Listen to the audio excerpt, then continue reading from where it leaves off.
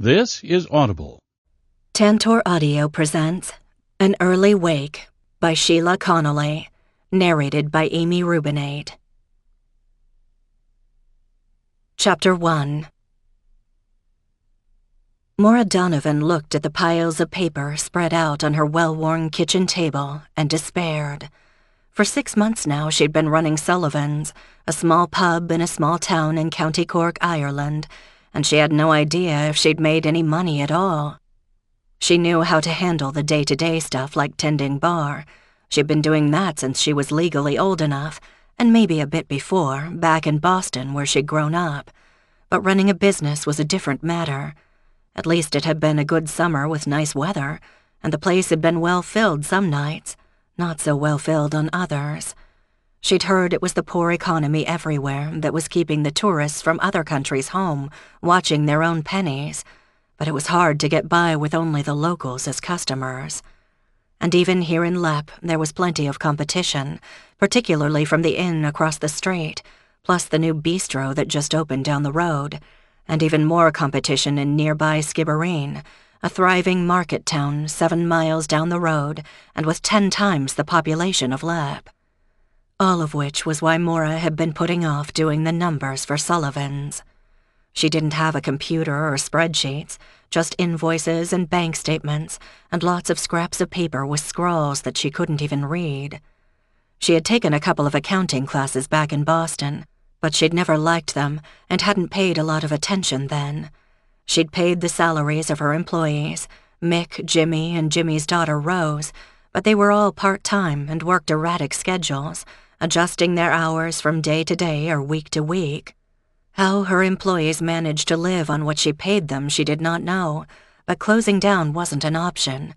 She was pretty sure Mick could find himself another job, but she had her doubts about Jimmy. Jimmy was good at bantering with customers, but when it came time to swap out the kegs of Guinness or wash up on a busy night, he always seemed to disappear. Then there was his daughter Rose, who'd only recently turned 17, a sweet, bright girl who had little future in the small village, but no plans to leave her father to fend for himself. Good for Jimmy, bad for Rose. Worse, there were hardly any young people Rose's age around. They'd all gone off looking for work in other places, not that Maura could blame them. The young men in particular seemed to have gone the farthest, not only to England or Spain, but even to Australia. Maura wanted the girl to have a life of her own, but she couldn't offer much guidance, certainly not based on her own patchy history. Besides, she was still learning the ins and outs of Irish culture, and maybe she was reading the situation all wrong. But she was pretty sure there had to be something better for Rose than pulling pints part-time in a shabby small-town pub and going home to fix supper for dear old Dad. Rose was quite a good cook, based on what she'd brought in to share now and then. Maybe she could find work in a restaurant locally. There was some money in the region, Maura knew. A conference center had opened over in Rosscarbery, and a newer one in Glendore just up the harbor a bit. People were coming to the area, and they had to eat, didn't they? There were a few nice restaurants in Skibbereen. Rose should look to her future rather than doing what Maura had done, which was drift along with no plan and no goals until her grandmother's death had blasted her out of her rut and somehow landed her in Ireland. Well, now she was here, trying to scratch out a living and responsible for employees. Maura herself took as little money out as she could, but even she had expenses, if only minimal ones. Her house, for example, she'd inherited outright 6 months earlier, along with the pub from old Mick Sullivan.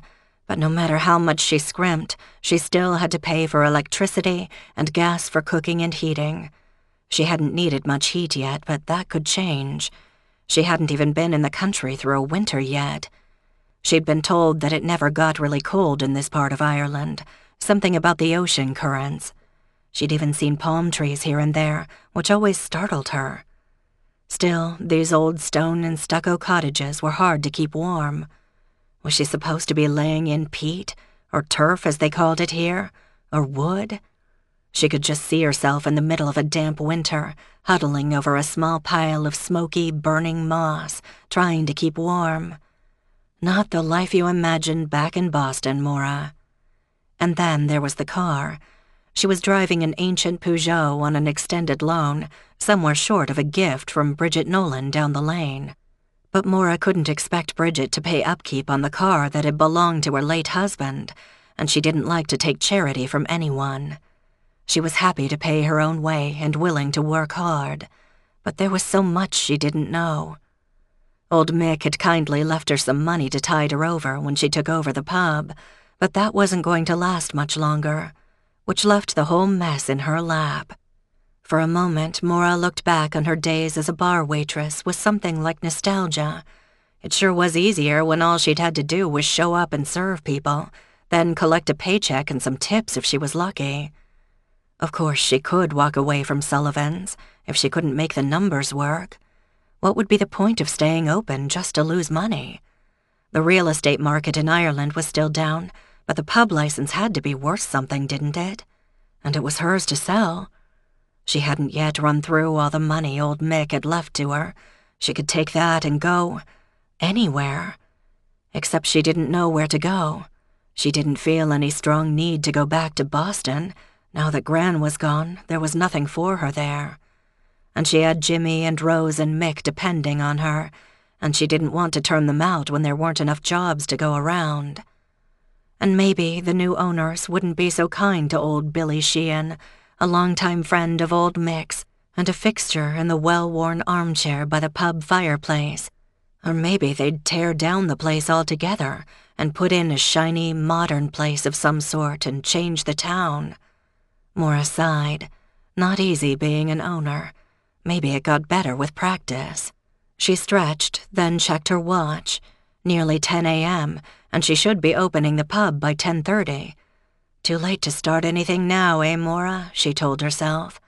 She stood up, pulled on a sweater hanging by the door, and went out the front door of her house.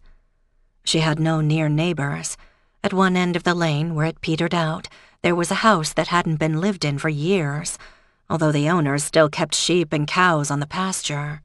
The house on the other side of hers had been abandoned even longer, and she guessed it had been in ruins since before she was born. There were other, newer houses up the hill in front of her, and a few farther down the hill, not that she often saw the people who lived there. And then there was Bridget's cottage, on the lane that led from the top to the bottom of the hill. Maura decided to stop in and say good morning before she left for the village. She picked her way along the muddy, unpaved lane toward Bridget's house, pulling her sweater close. It was September now, with the tourist season just ending. The days were getting shorter and the wind sharper. She knocked on the front door of Bridget's cottage, which was smaller even than hers. She knew Mick, Bridget's grandson, made sure it was kept up and paid for his grand's phone so she could reach him in an emergency. Bridget was well into her 80s, but refused to consider moving in with Mick's sister a few towns over. This townland called Knoxca, or Hawthorne Hill, was her home, and she wouldn't be moved from it. She'd settled into the cottage when she married and had lived here all her adult life. Maura might have wondered if Bridget got lonely, if she hadn't seen the steady trickle of friends and relatives who stopped by to make sure the old woman was all right and to swap gossip and news. It was nice knowing that people were looking out for you. Her gran had done a lot of looking out for the struggling Irish immigrants who'd arrived in Boston. "Ah, Gia ditcha Wyra." Bridget opened the door with a broad smile. "Gia's Mura ditcha breed," Maura replied with the little Irish she knew. Bridget had taught her a few phrases, like how to exchange a basic greeting. Come in, Bridget said. "There's a bit of a chill in the air, isn't there?" "Definitely. I can't stay long, but I was going crazy trying to sort out the finances for the pub, and I thought some fresh air might help, although I always like to see you. There's tea on the stove and fresh scones in the tin if you're hungry." "Thanks." Maura, long familiar with Bridget's kitchen by now, helped herself. "Can I pour you a cup?" "That'd be grand if it's no trouble." "No problem." Maura filled 2 cups and carried them back to where Bridget now sat, in front of a small fire. "Are you feeling the cold already?" Bridget sighed. "Don't you be getting old, Maura. If it's not one thing, it's another. I can feel winter coming in my bones." "Anything I can do?" Maura asked. She hated to think that Bridget might be failing. Since she'd lost her grandmother, the only relative she'd ever known, less than a year before, somehow she'd come to count on Bridget to take Gran's place. It was because of Bridget that Maura had come to Lep in the first place, after she'd stumbled upon Bridget's long correspondence with her Gran. Bridget waved a dismissive hand at her. "Oh, don't be minding me. I'm just a fussy old woman. And don't you be telling Mick that I'm complaining either, or he'll be after me again to move in with my granddaughter over to Bandon, which would not suit me at all, for she's got 2 loud children and little enough room as it is." Maura knew Mick kept a close eye on his Gran and would notice any decline in her condition on his own, so she wasn't about to go tattling to him. She took a sip of her tea, strong as always. "I've been trying to figure out if Sullivan's is making any money. How did old Mick manage?" "He didn't ask for much. Many of his friends spent their time there of an evening. Not that they drank much. They could nurse a pint for hours, or so Mick used to say. They were there for the crack, not for the drink. God help the poor tourist who stuck his nose in while that crowd was in good form." That wasn't hard for Maura to imagine, especially since she'd made few physical changes since she'd taken over in the spring, afraid to drive away what patrons she had. Besides, she'd never been big on prettying up a place. She tried to imagine track lighting and new curtains in the pub, and had to swallow a laugh, though she had at least managed to introduce a few new paintings, which had brightened some of the darker corners. The paintings were the works of Gillian Callanan, an artist who lived over the hill in an old creamery by the lake, at least during the summer. Maura hadn't seen much of Gillian lately, and wondered if she'd gone back to Dublin for the winter, as she had told Maura she usually did. Maura would miss her if she went, since Gillian was close to her own age and had quickly become a friend, one of the few Maura had made since she'd arrived, but she knew that Gillian couldn't make a living selling her paintings during the winter around here. Besides, the creamery building wasn't heated, certainly not well enough to withstand the wind rushing across Ballinlough. Maura could tell already that this could be a lonely place in winter. She stood up. "I should probably be going. Can I pick up anything for you?" "No, love, I'm grand. Mick came by yesterday. And don't worry yourself about the numbers. I'm sure things will come right." "I hope so, Bridget. See you later." She shut the door on her way out, then trudged back to her place. She wasn't sure why she'd asked Bridget if she needed anything, when Maura was the one with a bare pantry. There never seemed to be any time to shop, much less prepare meals, and she spent most of her waking hours at the pub. It was easier to walk down to the cost cutter at the gas station and pick up something quick. She drove into the village, glad in a way that the few clueless tourists who had ventured along the lanes had gone home now. To be fair, she'd been in the same boat herself not that long ago. It was hard for some people to accept that there were no road signs, except on the biggest of the main roads, and that most people gave driving instructions along the lines of, "Turn left at the abandoned church and go up the hill until you see the field with the bull, then turn right at the fallen tree." It took a bit of getting used to, and by the time people did, it was time for them to leave.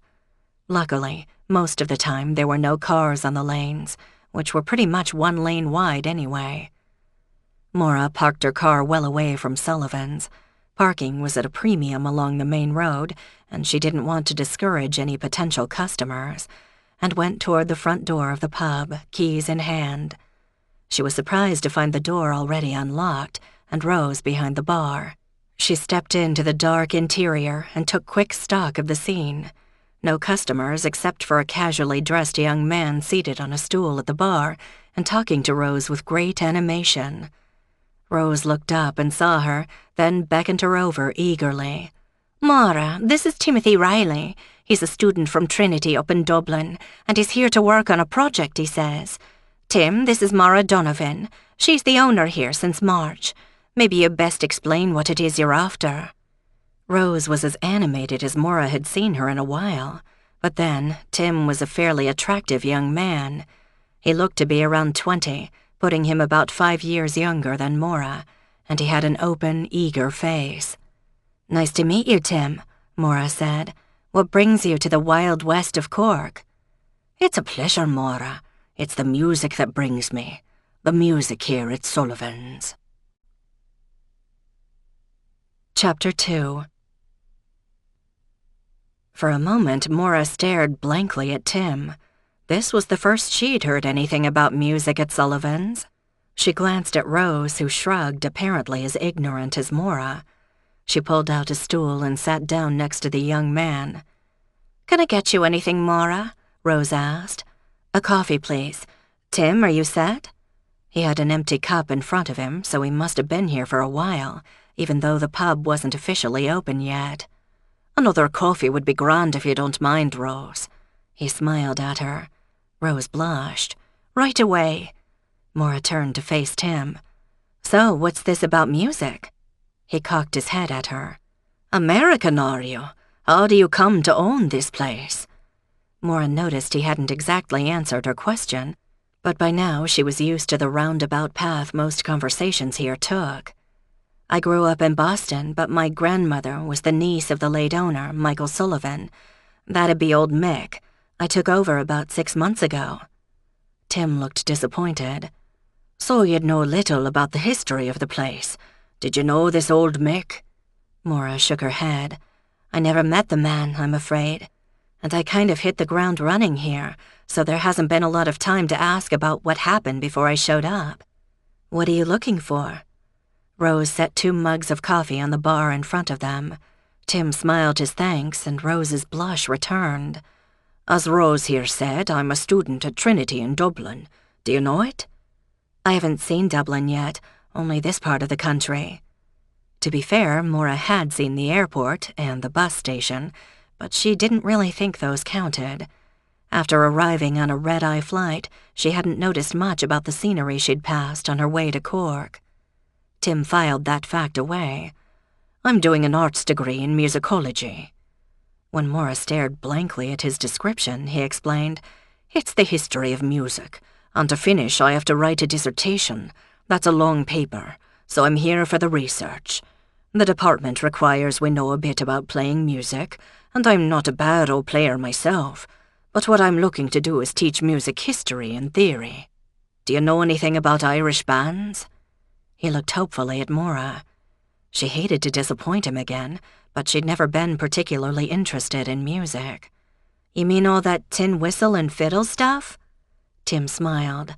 "That's the traditional side of things, which is all good and well, and some of the tunes go back for centuries, so it's interesting to see them surviving today and still being played. But what interests me now is more the contemporary scene, and how modern musicians have borrowed elements of the old forms and made them into something new." Maura glanced quickly at Rose, who had to know more than she did.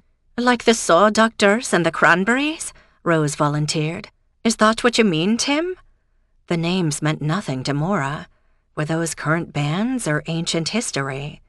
He nodded vigorously. "Yes, but they're not the only ones. Where do you come from, Maura? Did you mention Boston?" "Yeah, I grew up in South Boston." "Grand. Then surely you know of the Dropkick Murphys." Maura smiled. It was impossible to grow up in Southie and not know the Dropkick Murphys. Impossible to work in any local bar and not hear their songs in the background, over and over. "Them I know." Tim beamed. "Well, there you go. They're American, of course, but there's still that element of the traditional in what they write, what they perform, even today. Maybe it's in the genes, but that's a study for a different department for sure. What I'm looking at is the evolution of recent Irish music over the past couple of decades, and its debt to the traditional."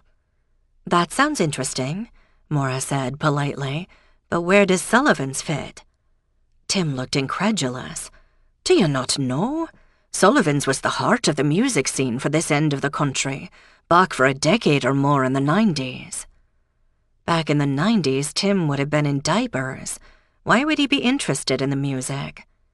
But then, Maura didn't claim to understand how colleges worked.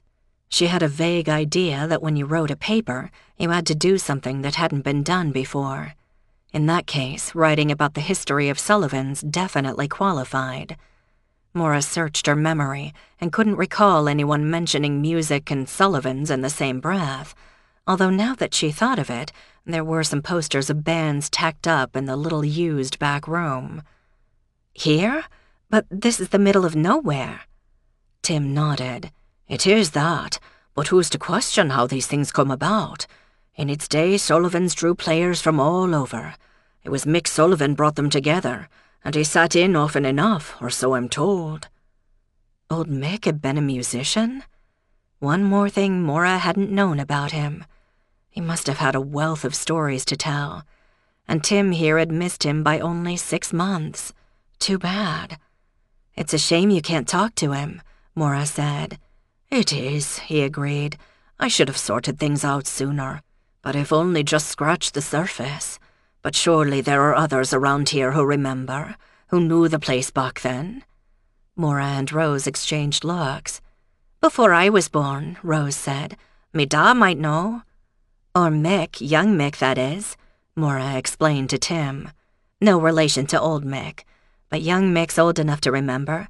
He had to have been a teenager then, right, Rose? Rose nodded. And where might I find these fellas? Tim asked. Here, Maura said promptly. They'll both be in some time today. They work here, and they worked for old Mick before. I'm sure they'll be happy to help. And of course there's Billy Sheehan. Who's he? Tim asked. An old friend of Mick's, and I mean old in both senses. Maura smiled. He's in his 80s, and he and old Mick were friends for decades. He usually comes in about now, and he's here for most of the day. Billy hadn't yet arrived, but it was early yet. Maura wasn't worried, since he lived on the ground floor at the other end of the building, and could make his way to the pub blindfolded.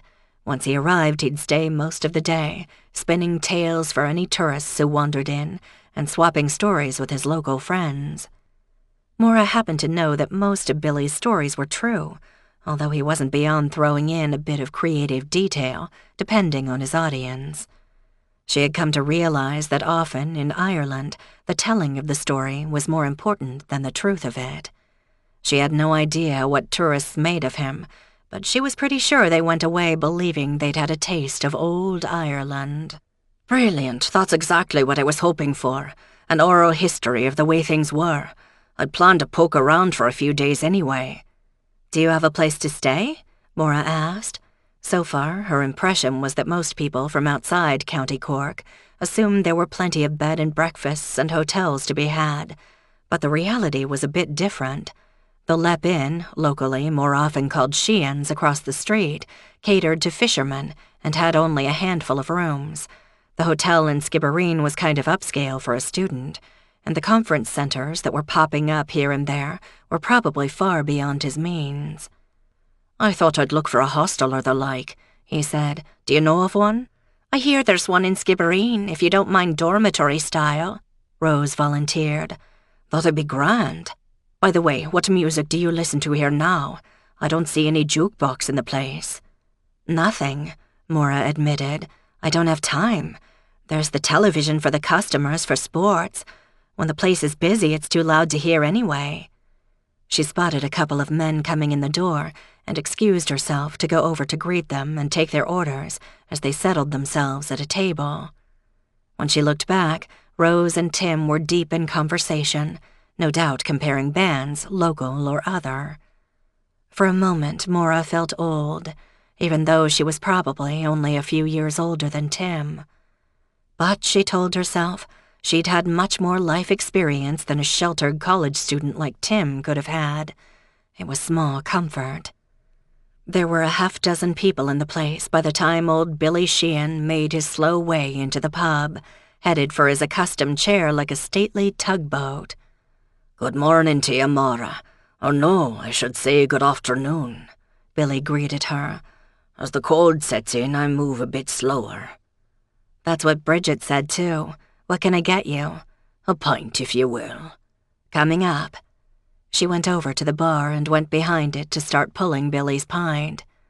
Rose turned to her and said tentatively, Maura, would you mind if Tim and I went out for a bit of lunch? It's quiet here. "Sure, go ahead. I think I can handle it."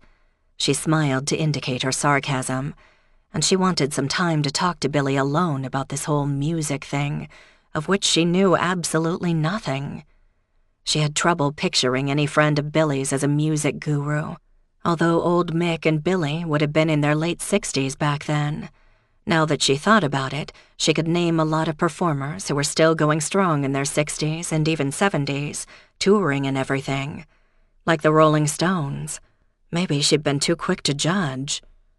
Rose and Tim went out the door, and Maura topped off Billy's pint and took it over to him.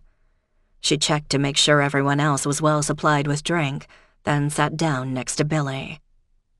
"Who's that young man who left with our Rose?" he asked. "Not from around here, is he?" "No, he's a student from Dublin, he says. His name's Tim Riley. He said he wants to find out about the music scene here in Sullivan's in the 90s. It's the first I've heard about it." Billy's eyes lit up. "I hadn't thought of that in years. This used to be quite the place to play." "So he was right about that?" Maura asked. "Oh yes, musicians would come from all over. Not for concerts as such, but to, what should I call it, jam with each other. Like a session is for the traditional kind of music." "What they were playing wasn't traditional?" "No, these were players of popular stuff. Not always the lead singer of this band or the other, but a lot of the sidemen. Word would go out, don't ask me how, it was before all this electronic nonsense, and the players would come here together of an evening, late, and settle in the back room and go on half the night, and people would come to hear them. I don't know how they'd find out it was happening, but they'd start appearing early in the evening, and they'd stay till the end. Packed the place was." "Was old Mick a musician?" "He'd been known to pick up a fiddle now and then, but mostly he kept the drinks flowing." "How'd they get around the regulations about closing times if they stuck around all night? Even I know you can't keep serving till dawn." Maura knew there was some give and take, depending on the attitude of the Gardaí, the local police, but she didn't think the rules could be stretched that far. "You'll have heard the term lock-in?" "Yes, but I'm not sure how it works." "If you want to keep your pub open after legal closing time, you ask that your patrons pay for their drinks beforehand. And then, after closing time, you lock your doors, and it becomes a private party, with no money changing hands." Ah. Maura could see a lot of room for interpretation of the law there, but it made a kind of sense. "What about you, Billy? Did you join in?" He grinned. "You've never heard me sing, have you? Like a gate that needs greasing. No, I'd keep an eye on the front of the house while Mick covered the back. Grand times they were." "That kid who was talking with Rose, he says he's a student at Trinity, studying how popular music changed in Ireland in the 90s, not the old stuff. He seems to think Sullivan's was like the center of the music universe, at least around here. Would you be willing to talk to him? I can't tell him anything, and Rose is too young to have known about it then, but I'm sure you could fill his ear for quite a while. Do you mind if I turn him over to you?" "I'm happy to go on about those days, and if he's to be around for a few days, then he and Rose can spend some time together as well." Maura was struck once again with how perceptive Billy was. He might look like a doddering old man, but he was shrewd enough to recognize that Rose was enjoying Tim's company. "You playing matchmaker now, Billy? I don't know how long Tim will be around, but he was asking about a place to stay." "Assuming he needs to get back to Dublin for the start of Michaelmas term. That's not till late in the month, so he's got a bit of time free." Michaelmas? Another label that meant nothing to Maura. In any case, Tim would have a week or two to find out whatever he needed for his paper or whatever. "When he comes back, I'll tell him to talk to you." "My pleasure. You might tell him to talk to Mick as well." "You don't mean old Mick, do you?" Maura teased. "Sure, and he's dead, isn't he? No Mick Nolan. He was still at school when all the bands were playing here, but he hung around as much as Mick would let him." "Huh," Maura replied. She'd never seen Mick show the slightest interest in music, but then he was certainly closed-mouthed about his own life. Maybe he had hidden depths, or maybe she should talk to him first before sicking Tim on him. Chapter 3. By the time Rose and Tim returned an hour later, business had picked up a bit. Now there were 6 men and a lone woman in Sullivan's, each looking for a quick pint or a cup of coffee before taking off to do errands, or filling their time if they had no jobs to go to. About normal, but any one customer made a noticeable impact on the day's intake. Rose took a quick glance around, then hurried to the bar. "Sorry I've been gone so long, but we lost sight of the time." "That's on me," Tim said quickly. "It helps me to talk through what I need to know, and what questions I want to ask, so I was trying them out on Rose first." "It's okay, Rose, relax," Maura said, nodding in Billy's direction. "By the way, Tim, I talked to Billy over there, and he said he'd be glad to fill you in on what used to go on here." Rose beamed. "Oh, that's brilliant. Tim here was telling me about all the bands back then, and all the people who played in them. Seems hard to believe, doesn't it? This place filled with people and music." Sad but true, Maura thought. Was it the times that changed, or did old Mick just let it go downhill? He was getting old. "I couldn't say," Rose said. "Old Mick never mentioned the past, at least not to me, but I didn't know him long. You can try asking young Mick, though." "Has he ever talked about music with you? I mean, not just music here, but anywhere else?" Rose considered the question. "Not that I remember. He's not one for those little music players like so many of the lads." Mick was hardly a lad, Maura thought, since he was probably 10 years older than she was. But MP3 players or mobile phones that played music were nearly universal these days. Not that she'd ever had the money for either one. Shoot, that reminded her of another expense to consider. Her pay-as-you-go phone was almost out of minutes. Now she'd have to figure out what she wanted in a phone and what she could afford. She didn't have many people to call, but it was good to have a phone just in case. Her mind was drifting, so she straightened her shoulders and told Rose, "Will you take over the bar for now? I'd like to hear what Billy has to say too, I guess. Tim, you come with me and we'll talk to Billy together. The price for his talk is usually a pint." "You said his name was Sheehan? Is he related to the people who run the hotel across the road? The sign there's kind of hard to miss." "He is, but don't ask me exactly how. I keep finding that everyone around here is related somehow, even to me. They can't always explain how we're related, though, so they just call us cousins," Maura said. "Anyway, come on over and let me introduce you to Billy." She led the way to the corner next to the fireplace where Billy held court. Billy looked up, delighted at the idea of a new audience. "Billy, this is Timothy Riley from Dublin," Maura said. "He wants to talk about the music at Sullivan's back in the early 90s. "Fáilte roat ma wuhal," Billy said, laying it on thick. "Go ro my agat a gina uso," Tim replied promptly. Billy smiled broadly. "All the schools are doing a sound job of keeping the language alive these days. So, Timothy Riley, where are your people from?" "My ma was from Clonakilty, sir, but she left there early for Dublin." "And now you're doing a degree at Trinity in music?" "I am, sir. I'm interested in the persistence of musical traditions as they've been carried over into contemporary forms. I've been told that Sullivan's here was a sort of nexus." Billy looked blank at the unfamiliar word, but Tim was quick to realize it. "Sorry, kind of a crossroads, where the old and the new came together. I've heard that a lot of sidemen from some of the big-name groups made it a point to drop in here just to play with whoever was handy. And whoever wandered into the pub was the happy beneficiary. You're not far wrong, my boy. Let me tell you." And Billy was off. Maura sat back and contented herself with listening, while keeping an eye on Rose behind the bar. But there were a few new customers in the mid-afternoon.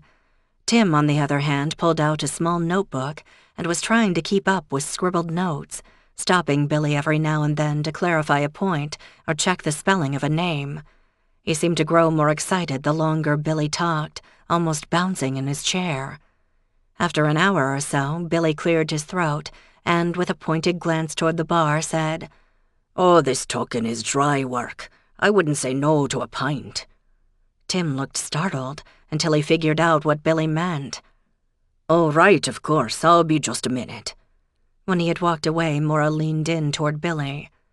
"You don't mind, do you? He seems very eager." "Saints, no. It's a rare treat to talk about those days, those people. There are few who know about it anymore, fewer still who ask." "This is the first I've heard of it," Maura said. "Was it really a big thing?" She wasn't even sure what a big thing would mean around here. Old Mick had regular music events here? Not just a guy with a fiddle and someone with a drum or that bagpipe thing? Billy nodded. "That's the traditional style, and it's an Uilleann pipe, not a bagpipe. Mick pulled in a few of those now and then. The tourists liked it, but that wasn't where his heart lay. He brought the new music in, the bands on the way up or the ones on the way down, and anywhere in between." Billy cocked his head at her. "You're not one for the music, are you now?" When Maura shook her head, he went on. "How do I say it best? There are the stars, the bands that play in the big stadiums in the big cities, and no doubt you've heard of those. Then there are the others who play with them now and then when the schedules fit. They aren't always part of the band, see, but they're on tap for when they're needed, and you might never hear their names. And those are the ones who aren't working steady, who come together at places like these to keep their hand in, and to swap gossip." "Okay, I can understand that. But what was special about Sullivan's? Was it the only game around?" "It was Mick made it into something more, you see. He knew music and he knew people, and he knew how to put them together. So the fellers that showed up here of an evening were fair talents on their own, and the word got round. They came from all over, and they knew Mick would give them a hot meal, as much as they could drink, and a bed for the night. Or the floor if all the beds were filled. All they had to do was play, and play they did. The lads would have played anyways, but when they were into it, it was something special, and the audience knew it." "How did people find out they were playing here? I mean, this was before the internet or even cell phones. Or didn't it matter? I mean, were they just playing for themselves, or did they need an audience?" Maura asked. "The people came. I couldn't tell you how they heard back then, but they found their way here." "How long did all this last?" Billy contemplated the flaking plaster of the ceiling for a moment. "A decade, maybe. Times changed and so did the music. After a while, the players stopped coming around so often, and I guess Mick got tired." Billy paused as Tim reappeared. "Oh, Timothy, there you are. I'd started to wonder if you were brewing the stuff yourself. Or was it that you're brewing something with that lovely young girl over there?" Maura watched with amusement as Tim blushed. Tim set the brimming pint down where Billy could reach it and turned to Maura. "Hey, it sounds like you've got loads of great stories, and there are probably other people around here that I should be talking with. I don't suppose Mick Sullivan kept any written records, did he?" Maura suppressed a rude snort. She herself had the sum and total of Mick's documents, which consisted of a single battered file folder holding a list of his suppliers and a few other pieces of paper. All other details, about ownership of the place, taxes paid, and the like, were in his lawyer's hands, along with his will. Or rather, her lawyer, solicitor, now. "Sorry, Tim," Maura said, "but Mick ran the place to suit himself and no one else. I don't think he was thinking about preserving the history of the place." "That's all right, an oral history will do just as well." Tim stood up and faced Billy again. "Thank you, Mr. Sheehan. May I spend some more time with you tomorrow?" "Mr. Sheehan was me da. I'm Billy to one and all, save that the boys call me Old Billy when they think I can't hear them. But I can't say they're lying, for I know I'm old. I'd be happy to ramble on tomorrow. Stop by around lunchtime, will you?" "I'll do that, thank you." Maura looked over at the bar to see Rose getting ready to go home and fix her father's supper. Still no sign of Jimmy, but she saw Mick through the window heading her way. "Tim, why don't you catch Rose on her way out, and she can give you directions to that hostel she mentioned earlier. We'll see you tomorrow." "I'll be here, thanks, Maura." He ducked his head and hurried over to the bar, where Rose gave him a huge smile, which in turn brought on another vivid blush from Tim. Rose slipped on a sweater and he held the door for her, then followed her out. Mick slid in as they left, giving Tim a speculative look as they crossed paths. "Evening, Maura. What's his story?" Mick nodded in the direction of Tim and Rose, who were now standing on the sidewalk outside the pub. Rose was gesturing broadly toward the west and Skibbereen, but before Maura could explain, a group of customers came in, and she and Mick got caught up in serving them. "I'll fill you in later," she said, as she busied herself pulling pints. Chapter 4.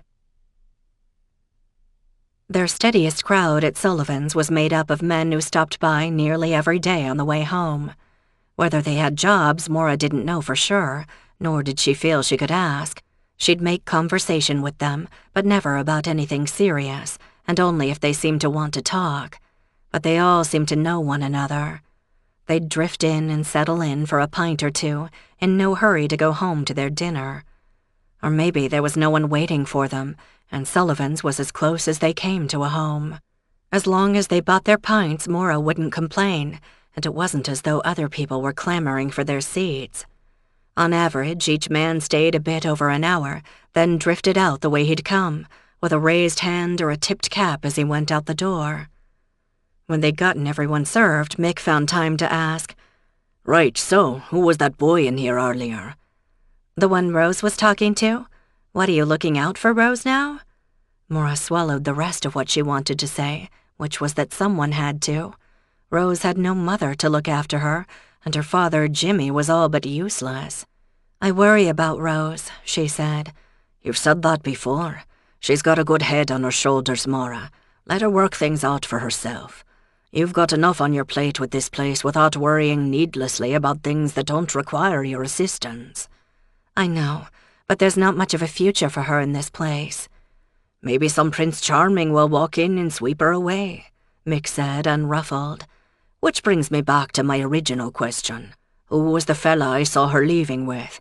We don't get many around here who are both young and unfamiliar. Tourist?" "Not exactly." Maura filled Mick in on Tim's musical quest. Since I didn't know squat about that, I handed him over to Billy, who was happy to explain, or start to at least. It sounds like Billy has plenty of information. What about you? Do you know about what went on here? Mick stared over Maura's head, lost in thought. "Right, you wouldn't know," he said, almost to himself. Maura turned to face him. "Well, of course I wouldn't. I've barely been here 6 months. Tim's asking about 20 years ago, so unless you two played here or something, I doubt I'd have heard about it." Mick smiled. "No one quite so grand, but not so far from it as you might think looking at the place." "So fill me in, I hate looking stupid." Mick didn't answer directly. "You've seen the back room?" Maura nodded. "I've looked at it, and I shut the door as fast as I could. It's a mess and I haven't had time to worry about it. Why?" "That's where the music was. Did you not notice the equipment?" "Not really. If the stuff crammed in the corners there is music equipment, it looks pretty ancient." "Maybe, but back then, it was top of the line, especially for a small place." "So how many people does this small back room hold?" Mick's mouth twitched. "There's some legal piece of paper somewhere that says this place can accommodate up to 200 people. That's back and front combined. I'd say we often had closer to 300, at least a time or two." "And the building didn't fall down?" Maura was having trouble wrapping her head around the idea of crowds in the hundreds in Sullivan's.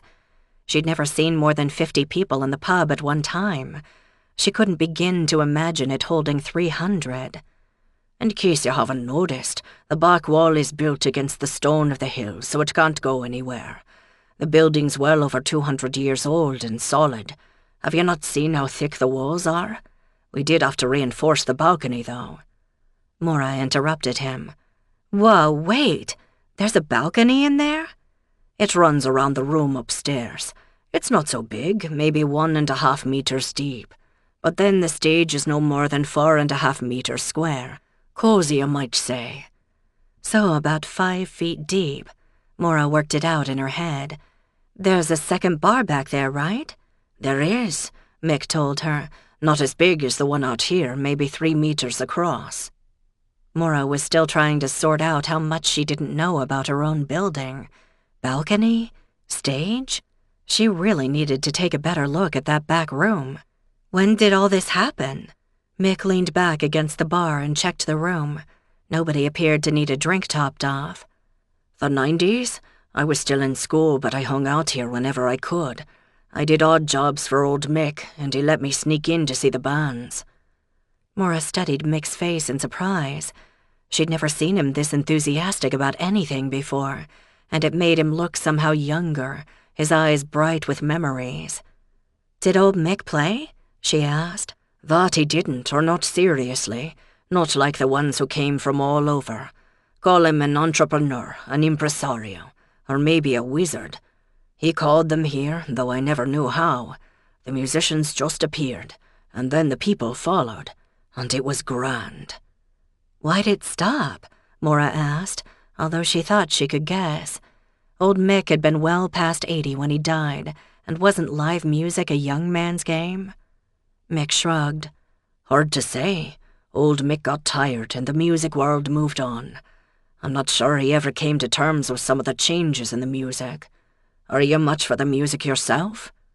That matched what Billy had told her. Maura shook her head. Not really. I mean, I worked in a few bars in Southie or around Boston, mostly the ones with a lot of Irish guys in 'em. Give them a few pints and they'd start singing the old songs. Seemed like everybody knew the words to them. Sometimes they'd get stirred up and there'd be a fight or two. Other times they got kind of sad and quiet. Either way, they bought a lot of pints. I could name names for you, for the bands, but you wouldn't know them. So you've never been to a live concert then? No, Maura said curtly, feeling defensive. Popular music had never really appealed to her, and while it had always been on in the background in the bars where she worked, she'd never paid much attention, and always had trouble identifying any particular group. Half the time the music was drowned out by the noise in any of those pubs, especially on weekends. And none of the places had been the kind to bring in live bands. Not interested. A lame excuse, but at least partially true. Mick looked at her with something suspiciously like pity. We Irish love our music. There's hardly a man or woman round here who doesn't play some instrument, or is willing to pick one up if a shashoon starts up. And if they've no instrument, they'll sing. We all share the words and the tunes. Some go back centuries even. You've probably heard your fair share of them even in America. Many of the folk singers back in the 60s picked them up again. Maura held up a hand. Okay, you can stop it, I get it. There's a lot of Irish music history, and some part of it took place right here in Sullivan's, right? Right. This Tim will be getting a true oral history from Billy there. Mick nodded toward the old man dozing in his corner. Yeah, they both seemed pretty happy earlier. Maura wondered if there were any other surprises about the pub she now owned. You aren't going to tell me that Michael Collins spent his time off here, are you? Mick smiled. You're all but an idiot when it comes to Irish music, but at least you know that the founder of the modern Irish state was from a Cork family not far from here. No, he did his drinking at the Eldon Hotel in Skib. And Clonakilty, of course. Although that's not to say he didn't stop in here for the odd pint. This place has been around for a long time. He turned away to take the orders of a pair of men who had just come in. Maura wondered for a moment whether she should tell Mick about her concerns about the cash flow at Sullivan's. After all, he'd worked here a lot longer than she had. She knew exactly what she was paying him, and he hadn't asked for anything more. But then she had no idea what his expenses were. In fact, she realized that she knew next to nothing about Mick's life outside the pub. Not only did she have no idea where he lived, she didn't even know if he lived with anyone else, family, friend, or partner. He'd never mentioned a wife or girlfriend and didn't seem to answer to anybody else. How would he manage to remain single so long? What did he do in the time he wasn't at Sullivan's, other than visit Bridget? Where would he go if she shut down the place? When he'd learned that old Mick had left the pub to Maura, he hadn't quit, which she was afraid he would, but neither had he offered to buy her out, assuming he could have afforded to. Rose's dad, Jimmy, had been more difficult about her inheritance, but Maura was pretty sure he couldn't pay for a share of the place, even if he'd wanted to. But Jimmy was the type of guy who would probably land on his feet no matter what, even if he never did more than scrape by. Besides, it was Rose who Maura worried about. Mick and Jimmy were grown men and would just have to deal with whatever came along. Business picked up gradually through the evening. Billy garnered his share of attention. He looked almost like royalty, enthroned in his well-worn chair by the fire, spinning tales to all who would listen, tourist and friend alike. His glass was seldom empty. Jimmy came in a bit after 6, presumably well-fed by Rose, and set about clearing used glasses and wiping down empty tables with good cheer. Maura greeted at least half the people who came in by name, which was a huge improvement over the past couple of months. On the other hand, did it matter if she charmed whoever walked in the door? She was still trying to figure out what her role at Sullivan's was. She wanted to make it clear that she was the owner, not a barmaid, but she admitted to herself that she still had to make an effort to welcome people and schmooze them while they waited for their pints to settle. One thing she'd learned since she'd been in Ireland, however, was that a pub owner, especially a woman, was expected to chat with customers, create a relationship with them, so they'd come back regularly for a pint and some crack. That was the way the business worked, but it was hard for her. A lot of that came from how she'd grown up, with her father dead and a mother who'd run off God knew where when Maura was a baby.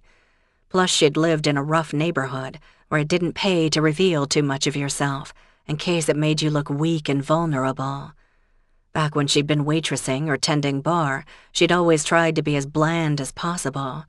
She knew she could have made bigger tips if she'd been friendlier or flashed more skin, but she'd never been comfortable doing that. She'd accepted the price of smaller tips in exchange for clinging to some of her dignity. But now she was the owner, the face of Sullivan's, and the rules had changed. Could she change along with them? Did she want to? Jimmy deposited a double handful of empty pint glasses on the bar in front of her. "Penny?" Maura looked blankly at him for a moment. "What? Oh, for my thoughts, you mean?" "I do that," he replied. "You're looking pretty somber for such a fine evening. Troubles?" "No, everything's fine. I was just thinking." He accepted her explanation without comment. "What's this I hear about a college boy nosing around, talking about the music?" Had Rose mentioned Tim to him of her supper? "That's about it. He's at Trinity in Dublin, and he's doing some kind of research on Sullivan's, back when it was the music capital of West Cork or something like that. He talked with Billy for a while, and he'll be back tomorrow. Do you remember those days?" Jimmy leaned across the front of the bar. "Some. I was working in town back then before I started here, and newly married, so I didn't have much time of my own. But there was always talk of who might be showing up at Sullivan's of a weekend." "Sounds like there was a lot going on back then. Mick says they packed this place front and back. Must have been like sardines.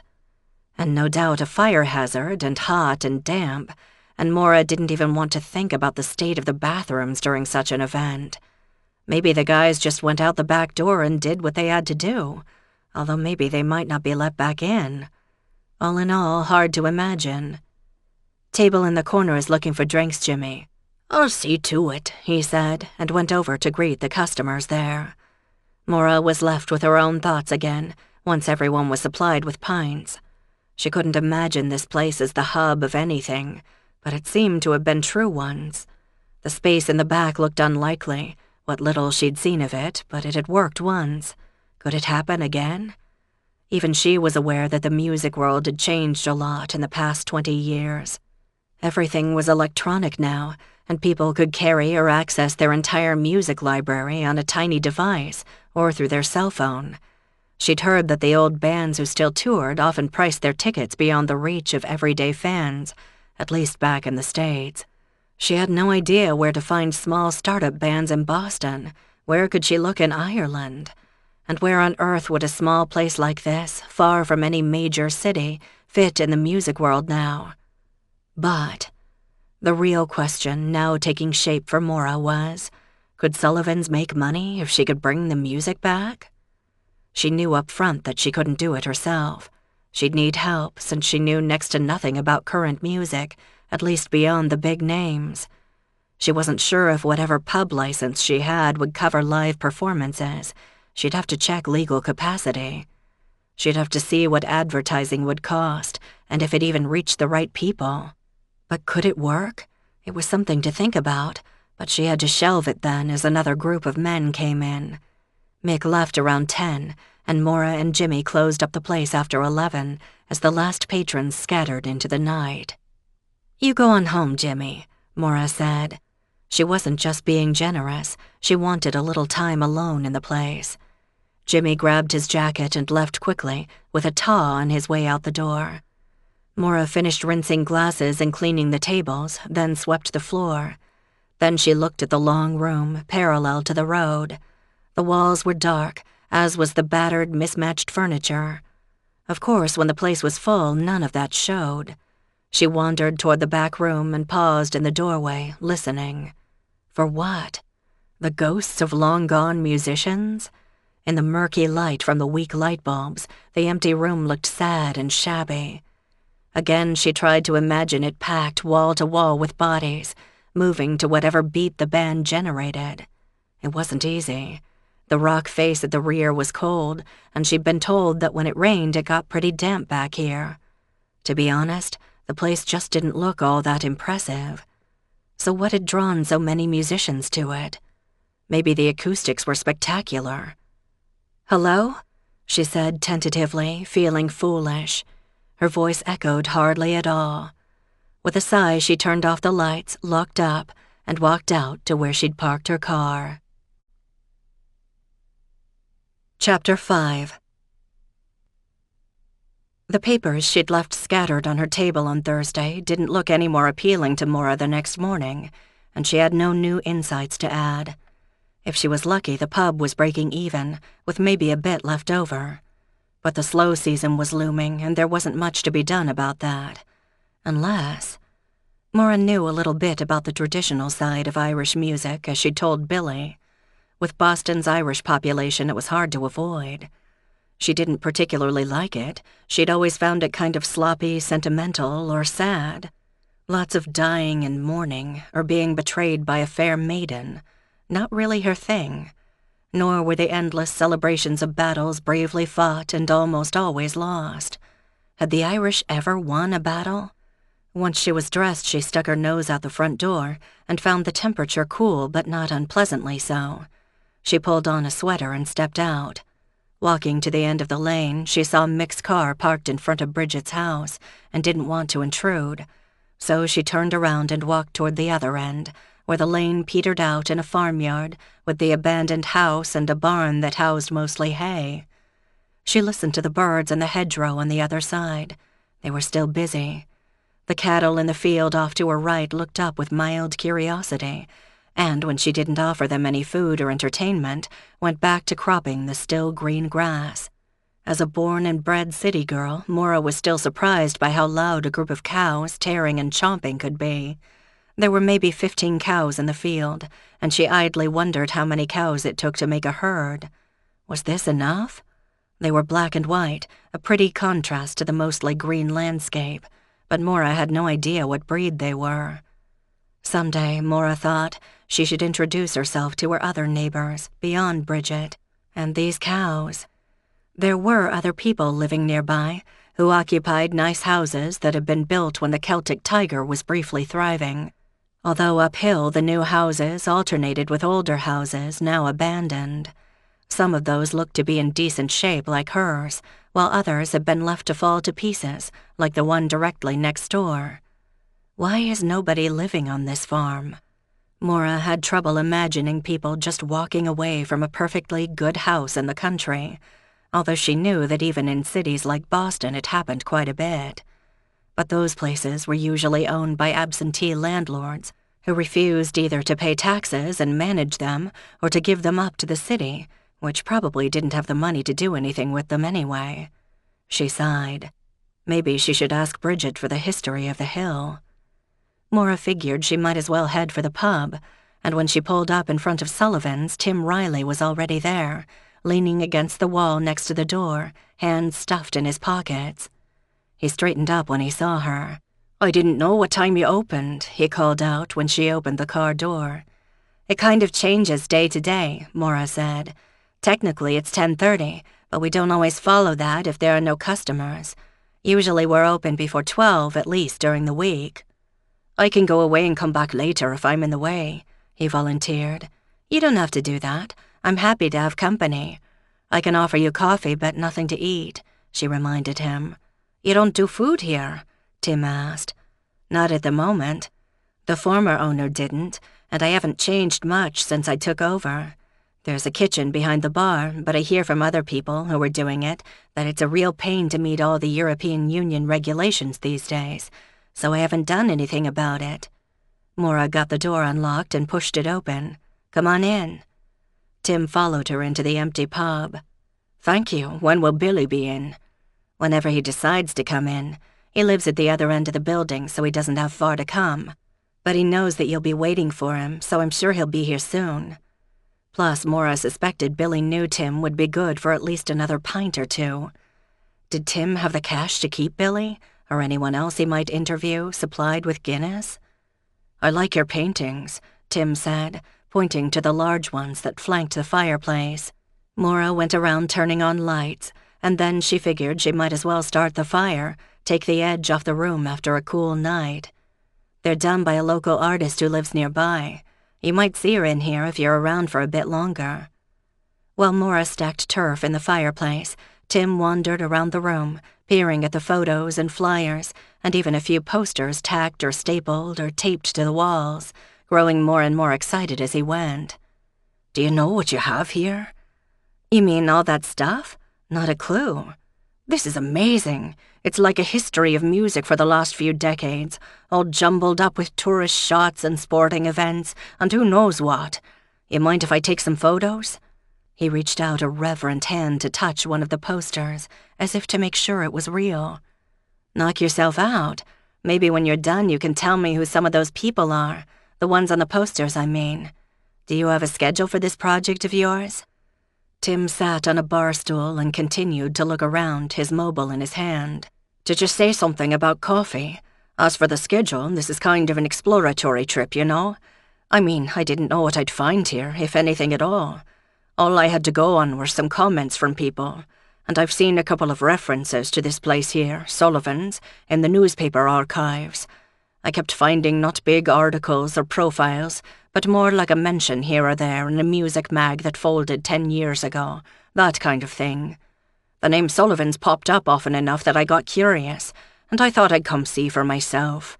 No, even though me ma was raised near here, I'd never been to Cork, and I couldn't figure how this out-of-the-way spot could pull in big names, since it looked kind of an unlikely spot for a music mecca, doesn't it? Sorry, I don't mean to offend you. I know it's a dump, but apparently that's the way some of my customers like it, Maura said as she set a cup of coffee in front of him. I've been taking it slow, because I'm afraid if I change anything, I'll drive away what few I have, and I need every one of them. You haven't been here long? Tim asked. I told you barely 6 months, which is why I don't know anything about what you're looking for. I haven't even looked hard at that back room, because we've never had a big enough crowd to need it. It must have been grand back in the day, Tim said dreamily, looking past her without seeing. Why are you so interested? Maura asked, making herself a cup of coffee as well. You said your mother came from Clonakilty? That's not far. Yeah, but once she got to Dublin, she never looked back. She's got no family left there. Was Sullivan's unusual? Or were there places like this all over Ireland? That brought in musicians, I mean. I know there are plenty of places to drink and talk. Oh, that's the real question, Maura, and that's what I want to understand. You have to remember how far back our traditions in music go, along with our poetry. We were often a people who were afraid to commit words to paper, even if we could write, so we committed the words to memory instead and we passed them on. We're a nation of poets, or bards, if you will, and that may be why the old forms have persisted, even in modern rock music. You must have heard enough of it to know that. Okay, I get that, Tim, but you didn't really answer the question. What made this place special? To be honest with you, I don't know. That's why I'm here. That's why I want to talk to the people who were part of it, because maybe they can explain how it all happened. Or maybe we'll never know, but it did happen. I'm sorry I can't help you more. Oh, don't worry yourself. There'll be plenty who were around back then. Billy's a grand man for the stories. He turned eagerly as Rose came in. Maura noted that Rose was wearing a sweater that she'd never seen before. For Tim? "Good morning, Tim," Rose said brightly. "Did you find the hostel all right?" "I did, and they fixed me up for a bed," he said. Something in his tone made Rose look more sharply at him. "Is it not to your liking, then?" He shrugged. "I'm in a room with 3 Norwegian guys who seem to have visited every pub in Skibbereen yesterday. Even asleep they were loud." "I'm sorry if I steered you wrong. Maura, do you know any place else Tim might find a space?" "The hostel's all right," Tim hurried to assure her. Maura assumed because he didn't have the money for anything better. Even if he hadn't been a complete stranger, she couldn't exactly offer to let him stay with her, since she hadn't done a thing with the tiny second bedroom upstairs. The spring bed in there looked older than either of them, and she only had old Mick's battered easy chairs downstairs, not even a sofa. "Maybe Mrs. Keohane could take him in," Rose said to Maura eagerly. "Will it be for long, Tim?" The Keohane's place was a good suggestion, Maura thought. Ellen Keohane, who lived across the road, let a couple of rooms, though it wasn't exactly a B&B. Maura had stayed there when she'd first arrived in Lepp. "Through the weekend at least," Tim said. "Depends on who I can find to talk to. But don't put yourselves out for me." "Won't hurt to go over and see if the Keohanes have space for you," Maura said. "Do you have your stuff with you?" "I do. I was afraid to leave it lying about in that room, and there isn't much anyways." There wasn't a customer in sight, although it was still early. Tim kept bouncing from foot to foot, uncertain about what to do, where to go. Maura decided for him. "All right, let's go talk to Ellen Keohane now and get one thing done. Rose, can you cover?" Rose looked at Tim but said, "Right so, Maura, I'll be here." "Tim, let's go." Maura resisted the urge to take him by the hand and lead him across the street. Not that it was necessary. She could see only one car on the road a half-mile away. The traffic wouldn't pick up for another half-hour at least, when people started in on their lunch errands. "Where is it we're going?" Tim asked. Maura pointed across the road. "The Keohanes live down below on the harbor. You can't really see the house from here. They're nice people. Oh, they do have kids if that's a problem." "Not at all." They turned down the driveway that descended toward the Keohane house.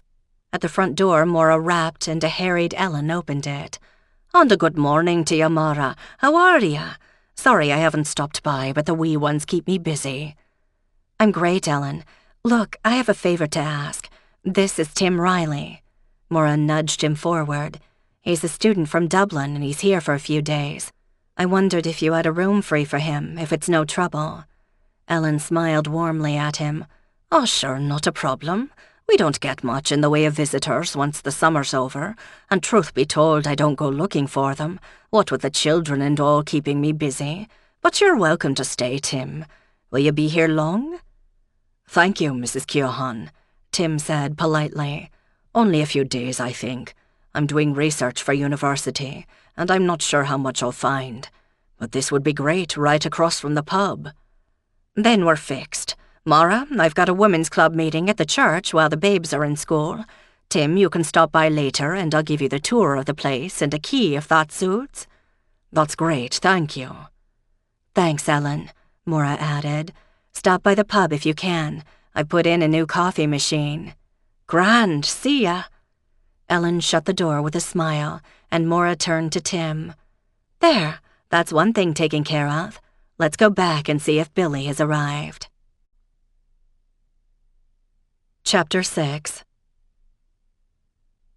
Billy was settled in his usual spot by the time Maura and Tim returned, and Tim made a beeline for the fireplace corner. Billy welcomed him. "Ah, the very lad. I've been thinking back to the days you're asking about, and I have a lot to tell you, but my throat's a bit dry, so it is." He looked expectantly at Tim, although with a twinkle in his eye. Maura knew Billy was never offended if someone ignored his broad hints. This time around, Tim knew what Billy meant. "All right, be right back." Tim went over to the bar, where Rose greeted him as though he had just returned from the war front, even though he'd been gone all of 15 minutes. Tim relaxed against the bar while Rose started a pint and waited for it to settle. Maura pulled up a chair next to Billy's. "You aren't just yanking his chain, are you?" she asked in a low voice. Billy regarded her, not in the least insulted. "I might give the tourists a bit of fancy talk, but I've more than enough real history to make the lad happy. It's been a while, but I'm glad to revisit the memories." "You'd known Mick a long time, hadn't you?" Maura asked softly. "Only all me life."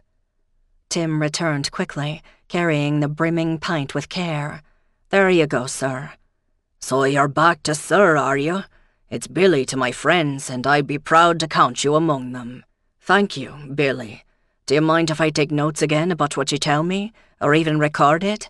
I'd hate to miss something important." "Whichever you choose is fine by me. I won't say that there was anything so important as all that went on here, but we saw many well-known faces now and again. There was this one time." And Billy launched yet another story, with Tim scribbling fast in his pocket-sized notebook. Maura would have loved to stay to listen, but it was nearly noon, and the pub was beginning to fill with people stopping by on their way to or from somewhere. Back at the bar, Rose said, "So he tells me he'll be staying at the Keohan's place then." "Yeah, Tim seems like a nice guy," Maura said, looking at Rose out of the corner of her eye. "But he won't be sticking around, you know." "Oh, Maura, that sounds like something me mother would say, God rest her soul," Rose answered, and a brief shadow passed over her face. "I'm not an idiot, but there's few enough young fellows in here to talk to. Can't I enjoy the company for a while?" "Sure you can. It's kind of you to worry, though. You worry a lot, don't you?" "Do I?" Maura asked. She did, of course, but she tried not to share her worries much. Was she that obvious? "You do. You get this kind of frown like you're thinking hard. Is there anything wrong?" "No more than usual, Rose," Maura said. "Mostly about how to bring in enough customers to pay the bills." "It's as busy as I've ever seen the place this time of year," Rose said. "Not that I've been here long, but me da has, and he says the same. I'm sure that the people around here have been curious about me, the new American who kind of dropped out of the sky and ended up here. But will they keep coming now that they've met me?" "Sure, and they will. You're right that they were curious, but I'd say they liked what they saw. And there are those that are happy that you haven't tried to change things, or not too fast. If it ain't broke, don't fix it." Well, that didn't strictly apply, since old Mick had let the place decline slowly over the years, as far as Maura could tell, and there had been a number of things that needed fixing sooner rather than later. But she didn't see the point of changing things until she had a better idea of what was working and what wasn't. The door swung open, and a guy came in, someone Maura didn't recognize. Tall, thin, mid-50s, his dark hair long and laced with gray.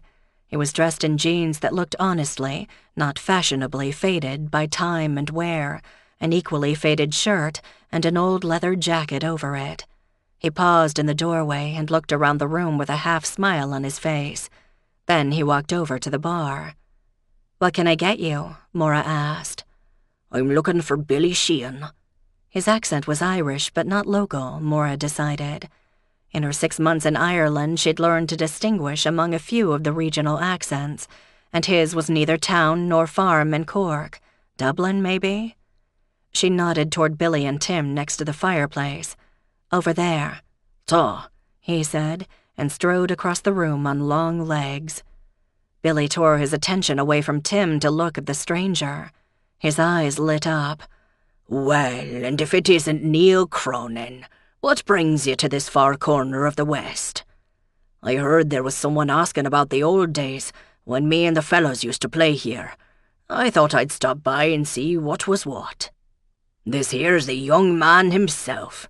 Billy nodded toward Tim, who jumped to his feet. "Timothy Riley. Tim, my boy, this is—" Tim spoke in reverent tones before Billy could finish. "Neil Cronin." He stuck out his hand. "I've been listening to your albums half my life. This is fantastic. Can I talk to you? Do you have the time? Not like an interview exactly, but—" "Slow down, Tim," Neil said. "I'm not going anywhere right now, and I'd be happy to talk. But it's been a long drive today from Dublin, and I'm parched."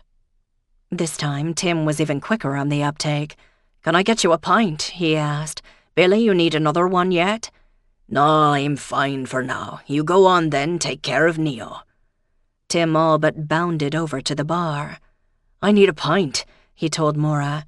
"So we heard," she replied, as Rose set about pulling a pint. Maura leaned forward on the bar. "So who is that guy who has you so excited?" "You don't know Neil Cronin? He was the lead singer and bass player for the Weeping Chestnuts." "The what?" Maura couldn't dredge up any memory of a band with a name involving chestnuts, but apparently a lot of Irish bands had never made it across the Atlantic. Tim's eyes widened. "You really haven't heard of them? They were absolutely pivotal in the early 90s, pushed the Irish music scene in a whole new direction. I mean, this man is a legend, like rock royalty around here, and he's willing to talk to me." "That's great, Tim. You're off to a good start. You know, he asked for Billy when he came in. I wonder how he heard that someone was interested." "I don't know and I don't care, so long as he's here now," Tim said happily. "Is this pint ready?" "That it is," Rose said and slid it across the bar. When Tim turned to deliver the precious pint, trying hard not to spill it, Maura turned to Rose. "Have you ever heard of this Neil guy?" she whispered. Rose shrugged. "He looks older than me da," she whispered back. A few more people came in, and there was no more time to talk. But every time Maura looked over at the three men in the corner, they were deep in conversation. Or at least the two older ones were, while Tim looked like he wanted nothing more than to sit at their feet in worship while writing madly in his notebook, which wouldn't last the day based on how quickly he was turning the pages. Again, Maura wondered how it happened that Neil, whom Tim had called rock royalty, had appeared at this particular moment, asking for Billy. As far as she knew, Billy didn't even have a phone, let alone a computer or internet access to put the word out. The three men spent the afternoon in the corner, ignoring the startled looks from those few customers who wandered in and recognized the star. Tim ran out for sandwiches and chips early in the afternoon, but he resumed his former position in record time. A few more pints were ordered and delivered. Rose went home at 5, pouting a bit because Tim had paid her no attention at all during the entire afternoon. Mick came in shortly after Rose left, and Maura enjoyed witnessing his double-take when he scanned the room and then fixed his gaze on the trio. He came quickly around the bar. "Do you know who that is?" he said in a low voice. "Only because Tim told me. You're impressed?" "I am that.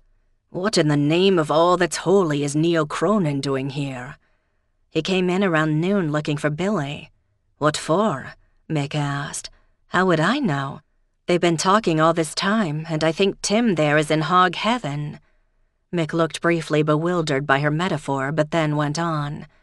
"Would he mind if I went over and introduced myself?" "You're asking my permission? Go for it." Mick tucked in his shirt and strode over to where the men were sitting. Maura couldn't hear their conversation, but watching the pantomime was entertaining in itself. Billy was in his element, presiding over the gathering. Neil sat beside him, relaxed and expansive. Tim had claimed a low chair a bit farther from the pair and looked annoyed at Mick's intrusion. Mick, normally reserved, was as effusive as Maura had ever seen him, and seemed a bit awed at the company in which he found himself. After a minute or two, Mick pulled up a chair and joined the group. Maura might have resented him leaving her alone with all the pub duties, but she was having too much fun observing the impression Neil had on the customers, a couple of whom showed the same reaction as Mick. The door swung open to reveal another stranger, who hesitated as he scanned the room. His face lit up when he spotted Neil. He approached tentatively, but when Neil looked up, he stood and greeted the newcomer warmly. The crowd had thinned enough that Maura could hear their conversation now. "I wasn't sure you'd come," Neil said. "I would have given you a lift." The man waved a dismissive hand. "No worries, I took the bus. I had some business to take care of, but I brought me fiddle."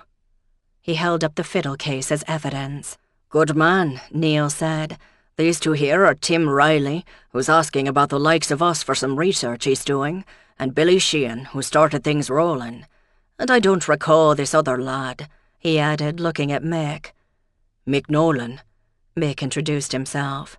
"Pleasure," the new arrival said. "What's a man got to do to get a pint around here?"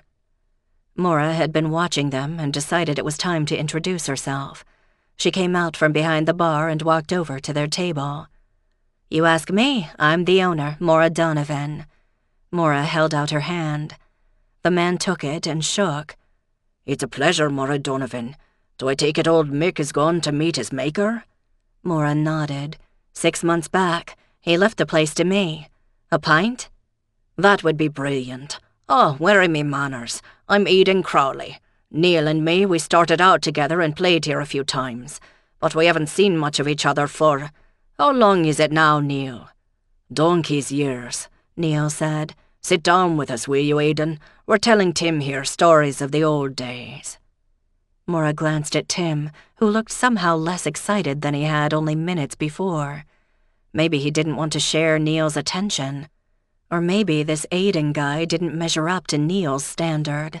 But he seemed to be a friend of Neil's, and he wanted a drink. Maura filled a pint and brought it over, though the men all but ignored her, lost once again in sharing reminiscences. It was close to 6 when the group broke up. Mick stood up first and shook hands with Neil and nodded at Aiden. Neil said something to Tim, who looked like he'd been struck by lightning, and then the two left together, trailed by Aiden. Neil said something to Tim, who looked like he'd been struck by lightning, and then the two left together, trailed by Aiden. Billy stayed where he was, looking as pleased with himself as a contented tabby cat.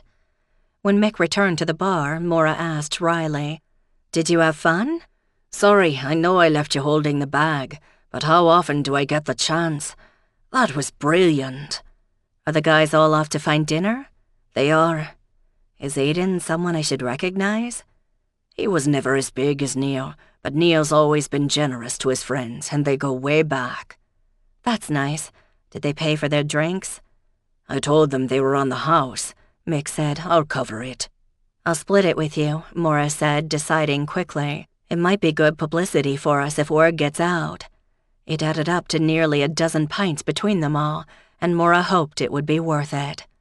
Mick guessed where her thoughts were going. "Don't worry, they'll be back, and I think they'll bring some others along. Maura, I think we have something to talk about here." Maura smiled.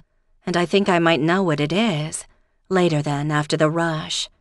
Which, if word got out that Neil Cronin was in town, might actually exist for once. Mick smiled back. "Count on it." Chapter 7. Her prediction, or her hope, was right. Even for a Friday evening, it was respectably busy, and it was close to 11 when the last patron headed out the door into the night. Jimmy hadn't come in until after 6, but Maura let him off the hook for final cleanup, because she wanted time to talk with Mick. When the chores were done, Mick poured himself a pint of Guinness. "Will you join me in a drink?" he asked Maura. "Sure, but I'll have a coffee. I've got to drive home, and I can't risk losing my edge when I'm driving the lanes after dark. I think my car is wider than they are." She made herself a cup and leaned on the bar. "So you going to fill me in on what you guys talked about?" "Young Tim seems to have set off something with his questions." "That's what I thought, but I don't begin to understand what or how. Let's start with how this Neil person in Dublin knew that Billy Sheehan in Lepp was interested in talking to him at this particular point in time." Mick smiled into his glass. "It was always like that." Maura felt like stamping her foot in frustration. "Mick, that doesn't explain anything. If you wish for it, it will happen? Some kind of psychic network? I'm not buying that. Someone sends out a call and the troops gather? It's not like Billy signed on to his Facebook page and told all his followers, so how does this work?" He looked at her then. "Maura, why do you have to know? What's it matter? 20 years ago, Sullivans drew people from all corners of the country, but nobody could say how. You'll jump down my throat, I have no doubt, but I'd say there is something magic about it all." Seeing the expression on Maura's face, Mick hurried to add, "Leaving out the pesky details, it's probably something like Billy spoke to someone yesterday, and that person told someone else who knew someone, and eventually it made it to Neil, who, after all, was somewhere in the country, rather than on tour in Thailand. Ireland is a small island, you know. Yeah, but then what? Neil immediately dropped everything to drive here and see Billy? Why? Maura said dubiously. For the music, of course. It was always about the music. Will there be more people just showing up tomorrow? Count on it if Neil's here, and his old friend Aidan, there'll be more. Maura wasn't sure what she thought about that. Great. Like I said, send out an order to the universe and your wish will be delivered the next day. Why didn't I think of that? It could do. You should be happy. Tomorrow night will be filled here. I'm guessing Tim will be a happy man by the end of the day. Mick took a sip of his pint. Was there something more you wanted to talk about? Yes, but I'm still thinking it through. I've been going through the numbers. You know, money in, money out for this place, and it's not pretty. We're getting by, but there's nothing left for improvements or upgrades or changes, or raises. Not that anybody had asked for one, Maura admitted to herself. But after hearing today about how Sullivan's used to be the place for live music from current bands, not just in this neighborhood but in the whole county, I'm wondering if maybe we can bring the music back if enough people remember. Does that make sense? Possibly, Mick said thoughtfully. From the tone of his response, Maura couldn't tell what Mick was really thinking. Thing is, I don't know squat about the music scene around here. I don't know performers, let alone what the competition is like, or what Sullivan's could offer that they don't. I mean, don't we need a hook or something? A gimmick to draw them in? I see. Mick thought for a few moments, in no hurry to answer. There's the places that do traditional shashoons, and not just for tourists. There are plenty of players who enjoy getting together when they have the time. The groups aren't fixed. Whoever shows up with an instrument can join in. And there's some clubs in Skib, but from what I've heard, they go more for quantity than quality of music, if you know what I mean. Loud? Bang on. The kids like 'em, but you could paint this old place pink and add neon all round, and you still wouldn't bring that lot in here. Maura had to grin at the image of Sullivan's tarted up with neon. Ick, like dressing up a pig, eh? Mick smiled. You could say that. What made this place special was that for a lot of the players who came here, this was just a back room to hang out in with the boys, and the occasional girl, and maybe play some tunes if the spirit moved them. They weren't performances for an audience like, although sometimes it was hard to tell the difference. You never knew who might show up, but they all played together and the music was brilliant. There were even some recordings made, although I've no idea where those might have gotten to, if they survived at all. Maura digested what he had said. Did the performers get paid? She asked bluntly. They'd have been insulted if you offered them money. They played for the love of it. And maybe the free drinks? No, that was cynical. Maura figured she should at least try to believe that the music had been more important. So the bar stayed open? There was some income from selling drinks? Of course. What is it you're getting at, Maura? Mick, here's the thing. We need to bring more people in if Sullivan's is going to survive. If we had a rep in the past for good music, do you think we can do it again? With you knowing nothing about the music? You do, don't you? Are you asking me for my help in this? Much as Maura hated giving up any part of her control over the pub, this was something she couldn't do by herself. Yes, I am. Mick almost smiled. Indeed. And what is it you're expecting me to do? I don't know. Make that magic happen. Bring back the bands, and hope that the people will follow. And then they'll buy more drinks, and talk up the whole thing and bring in more people. And then that'll fix all your problems, eh? Don't laugh at me, Mick. It's a start. Otherwise, Sullivan's may just die a slow death. Is that what you want? Mick gave her a searching look. You want to keep this place going? Maura thought long before replying. I guess I do.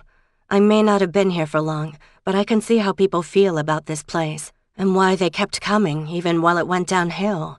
Part of that was out of loyalty to old Mick, and obviously I'm not him. But he left the place to me, and I don't want to see it go down without a fight." It was the first time she'd put it into words, and as Maura said it, she realized she meant it. Mick slouched against the bar, looking vaguely interested. "Fair enough. So what's your plan?" "I don't have one. That's the problem. But if Neil Cronin is as important as you say he is, and he came, then maybe we've got an opportunity here. Maybe we could ask him to do a benefit concert or whatever you want to call it for old Mick, and that could kick things off. Could that work?" "Maybe." Mick fell silent, thinking. Finally, he said, "Let me suggest this. See what tomorrow brings." For some reason, that annoyed Maura. Wasn't he taking this seriously? "You're throwing stupid sayings at me?" "Not at all. I'm saying give it a day. If what I think may happen does happen, and Neil and Aidan were just the first wave, then we'll have a better handle on things by tomorrow night, or maybe Sunday morning. If nothing's changed, you can think again, and you've lost nothing but a day." Maura considered. Mick had listened to what she'd suggested, and he hadn't rejected it entirely. If he was right, tomorrow might be a very interesting day. If he was wrong and nothing happened, no loss, as he pointed out. Besides, it was late, it had been a long day, and there was nothing more to be done at the moment. "All right, we'll wait and see what happens tomorrow." Mick drained his glass, then rinsed it and set it to dry. "Right, that's me off for the night then. I'll be in tomorrow afternoon, although if they're spilling out the door by midday, give me a ring." "Just in case something magical happens?" Maura said with a smile. "Just so. Good night." Chapter 8. It rained during the night, and on Saturday morning, when Maura opened her front door a sliver, she could see that the lane was muddy. Not exactly what she wanted to wade through to visit Bridget, but she wanted the older woman's opinion about the ideas that were bouncing around in her head. On the other hand, a woman of Bridget's age probably wouldn't have spent much time listening to music in a pub. Had women gone to pubs at all a half-century ago, when Bridget was young? Practically speaking, there would have been kids at home and chores to be done in the evenings, from which the men were often exempt, given that they'd spent their days outside dealing with cattle or sheep or crops, or some combination of the three. It must have been a hard life, the idea of trying to feed everyone by cooking over an open fire, not to mention just fitting Mom, Dad, and a bunch of children, maybe even an in-law, into a typical two-bedroom home with no plumbing, was daunting. Maura still had trouble wrapping her head around how people had done it. She lived pretty high on the hog by those old standards. She lived alone in her 4-room house and didn't have to worry about an outhouse. Now, of course, or at least until a few years ago, rich Dubliners or people from England or even Germany had been snapping up cottages like hers and calling them quaint and charming after they'd added plumbing and electricity. What a strange turn of events. Despite the mud, Maura squared her shoulders, grabbed her sweater, and marched down the lane toward Bridget's house. No sign of Mick's car this morning, so she was free to get Bridget's opinion of her plans. She rapped on the front door, which faced the rising sun. Bridget opened it after a half-minute and smiled up at her. "Fáilte rót, my dear. I wondered if you'd be stopping by this morning." "Good morning, Bridget. I thought I'd let you and Mick have some time together yesterday. Have you talked to him since?" "About what you're planning for the pub? No, he hasn't said anything." Maura laughed. "Hang on, if he didn't tell you, how did you hear about what I was thinking about? Mick and I didn't really talk about anything until after closing last night." "From Billy Sheehan, of course." Maura cocked her head at Bridget. "How so? That doesn't make sense. I know Billy doesn't travel around, especially at night. Does he have a phone I don't know about?" "No phone. He says he can't abide those tinny little voices squeaking in his ear. But Billy has friends, and his friends have friends, and the word gets around. Would you care for tea?" "Yes, thank you, I would like tea.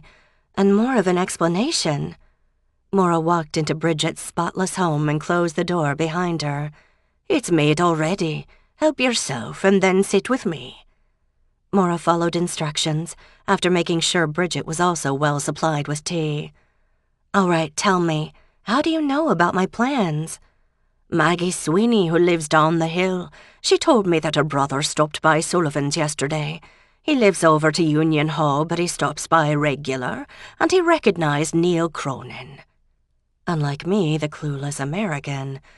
Well, at least it wasn't voodoo that got the word out locally. Have I met Maggie or her brother? You might have seen them at the pub, but he's a bit shy, so he might not have talked to you. He's a fine man, though, Bridget said. I'm sure he is, Maura said impatiently. So he came in for a pint and he recognized Neil, and he told his sister? Did he talk to Billy? He didn't have to. He remembers back in the day when Neil and the lads would stop by of an evening and play the night away. Is that not what you'd be thinking of, dear? Going back to the way it was? Sort of. What do you think? If we started offering music again, would someone like Maggie's brother come? Would his friends? Now and then, I'd guess, if you don't make a big thing of it. What on earth does that mean? No big push to get the word out. Just let it happen the way it used to. Bridget's advice ran counter to anything Maura had heard about modern promotion. Ads in print publications, radio spots. Where was the nearest radio station, Cork? Invitations to everyone via some mailing list she didn't even have, not to mention social media like Facebook and Twitter, about which she knew little and cared less. Oddly, Bridget's suggestion not to promote at all would make things a lot easier if she decided to go ahead with this thing. All Maura had to do was gather the musicians at Sullivan's, although how she was supposed to make that happen mystified her, and the rest would apparently follow. Her only job would be to serve drinks and make nice. Could it be that simple? She shook her head, smiling. You don't think it would happen, do you now? Bridget asked softly. Maura sipped her tea, stalling. Bridget, I don't know what I think. It seems crazy, but I was there when Neil Cronin walked in. I've never heard of him, but I could see how excited Mick was to see him there, and Tim Riley looked ready to explode. If there were enough people who felt like that, it could work, I guess. And who would this Tim Riley be? Bridget asked. Oh, right. It seems like a whole lot has happened in the last day. Tim is a student at Trinity, and he's looking into the music from the time when Sullivan's was big. That's why he was so excited to see Neil. It was like one of his heroes just walked in the door. Me, I had no idea who he was. Have you no liking for the music? Bridget asked. Everyone keeps asking me that. I guess I never realized that it was odd, but no, I've never been musical. We all had to play an instrument at school, but the music teacher figured pretty fast that I wasn't cut out for it. And then funding for the school's district enrichment programs had been eliminated anyway, and the music program went away along with the teacher. And I was never into buying CDs or downloading stuff. Seemed like a waste of money to me. I mean, songs are popular for a short time, and then everybody goes on to something else. You wouldn't say that about Irish music. There's a long history to it, even for the young ones playing now. So people keep telling me, Maura replied, draining her mug. Well, Mick said we didn't have to decide anything until we see what happens today, which may be nothing at all out of the ordinary. Bridget smiled. Wait and see. You sound like Mick, or maybe he sounds like you. Want me to wash your cup? I'd be glad of a top-up instead if you don't mind. No problem, Maura said. She refilled the cup, added sugar and milk, and set it next to Bridget. I guess I'd better get down to the village and prepare for whatever happens. I'm sure Mick will fill you in later. He will that. Slán go fóill, my dear. The sun had climbed over the hill to the east by the time Maura went back to her own cottage, then set off for Leap. This whole thing seemed absurd. Some kid showed up from Dublin, and suddenly she was talking about reviving a long-standing musical tradition she hadn't even known about 2 days earlier. Maura Donovan with the tin ear? It was a joke, wasn't it? When she walked into Sullivan's after parking her car, Rose was already there, polishing the top of the bar with unprecedented energy. Tim and Mick were moving chairs and tables around and didn't even notice Maura's entrance.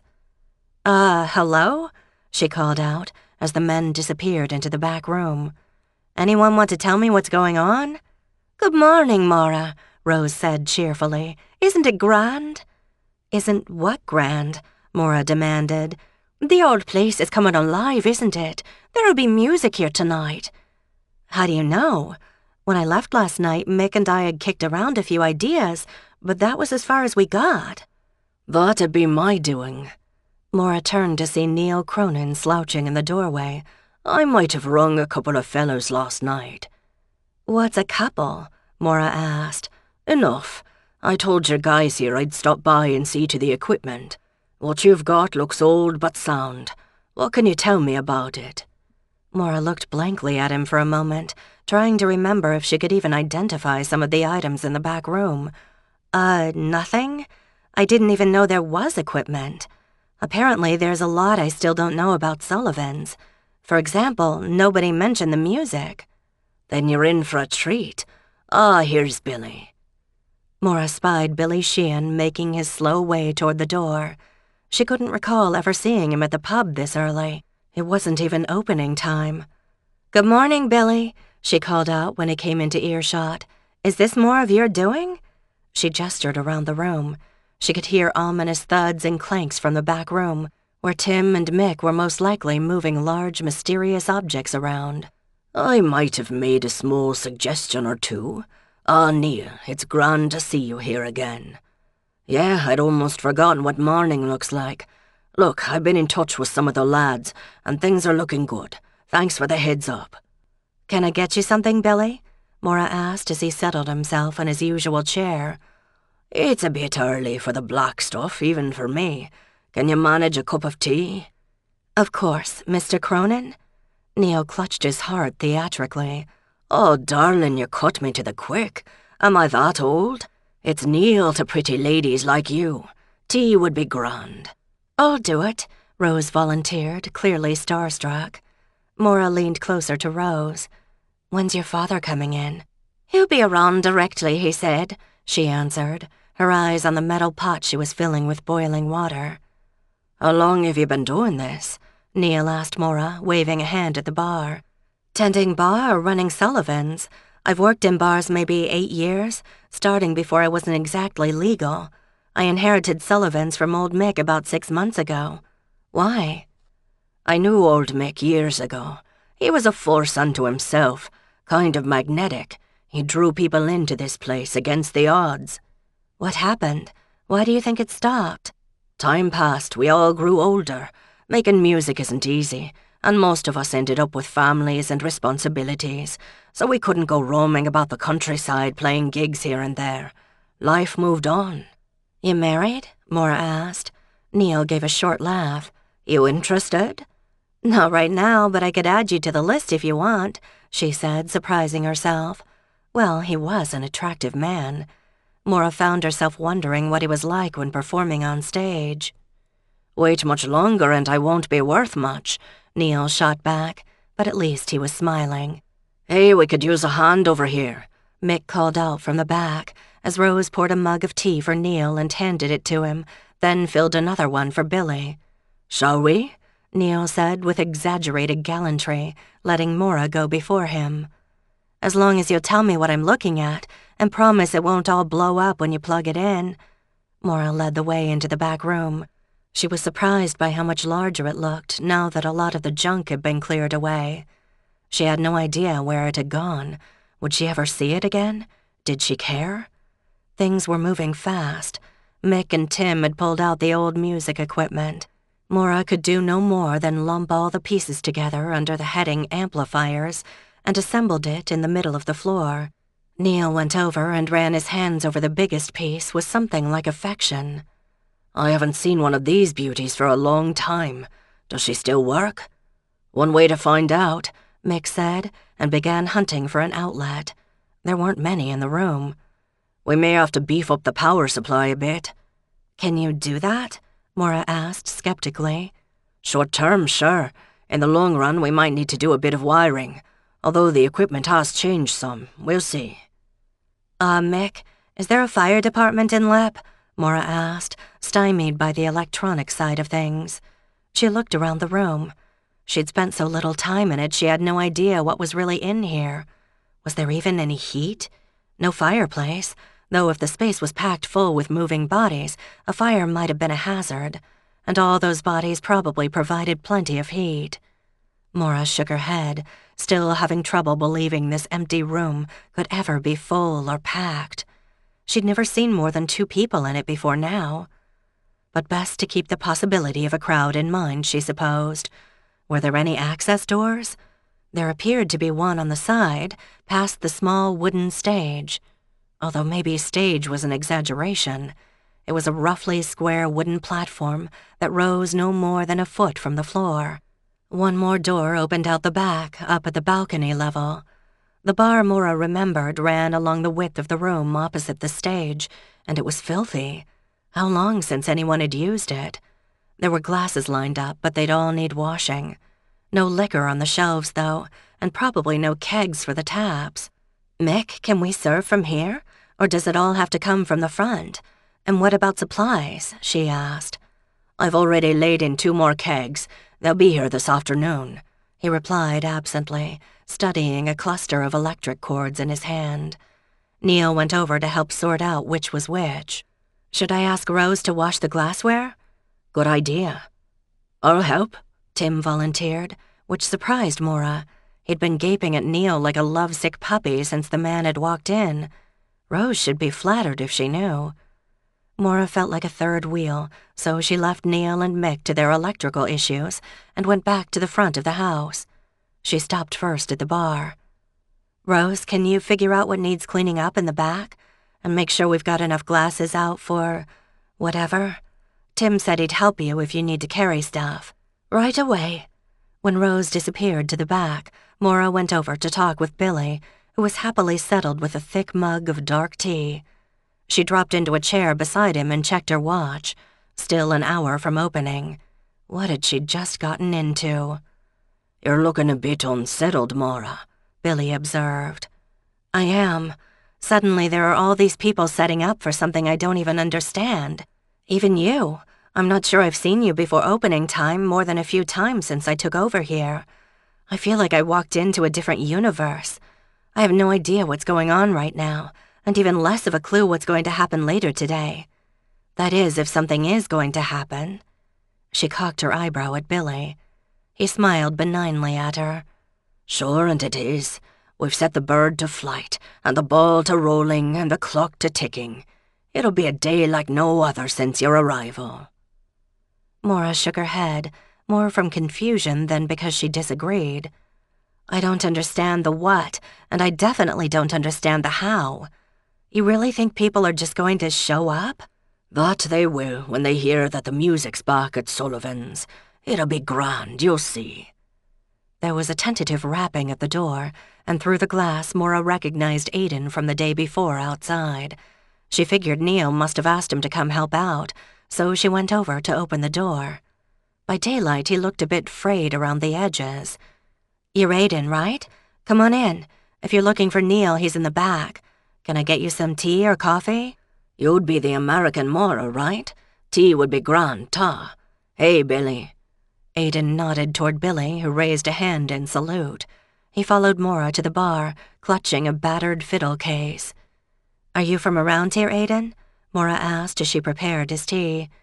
"I live up to Cork these days." He didn't explain. Aidan was clearly not the chatty type. Maura hadn't visited Cork City, an hour away, with the exception of a scary trip to the Cork hospital when Jimmy had broken his arm. "How'd you hear about this, thing here?" Maura pressed on, determined to figure out how this was unfolding. "Neil, he found me at my pub in Cork and persuaded me to join him. You may have noticed that he can be a very persuasive man." Maura laughed. "Yeah, I have kind of noticed that." She slid his mug of tea across the bar. When Aidan reached into his pocket for some change, she waved him off. "On the house." She was already in so deep it wouldn't make a difference. Call it promotional expenses. Not that she had any such line item in her budget. All right, call it an investment in the future. Aidan lifted his mug to her. "Thanks, love." Then he picked up his fiddle case with his other hand and went toward the back, from which ominous noises were emerging. Chapter 9. In an hour, the old pub was as clean as Maura had ever seen it. She'd even sicked Tim on the bathrooms. He'd started this whole thing, he could do the grunt work. He didn't even complain, and now the loos were better than they once were. Still far from what they could be, but they'd have to do. By 10:30, the regular opening time, there were already a few people waiting outside on the sidewalk, talking to each other. Maura unlocked the door, and as they came in, one asked her, "Is it true about the music, I mean? Will it be happening?" "Wait and see." She had no better answer to give them, so might as well keep them guessing. She hadn't noticed Skibbereen Garda, Sean Murphy, waiting behind the others. "Hello, Sean," Maura greeted the young police officer. "What brings you here, business or pleasure?" She wasn't sure which she would prefer. They'd gone out together once, technically only a half-date, since it had been cut short by a call from the Gardaí station in Skibbereen. She had the feeling Sean would like to try it again, but she wasn't sure what she wanted. Sean was a nice guy and she enjoyed his company, but that didn't mean she wanted to date him. Going out with him again would probably have half the women in County Cork planning their wedding. "Shall we walk?" he said. From his tone, Maura decided that he was in official Garda mode. Was there some regulation she didn't know about that she'd already violated? "Sure, I guess. What's up?" she asked as she joined him after checking that Rose had seen her leaving. He gestured up the low rise toward the church, and they walked side by side until they were a few paces beyond the pub. Sean cleared his throat. "There's a rumor going about that you're planning a night of music here tonight." "Maybe," Maura said cautiously. "I wouldn't say it's exactly planned." When Sean gave her a solemn look, she hurried to explain what had been going on over the past couple of days. "I told Tim to talk to Billy Sheehan, which he did, and then things started happening, and this guy Neil Cronin ups and walks in yesterday afternoon." "Hold on, you mean the Neil Cronin?" Sean asked, surprised. "Apparently, so you're a fan too? I had never heard of the guy." "Ah, Maura." Sean shook his head. "He's quite well known here in Ireland. So what happened next?" "Well, this Neil comes in asking for Billy, and Tim, that's the student, nearly falls off his chair, he's so excited." She explained about how the guys had talked all afternoon, then left together. "Then I show up this morning, and it seems like they've all decided they're having a thing at the pub tonight." "A thing?" Sean raised one eyebrow. "Shoot, I don't know what to call it. A musical event or something." "You may need a permit for a gathering of unusual size," Sean said, his tone official. They'd almost reached the church. Maura stopped and said, "But I don't know what's happening. I don't know who's coming or how many, either musicians or listeners. It still may turn out that no more than 3 people show up. I just don't know." She sat down on the low stone wall in front of the church parking lot and glared a challenge at Sean. He settled next to her. "I see your problem, Maura, but I wouldn't want things to get out of hand." "You think I do? How am I supposed to plan for something I don't begin to understand? You tell me. I mean, how far would people come to hear an over-the-hill rocker playing in a small room that's basically a cave?" Sean's mouth twitched with a suppressed smile. "I hope you've not been calling Neil Cronin old to his face. There are those would say he changed the course of Irish music in the last years of the 20th century. Yeah, Maura muttered. "I've already heard that. I do know better than to go around insulting people. If nothing else, it's bad for business. But what is it you want me to do?" "What you've just done. Tell me what's going on so I can keep an eye on things. Do you know what the legal capacity of Sullivan's might be?" "No, not officially. Mick said something like 200 people. I'm pretty sure the biggest crowd we've had since I've been here was more like 50. Why? Do I have to count heads and lock the door if the head count goes too high? Sean, look, I'm not trying to make this hard for you, but this thing has just taken off like crazy since yesterday, and I truly don't know what I'm dealing with. And nobody mentioned permits." Sean sighed, his eyes on the gas station across the street. "I wish we had more men, but there are few enough as it is to go around in Skibbereen of a Saturday night. I'll ask a patrol to swing by when they can, and you know where to find me if you need assistance should things get out of hand." "You think they might?" Maura asked. "It's been known to happen," Sean said, smiling. "How about I come back with you and talk with Mick and Tim and Neil, just so they know there's someone looking after the place? I'm not assuming there'll be trouble, but I'd rather be ready for it if it happens. Does that suit you?" "That's fine." Maura smiled at Sean and wondered if he was looking for a chance to talk with the great Neil Cronin. "You sure you aren't just looking for an autograph? I really wish there was a quickie guide to Irish music for the last 20 or 30 years that I could read fast so I don't embarrass myself. Again. If I don't watch out, I'll end up insulting any other musicians who show up." "You'll be grand. Just smile and look like you're glad to see them." "Thanks, Sean. I know you're trying to help. My problem is, I don't know what help I'll need. Every time I think I have a handle on running this place, something else comes up. I'm still trying to figure out if we have enough glasses, and whether plugging in a lot of electrical stuff will short out the electricity. Do I have a circuit breaker, fuses? I don't even know where to look. I'm just hoping Mick or Jimmy does." "I'd start with the basement, although whoever wired the place might have found that too damp, being so close to the water and all, and put all the connections somewhere else. You could ask at Donovan's Hardware down the road. They'd likely know who did the work." I keep forgetting how small this place is. In Boston, if your power went off, you'd have to call your landlord. And if you were lucky enough to reach him, he'd have to figure out who to call to check it out, if he felt like it. It could take days. They stood and started walking back toward the pub. "Sean, you're too young to remember the days when there was real music at Sullivan's, aren't you?" Maura asked, recalling that Sean was a year or two younger than she was. "Mick said he was a teenager then, and he's older than you are." "I never saw it myself, though I've heard others talk about it."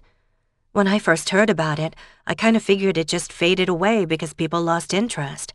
That's why I'm surprised there's so much excitement about the idea now. Or maybe that's just hot air and nothing's going to happen." "Could be, or could be something better," Sean said. They'd reached Sullivan's and Sean opened the door for her. Inside, everyone was still bustling around like ants on an anthill that had been poked with a stick. Billy was settled in his chair with a benevolent expression on his face. He seemed to be enjoying himself immensely. Maura dragged Sean over to where he sat.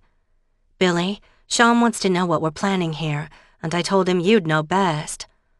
"Ah, the young Garda, keeping an eye on us all. Sit, please, so I can look you in the eye." He waited until Sean had taken a seat. "What do the young folks call it these days? A gathering of the bands? The word has gone out." "Excuse me, Mr. Sheehan, but how many people do you expect here this evening?" Sean asked politely, sticking to the point. Maura figured he knew old Billy well enough to keep him from starting up one of his stories. "And how am I to know? Back a ways, say 20 years ago, we'd fill the place wall to wall. Hard to say who's going to come out again. You might do well to talk to young Mick, he's in the back. He's got a better head for the business side of things. Should we have asked your permission first, me lad? No more than a day ago, we didn't know this was happening." "I understand that, sir. I'm just hoping to fend off any trouble before it starts." "And so you should. Go on now and talk to Mick." Billy waved his hand at the same moment Mick and Neil appeared in the doorway to the back room. Maura watched with amusement as Sean's eyes lit up at the sight of Neil, although he quashed it quickly. After all, he was the Garda here and he was on duty. He stood up and strode over to where the two men were standing. Maura kept her eyes on the trio while asking, "Billy, do we have anything to worry about? I mean, I've never seen this place get really crowded, and I have no idea who's likely to show up. Is this going to be—" She fumbled for a music term. "Like heavy rock music? The kind of thing that gets people worked up?" Billy smiled at her. "No, even though this won't be a traditional session, the music still draws on the old tunes and some of the instruments." "Which means it might be kind of sad?" Maura asked. "Sad, yes, sometimes funny, now and again angry, mostly at the English. Don't borrow trouble, my dear. Let Sean keep an eye on things. I'm sure it will all work itself out." I hope so, Billy. This is all new to me. Maura saw Sean shake hands with both Mick and Neil before coming over to say goodbye to her. Satisfied? She asked. For now. I'll stop by later, and like I said, I'll tell the others at the station what's going on. Those who aren't on duty may come by on their own once they hear. Everyone's welcome, as long as they buy a pint or two. Thanks, Sean, for worrying, and for looking out for us. That's my job, Maura. Good luck to you. Rose was behind the bar watching the proceedings with glowing eyes when she wasn't busy serving the customers who came in, who weren't leaving in any hurry. What had they heard, and how? When he'd gone, Maura turned to Rose. Should I warn the local restaurants that this is happening? People will want to eat, won't they? Both a bistro-style restaurant and a takeaway place had opened their doors nearby in the past few months and had done good business during the summer season. But Maura had her doubts that they'd be ready for a crowd today. It seemed only right to tell them now so they could stock up if they needed to. It might be a smart thing to do if you want to stay on their good side, Rose agreed. Then I'll do it now before things get crazy. If they get crazy, that is. She went back out the door, turning right this time. The takeaway restaurant was the closer of the two new places. The new owner had retained the old building facing the road, and that now served as a kind of deli and order station, but there was plenty of seating in a new building to the rear, alongside the river and across from Sullivan's. Since it was nearly noon, the place was beginning to fill up. Inside, Maura leaned across the high glass case. Is Jerry around? The woman making sandwiches nodded toward the rear. In back, big doings tonight? So she'd already heard. Looks like it, Maura agreed, then headed back to find the owner. He was talking to a family seated around a table, but smiled when he saw her come in. Maura, how are you? I hear you're planning a do tonight. Planning might be kind of exaggerated, but it looks like something's happening. I wanted to give you a heads up in case you needed to stock up, since people may end up here looking for a meal. Thanks for thinking about us. I'll warn the girls. Who's on the ticket? I have no idea. Billy and Mick have cooked this up between them. Jerry moved a little closer. There's rumors that Neil Cronin will be playing. He's over there now. Jerry's eyes lit up. Oh, that's grand, that is. I'll try to stop in later. You should. See you, Jerry. Maura made her way out the front and then crossed the road that led north from the main road to the bistro. It was a newly built and attractive place, butted against the cliff behind like Sullivan's, so it kind of spread out along the road. She stepped in and was greeted by more people than she was used to seeing there. Had everyone heard about this event? She made her way to the bar. Have you heard about tonight? She asked the bartender. I have. You're a lucky woman. I don't know about luck, and so far I haven't done much to earn it. Look, I know this seems like a weird question, but in case we run out of room at Sullivan's, will you be able to take the overflow? We surely will, and I'll see to it that we have food on hand for 'em. I should tell you, though, if you get half the musicians whose names I've heard kicked about, no one's going to want to be away from the place for long. You may be right. Wish me luck. Sounds like I may need it. Oh, you'll be grand. Enjoy the night. One more stop at Sheehan's across the street. The bar there was already full and the place was noisy. She leaned across the bar and caught the attention of Brian, the owner. You've heard? She yelled. I have, he said. You ready? I am. Question is, are you? I have no idea. She let him go back to serving drinks and doling out food. Standing on the front steps of the hotel, she looked across at Sullivan's. It still looked the same, save for the growing line of parked cars. It was barely past noon. Chapter 10. Inside Sullivan's, controlled chaos reigned. Maura had never seen it so packed at midday, not even on a Saturday. Rose's father, Jimmy, had arrived, and he and Rose were handling the taps. Jimmy was in his element, trading quips with everyone as he pulled pints. He waved when he saw Maura come in. This here's the new owner of the place, Maura Donovan, he told anyone who was listening. She's American, so she hasn't heard all your stories. I'm betting she'd love to, though. Maura, come round behind. Rosie, me love, you go pick up the empties, will you now?" "Sure da," Rose said, and came around the end of the bar. Maura joined Jimmy behind it. For a moment she was overwhelmed. There were so many people, mainly men but a few women too, clamoring for a drink and for her attention. She plastered on a smile and said to the nearest one, "What can I get you?" It took her 10 minutes to fill all the requests, and then there was another row behind and another. While she waited for pints to settle, she found herself repeating the same brief story over and over. No, she'd never known old Mick. Yes, she was from America, Boston in fact, and that usually triggered more questions, along the do-you-know lines. No, she didn't know any Irish bands, old or new, but she'd heard that some of the players might be stopping by later. It seemed that each and every man would launch into a favorite old Mick story, or speculate on who was around and could be stopping by, or reminisce about the first pub band he'd ever heard. At about 1 o'clock, Neil Cronin stepped out from the back room, where Maura had been hearing odd snippets of sound issuing from behind closed doors, and there was a momentary hush in the room as people noticed him. Then suddenly the noise was back, louder than before. Neil took it in stride, politely elbowing his way to the bar. "I could use a pint, Maura, love. We're about sorted now, but it's thirsty work." The crowd seemed evenly split between those who were in awe of the celebrity in their midst and those who wanted to have a word with him, or at least shake his hand. Maura figured her stock had risen simply because the great man had called her by name. "Everything working all right?" she asked as she topped off his pint and set it in front of him. "Seems so, we'll see. Any others come in, send them to the back, will you?" "Sure, no problem," Maura said, as if she'd recognize any of the other players Neil might be referring to. Maybe Tim could help if he could tear himself away. During a slight lull a short while later, Maura grabbed the chance to take Tim aside. "Tim, you've got to help me out here. If there are going to be all these music people coming in, I won't have a clue who they are, or where they fit. Can you fill me in on whoever walks in the door?" "Sure, I'd be happy to, but you can't leave the bar, can you?"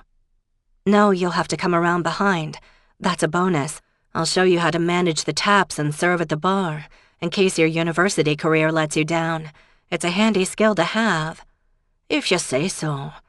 Tim didn't look convinced, but Maura didn't care. She all but dragged him behind the bar and stationed him in a corner out of the way of the taps. Rose flashed him a smile but kept pouring. "How should I let you know who's who?" "You don't have to announce everybody," Maura said. "Just give me the lowdown on anybody I should know so I don't look like an idiot." Which she was, but still. "Got it. Do you want the short history of modern Irish music first?" "Only if there's time," Maura said to him, while smiling at a local man she recognized. "Right so. Well, if you're telling me that you didn't know who Neil Cronin was until he walked in, I can see I've got my work cut out here. Have you ever heard of old Caroline?" "No. Look, Tim, assume I grew up on Mars and never heard anything. But keep it simple. We don't have much time and it's kind of busy, you know." Tim nodded crisply. "Got it. Okay, here's the basics. Old Irish music was mostly about battles and the like, which the Irish mostly lost. The harp was once the main instrument, and harpers were respected men and treated well.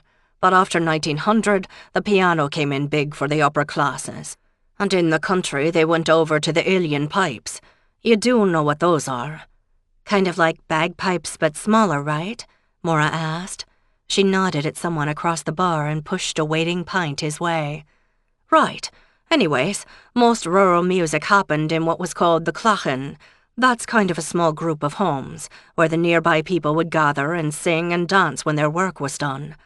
Most of the bigger gatherings took place based on the agricultural year. You know, sowing, harvest, celebrating the potato digging." "You're kidding. Irish music was influenced by potatoes?" Tim grinned. "In a manner of speaking. Then came the famine, when so many people died or left for good, and that killed a lot of the old music as well. They say it was like a silence came over the country, what with how the language fell away as well, and the folklore and the superstitions." Maura checked the crowd and the number of men waiting at the bar for their pints. "This is great stuff, Tim, but can we skip ahead to the heyday of Sullivan's, please?" she said, setting up yet another row of glasses. Tim sighed. Clearly he loved his subject and loved talking about it. "Okay, I'll fast forward to the 70s. Blankstay with Liam O'Flynn, Christy Moore, Donald Lunny, the Donnan out of Galway, the Bothy Band. From the 80s, you might know of Clonard. They were a Donegal family, and Enya came out of that. Please tell me you've heard of Enya." "Yes, she's kind of hard to miss. Go on." "Then there was Moving Hearts, one of the first groups to mix traditional music with contemporary rock, but they didn't last long. In the 90s, you had Alton, Dervish, Arcady, and some people who went solo, like Martin Hayes, who came from County Clare but left for the States and settled there. Mostly the 90s are known for the commercialization of traditional music." "So who played at Sullivan's?"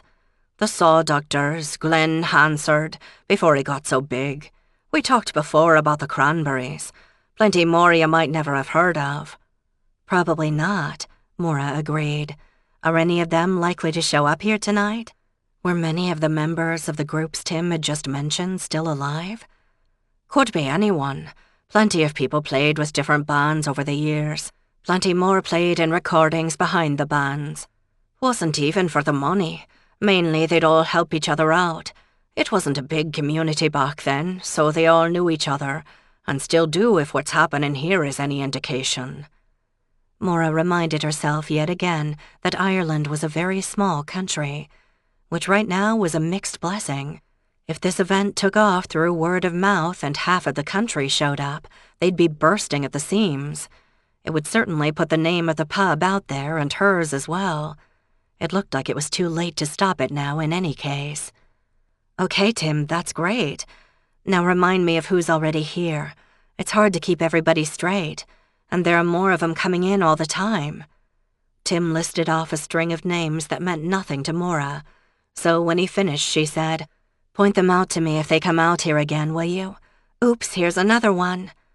A guy with a guitar was standing in the doorway looking confused. Even if Maura couldn't identify the face, she could certainly identify a guitar case. Tim waved him over to the bar. "You've come for the music, have you?" The man nodded. "It's in the back, but let me introduce you to the owner first, Maura Donovan. If you knew the place in the old days, you'll agree that she's a lot prettier than old Mick was." The man laughed and extended a hand. "I'm Maury, and the lad is right." "Thank you, Maury. Would you like a pint to take with you to the back room?"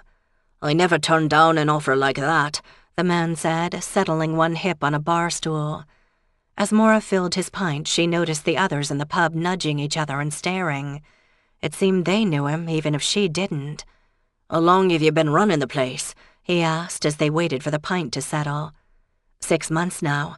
Old Mick was a distant relative, and he left the place to me. It's a long story." "You'll have to tell it to me someday when there's a bit more time," the man said. He took his waiting pint, grabbed the guitar case, and headed toward the back room.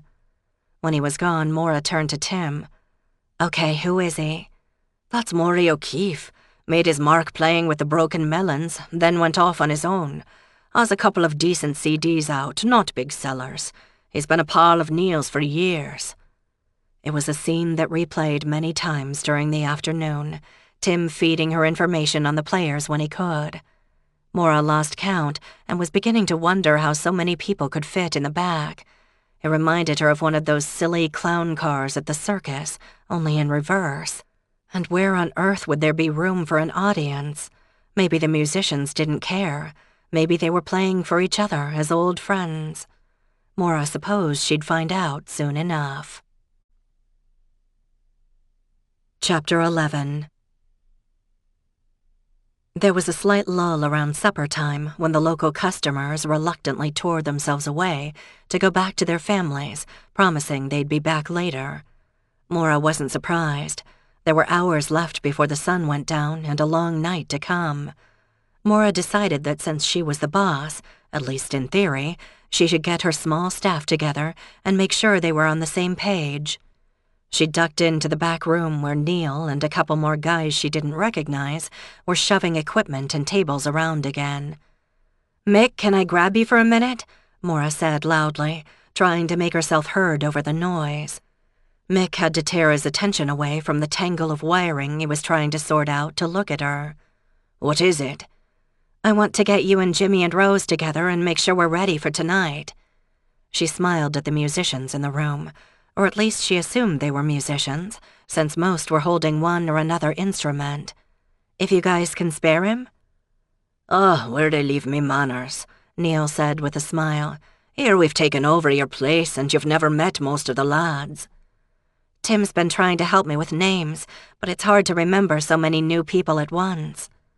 For some reason, that inspired the group to introduce themselves to her all over again, and she wished desperately that she had name tags to stick on them. But that wasn't going to happen, so she'd just have to muddle along. And as she smiled and nodded, she had to wonder, if Neil was the superstar and the wizard who was pulling this together, where did the others fall in the rankings? Where was the split between leaders and backup? How the heck did the guys figure out how to coordinate what they played, and with who? She had no idea. "Are more people coming?" she asked, not sure what answer she wanted to hear. "A few more of me friends said they might be stopping by," Neil said. "Sounds good to me. Mick, just a couple of minutes, please." "Do you need me?" Tim piped up from a corner where Maura hadn't even noticed him. How had he managed to sneak out from behind the bar? Probably she'd been too busy to notice. "Might as well, Tim. Then you can all get back to whatever it is you're doing." Mick and Tim reluctantly tore themselves away and trooped out to the front room. Not that it was any quieter or more private, so Maura decided to keep going and take everyone into the unused kitchen behind the bar. Jimmy stood in the doorway, keeping one eye on the crowd and one ear in their conversation, with Rose standing beside him. It looked like none of her staff would be going home for dinner. "What do you need, Maura?" Mick asked. "There's a lot to be done before tonight." I know. Look, this is new territory for me. To hear you tell it, we've got half of all the Irish rock superstars, either here or expected later today, and God knows how many people coming to hear them. None of us has ever held this kind of event here. Yes, Mick, I know you might have seen a few, but you didn't have to manage it. I want to know if we're ready to do this." "Do we have a choice?" Mick asked. "It looks like the answer is no, but it's not like we planned for this, it just kind of happened. It's kind of late to reinforce the building, so we'll have to hope everything holds up. How's the electric stuff going, Mick?" "All good so far. Hell, if that fails in back, these guys can go acoustic by candlelight." He appeared almost happy at the prospect. "Fire hazard," Maura said absently to no one in particular. "We should have flashlights just in case. I can run down to the hardware store and pick up some extras." "I'll do it, Maura," Jimmy said. "You're the face of the place. You should be up front to welcome your guests, all of them." "Okay, or you can send Rose. Take enough cash from the drawer to cover it. Next, Mick, you said you'd taken care of extra kegs?" "All set." "Anyone going to want the hard stuff?" "A few," Jimmy said. "But the point is to hear the bands, not to get drunk, and we've plenty on hand." "Good. Somebody keep an eye on the toilets. We don't want them getting jammed up in the middle of everything."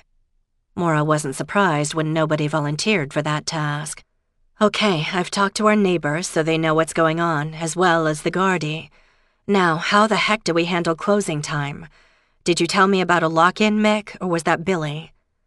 "Billy, most likely. He's seen his share. That may be hard to manage. Did Sean Murphy have anything to say about closing time?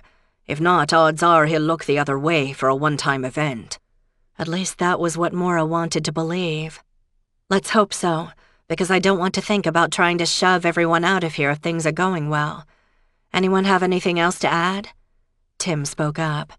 "I'm going to try to keep track of whoever comes in, maybe film some of it if I can, unless you need me for anything else, Maura. I'm not really any use behind the bar, but I can help collect glasses and wash up and the like." "Thanks, Tim, we may need that. Mick, you're covering the music side of things. Jimmy and I will be serving from both bars, me up front and Jimmy in the back with Rose's help. Rose, you stick with your dad. I don't want you getting into any situation you can't handle." "I'll keep an eye on her," Jimmy said. "Great, that's all I can think of. Are we good?" "We are," Mick said firmly. "Stop fretting yourself, Maura. It's going to be grand." Despite his words, Maura wasn't convinced. If she was a more religious person, this would be a good time to pray. After everyone had gone back to their tasks, Maura waded through the crowd to talk to Billy. "Any surprises?" she asked, leaning close to his ear to be heard over the din. "Better than I'd hoped," he said. "I only told a couple of friends, and many of us are getting on in years, so I wasn't sure if the word would get round." Maura looked around the room. "I think it did, Billy. Of course, I gather that snagging Neil was a big part of that." "I knew him when he was in knickers. His mother is me second cousin. Always a nice lad, though." "Well, whatever you did, thank you. Or maybe I should wait to say thanks until tomorrow morning if the place is still standing." "It's lasted this long, and this is what it's meant for." As Billy greeted another friend, Maura went back to the bar where Rose was holding her own. "Isn't this amazing?" the girl said. "It is. Are you okay with staying?" Rose smiled broadly. "As if I'd go. My dad will be here to look out for me, if he can drag himself away from the music." "When will they start, do you think?" "I can't say, but I've heard it happens when it happens. It's not like this is a band, just a bunch of guys who like to play. Someone will sit in for a song or two, and then swap out for whoever's willing. You'll see." "Does your dad play?" "Everybody plays, just some better than others. Or they sing. What about you?" "I can carry a tune barely, but nobody's going to ask for encores. And I don't know the words to most Irish songs except the corny old stuff. After a few pints, no one will care. We'll be charging for the drinks, won't we?" "Of course we will, except for the musicians. I've been told that Mick kept the taps flowing for them, no charge, but regular customers should pay." "Can you afford it?" "I hope so. I'd bet the patrons will be buying some rounds for the players. Isn't that polite? Let's just hope for the best. If this is a flop, we'll go out on a high note, even if we're broke."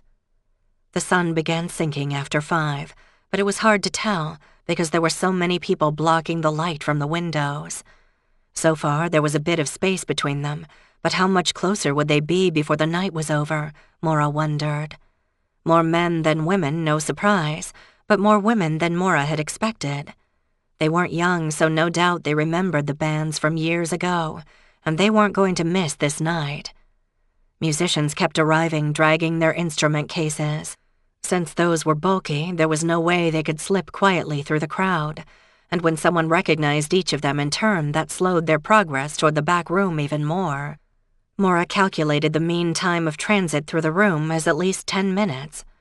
Of course, often they stopped to pick up a pint on their way, chat to a few people, and introduce themselves to Maura.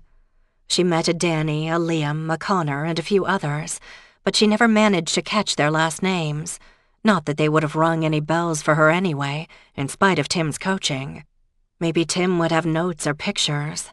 She was going to have to adopt a more Irish attitude. It would all come right in the morning. However it had come about, he had walked into a rare and wonderful opportunity, and he must be over the moon. Maura wondered if he realized what his simple quest had started. The excitement ramped up gradually after darkness had fallen. Maura, Jimmy, and Rose were kept busy doling out pints and picking up the empty glasses.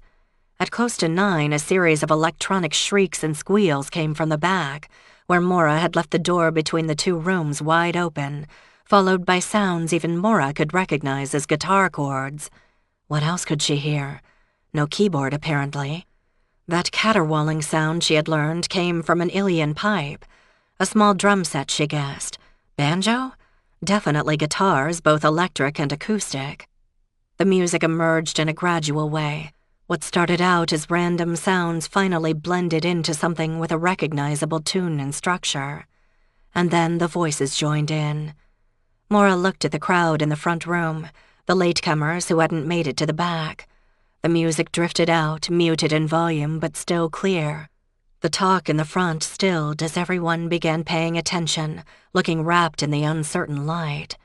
Maybe half of them were already mouthing the words to familiar songs. And it went on. The crowd grew to as much as the room could, and most people had smiles on their faces. People flowed between the 2 rooms, and every now and then Maura would look out the front window to see a Garda car slide by, but there was no need for their assistance. The crowd wasn't looking for trouble. Most people were kind of middle-aged and were reliving their memories. As Billy had suggested, the younger people had stayed with their own kind, in flashier places in Skibbereen. At Sullivan's, Rose might have been the youngest in the room. After a long time, she came out briefly from behind the bar to stand by the front door and take in the whole scene. The front room was dark, but golden light spilled from the back room, as though the music had a color, drawing people toward it. Maura couldn't remember anything about Neil Cronin, but she wouldn't forget him now. And after a couple of hours, she was beginning to believe in the magic of it all. Mick was leaning against the door jamb between the two rooms. He noticed her watching and gave her a warm smile, and she returned it. She felt rather than heard a quiet rapping on the front door and turned to see Sean Murphy on the other side. She opened the door enough to let him slip in. Nobody else seemed to notice a Garda in their midst. "How's it going?" he said into her ear. "Great, amazing in fact. I can't tell you how many guys are back there playing, but don't they sound wonderful?" "That they do. No problems?" "None that I've noticed. Of course I haven't been looking for them, but so far everyone seems very happy, I guess. I'm glad I'm here to see it." "It's something special, I'd say. I only wanted to stop by and make sure you and your lot were all right." "Do we have to close soon?" Maura hadn't looked at her watch in hours, apparently. She was surprised to see it was now past midnight. "If I go in there now and try to shut the music down, I might cause a riot." Sean took in the crowd. Those in the front room were fairly calm. Those in the back were cheering at the end of each song, but with affection. "I'll drive by in another hour or so. Spread the word that's leaving time and you should have no trouble." "Thanks, Sean. Wish you could have been here to hear more of it." "You sound like you've been won over." "Maybe I have." "Then I'll come next time. Good night." She watched him leave before she realized he'd said next time. Would there be a next time? Maybe there would if the pub hadn't gone belly up, handing out free pints to all the musicians tonight. Yet she had a feeling they'd be fine. She conveyed Sean's hint to Jimmy, then went toward the back to tell Mick as well. In the doorway, she took a look at the musicians left on stage. They looked drunk, but not with liquor. More like drunk on the music. How often did these guys get to play together, without all the bright lights and glitz? This must have been how they'd all started in one place or another, and they looked glad to be back again. They looked like they belonged. She leaned toward Mick. "Sean wants us to clear the place out in another hour. Does that work?"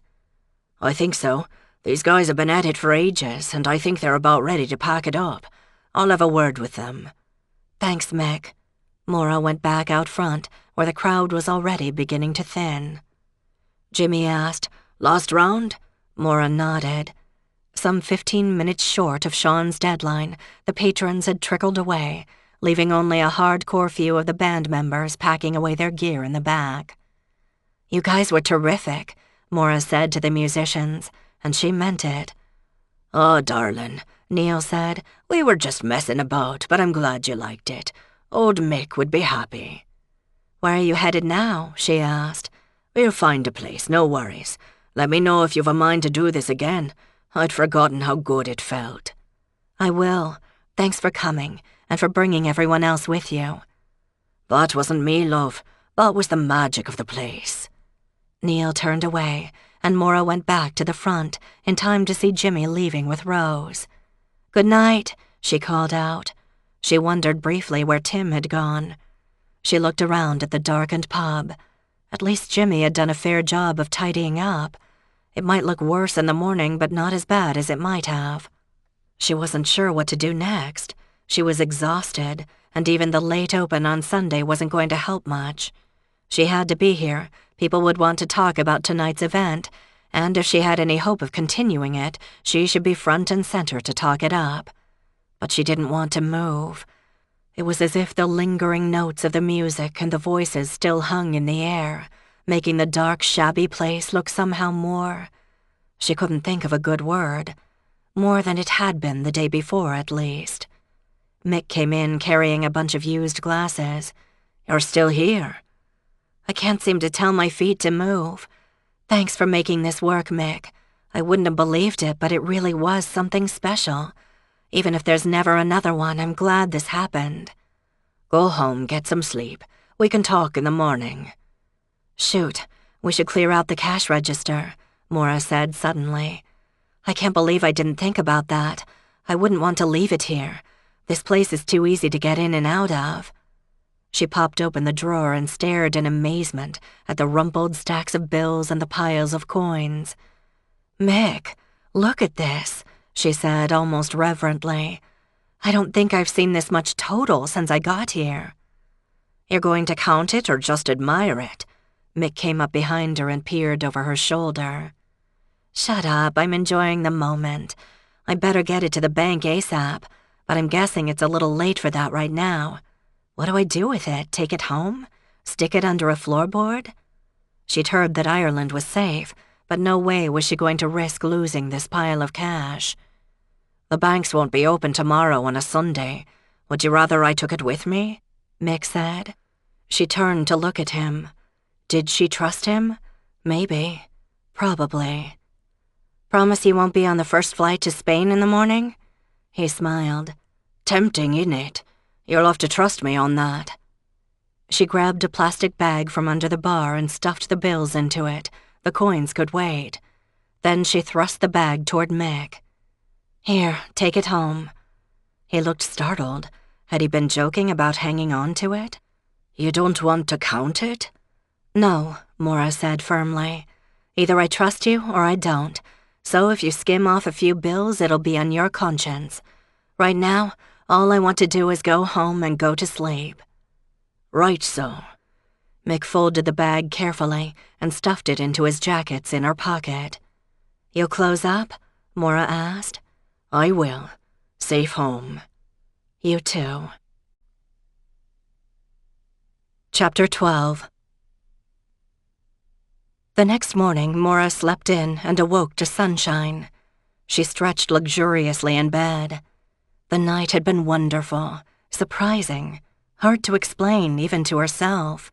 She was no stranger to big events back in Boston bars, often loud, busy evenings that spilled over into the wee hours and often ended in a fight, especially if a local sports team lost, which meant it was time to duck the flying fists and bottles. But she'd never been part of an event in a pub that was so happy and focused only on the music, not even an advertised event, just a bunch of old guys getting together and playing songs they all knew, and people who'd come from who knew where to fill the place and listen, and had left happy. Had it been a one-time thing, or could she do it every month or so with the same results? She didn't know. It was risky to mess with magic she was finding. Everything had come together this time, but there were no guarantees that they could recreate it. She'd have to talk to Billy and Mick and Jimmy to see how it compared to the old events and ask what they thought about doing it again. But no rush. Right now, she just wanted to wallow in the good memories. Finally, Maura climbed out of bed, threw on some old sweats, and went down the stairs to make herself some coffee. When it was ready, she filled a mug and opened her front door, stepping outside to see what kind of day it was. She could hear the tolling of a church bell. It had to be the one at the church in Drinna, because that one was on a hill only a few miles away, and the sound carried if the wind was right. She wouldn't stop by to see Bridget this morning, because Mick often came by to pick up his grandmother to take her to Mass in Lepp, or one or another of the neighbors would give her a ride and bring her home again. Maura shivered in the morning air and went back inside, closing the door firmly behind her. As she finished a second cup of coffee, along with brown bread, Bridget's, spread with the black currant jelly she had become addicted to recently, she realized that somehow in the last 24 hours, she seemed to have made a decision. She was planning a future at Sullivan's. 6 months earlier, she had stumbled into Lepp, still aching from the loss of her grandmother, her only family, made worse by the loss of the rented apartment she and Gran had shared, the only home she had ever known, and clueless about what the heck she was doing in Ireland. Gran had told her to go, and Maura had had no better ideas. No plan, no purpose. Now here she was with a house of her own and a business likewise her own. It was mind-boggling. In the beginning, she had been cautious about committing herself to anything, and she hadn't wanted to make any changes to Sullivan's because she didn't know if she was going to stay. She'd also wanted to give people time to get to know her, an ongoing process, but one that seemed to have been the right move. At least now they knew she wasn't one of those infamous, obnoxious Americans who thought they knew how everything should be done and shoved it down their throats. If anything, Maura was going backward, reviving a tradition that people seemed to have missed, even if they hadn't realized it, and would be happy to have back again. Of course, old Mick had created it in a different time, and there was no guarantee that it would work now. But if last night was any indication, it was worth a try. Suddenly, she wanted to get moving, to go back to the pub and see how things looked in the clear light of morning, to count the cash they'd collected and see if they'd made any money after she paid the Guinness distributor and overtime for her staff. They'd worked hard last night, and they all deserved it. Had she been careless handing the cash off to Mick? She didn't think so. She had to have faith in someone sometime, and he'd done nothing to shake her trust in him. In fact, he'd proved plenty of times that he was trustworthy and dependable. Besides, if he took off with the cash, he'd earn Bridget's wrath, and she was pretty sure he didn't want that. Maura took a quick shower, dressed, and drove the few miles into the village. It was, not surprisingly, quiet. She knew there'd be a brief flurry of traffic before the noon mass, but otherwise there were few cars on the road. She unlocked the front door and stepped into the pub, stopping on the threshold for a moment and listening. For what? Trying to catch any echoes of the previous night's music? Don't be daft, Maura, she chided herself. She liked the word daft. It was one her grandmother had used often. Anyway, the room held no echoes. Considering how many people had been in the place the night before, it was reasonably tidy, with only a few glasses on the bar waiting to be washed. She reminded herself to thank Jimmy again for taking care of that. He had seemed more committed to making the event work than she'd ever seen him. Maybe he was finally over his snit about not inheriting a share of the pub. And Mick had been a rock throughout, managing the music side of things.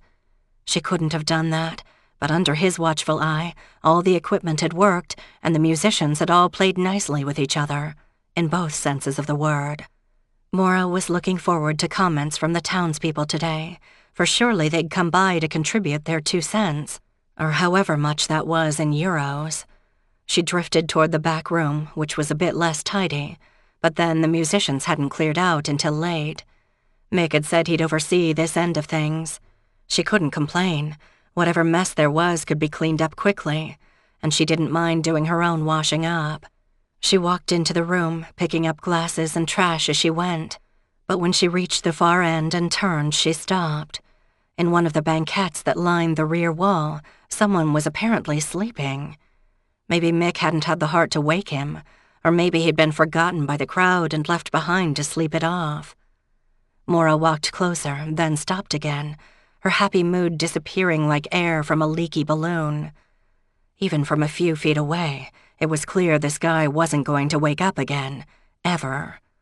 Nobody turned that shade of gray and lived to tell about it, and his half-open, blindly staring eyes confirmed it. Worse, she recognized him. It was the man who'd come in Friday afternoon, Aiden something, the first one to show up at Neil's invitation to join the fun. From her position a few feet away, Maura could see no obvious signs of injury. Maybe he'd had a heart attack or a stroke. But when? If it had happened during the music, why had nobody noticed last night? There had been so many people coming and going. All she knew was that he was dead. In her pub. Was this some sort of punishment from the gods for thinking maybe the place had turned a corner and might have a future? No wonder most of the country seemed permanently depressed, if this was what a brief glimpse of good luck brought about. Now what? Maura's mind reeled. For one brief hysterical moment, she thought about disposing of the body herself, but that was a ridiculous idea. First of all, she had no idea what to do with it. Him. Sure, she could toss him into the harbor or pitch him into a handy bog, but how was she supposed to haul a body, and not a lightweight one from the looks of him, out of the building and across a major road? Nope, Not working. Bury him up the hill behind the pub? She owned the land, and nobody had touched it in decades, so who would notice? Oh, come on, Maura. You're a law-abiding citizen and a respectable business owner. You can't go around hiding corpses just to make your life easier. She went back to the front, where she'd left her bag behind the bar, pulled out her mobile phone and called the Garda station, asking for Sean Murphy, though she doubted he'd be in yet. Turned out he was. "Maura, hello. How are you feeling this morning?" he said cheerily when he answered. "You're in early after last night. Anyway, I was feeling pretty good until I got to Sullivan's. I have a problem." "Oh no, and what would that be? Somebody rifled the cash drawer? Vandalism?" Neither of those. There's a dead man in the back room." "Oh." Sean was silent for a moment, and Maura could almost hear him shifting gears, from friend to serious official. "Do you know the deceased?" "Only his first name, Aiden. He was one of the musicians, a friend of Neil's. He came with a fiddle case.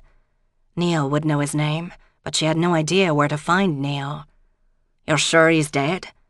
"I haven't touched him, but I'm pretty damn sure."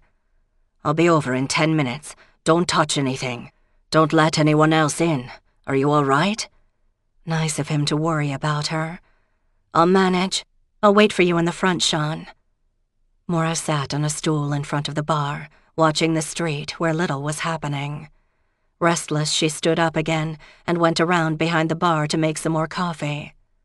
No doubt some people would think a stiff drink would be the right strategy for dealing with an unexpected body, but she didn't work that way. She hoped the poor man had died of natural causes. She had no reason to think anything else, did she? On the other hand, maybe this was the universe reminding her that luck just didn't work that way. She'd had a great night last night, but now she had to pay the price. When the coffee was ready, she went back to sit on the stool and sipped slowly, waiting for Sean. What message was the universe trying to send her? It was certainly mixed. On the one hand, she'd been gifted with some extraordinary blessings over the past few months, as she reminded herself. A house, a car, even a business had all pretty much fallen into her lap. A friendship with Bridget, who had known her grandmother.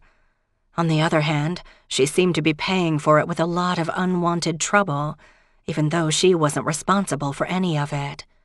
Still, how much would the locals take before they started shunning her as bad luck? Sean pulled up within the promised 10 minutes and parked directly in front of Sullivan's. Maura went to open the door for him and let him step past her inside before locking it again. "How are you, Maura?" he asked anxiously, and for a moment Maura considered bursting into tears and throwing herself into his arms. Weren't police supposed to be prepared for that? She stifled the urge. It would only embarrass both of them, and besides, she almost never cried. "I'm okay. Better than that guy Aiden, anyway." She nodded toward the back. "Before I take a look, what time did you lock up last night?" "I left about 1, I think. Mick was still here, but all the musicians in back had left before that, as far as we could tell. Mick said he'd close up. You can confirm that with him. The front door was locked when I arrived this morning. I haven't checked the back doors, but I'm not even sure they lock, and just about anybody could have come and gone that way." "Right so. You said you recognized the, deceased?" "Aiden Crowley." Now that the initial shock had worn off, Maura was proud that she had managed to remember his full name. "I talked to him a couple of times, mostly stuff like, 'Would you like some tea?' But you saw how it was last night." He nodded. "And you haven't disturbed anything?" "I picked up a couple of glasses from the back before I noticed the guy. That's it." "Leave them aside for now. I'd best go take a look at the man. You don't need to come with me." "I'm coming," Maura said tersely, and she followed Sean into the back room. "Were the lights on when you came in?" he said. "No, I turned them on. This room is pretty dark, and I wanted to see what had to be done." "When did you first see the deceased?" "I was over there by the stage," she pointed, "and when I turned around I noticed him, kind of tucked in the corner there. I went to see if he was just sleeping it off, but when I got closer it was pretty clear he wasn't." Sean walked carefully toward where the man was slumped against the back wall. He spent a couple of minutes examining him closely without touching him before saying, "I'll wait for the rest of the team before disturbing him. Most likely he'll have some identification on him with his address and all, but I'll let them look for it." He said he lived in Cork. He is dead, right? Not just passed out or in a coma? "Yes, Maura, he is dead. I'm sorry, excuse me." Sean turned away to call the station, then explained the circumstances. He ended with, "I'll stay here with the owner until you arrive." He signed off and turned to Maura. "The sergeant will be over shortly, and he'll alert the medical folk." "I know, I've been through this before. Should we wait out front? Can I get you some coffee?" Sean wavered between protocol and an obvious desire for coffee. In the end, he said, "I'd be glad of a cup, thanks." "Coming up." Maura was happy to have something to do, some way to keep her hands busy. She didn't want to think beyond the next step. "Hey, should I try to call Mick and Jimmy? I'm not sure when they'll be coming in." She handed Sean a mug of coffee. "We'll be needing to talk to them, Mick in particular, since he was the last one here, right?" Maura nodded. "Yes, Jimmy left before me." Sean went on. "I don't want anyone else coming into the building just yet, not until the sergeant's been over the scene." He sipped his hot coffee, his brow furrowed. "What?" Maura demanded. "I was just thinking, how many people would you guess were here last night?" "We weren't counting. A couple of 100 easy, although there was a lot of coming and going, so they weren't all here at the same time." "Had they all left before he went home?" "Yes, like I said. The musicians, too. I wouldn't walk out with people still in the pub. I'm sure the place was empty except for Mick and me. Mick was going to clean up in back before he left." "And he would have noticed a dead man?" Maura looked more closely at Sean, whose expression was serious. "Are you joking? Of course he would have." "Or he could have let him in after you'd gone." "I guess. Or the guy could have snuck in through the other doors back there. There are 2 of them. They open onto the balcony from outside. Maybe he was looking to rob the place after a big night. You'd know better than I would if there's ever been a problem with theft here at Sullivan's. But I guess there was never enough money on hand before to make it worth the effort, until last night." Maura realized she'd started to become more trusting since she'd left Boston. From what she'd seen here in Lep, nobody locked much of anything. The church was open to all comers any time of day, whether or not there was a priest on site. More than once she'd heard the clerks at the few shops in town say, "Just leave the money on the counter."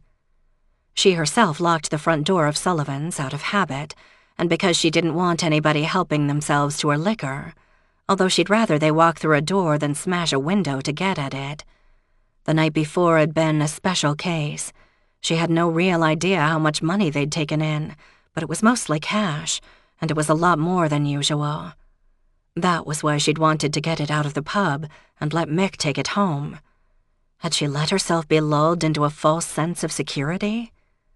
Well, she'd know for sure if Mick failed to show up for work this morning, but she really didn't think he'd run out on her, and it seemed very unlikely to her that Aidan had come back to the pub to rob it and just happened to die in his sleep. "Was there any money missing?" Sean asked. Maura shook her head. "No, I thought it would be stupid to leave it here, so I gave it to Mick to take home. I haven't even looked in the cash drawer yet, but there were only some coins in there." Sean shrugged. "Do you have a number for Mick?" "Just his mobile, that's how I usually reach him." "And an address?" Maura stared blankly at him. No, I've never needed it. I pay him in cash, but I've never had to mail anything to him. I'm sure you can find it better than I can."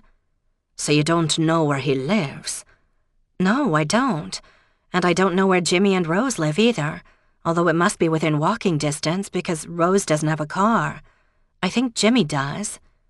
Of course, walking distance around here could be miles easily. Not much help."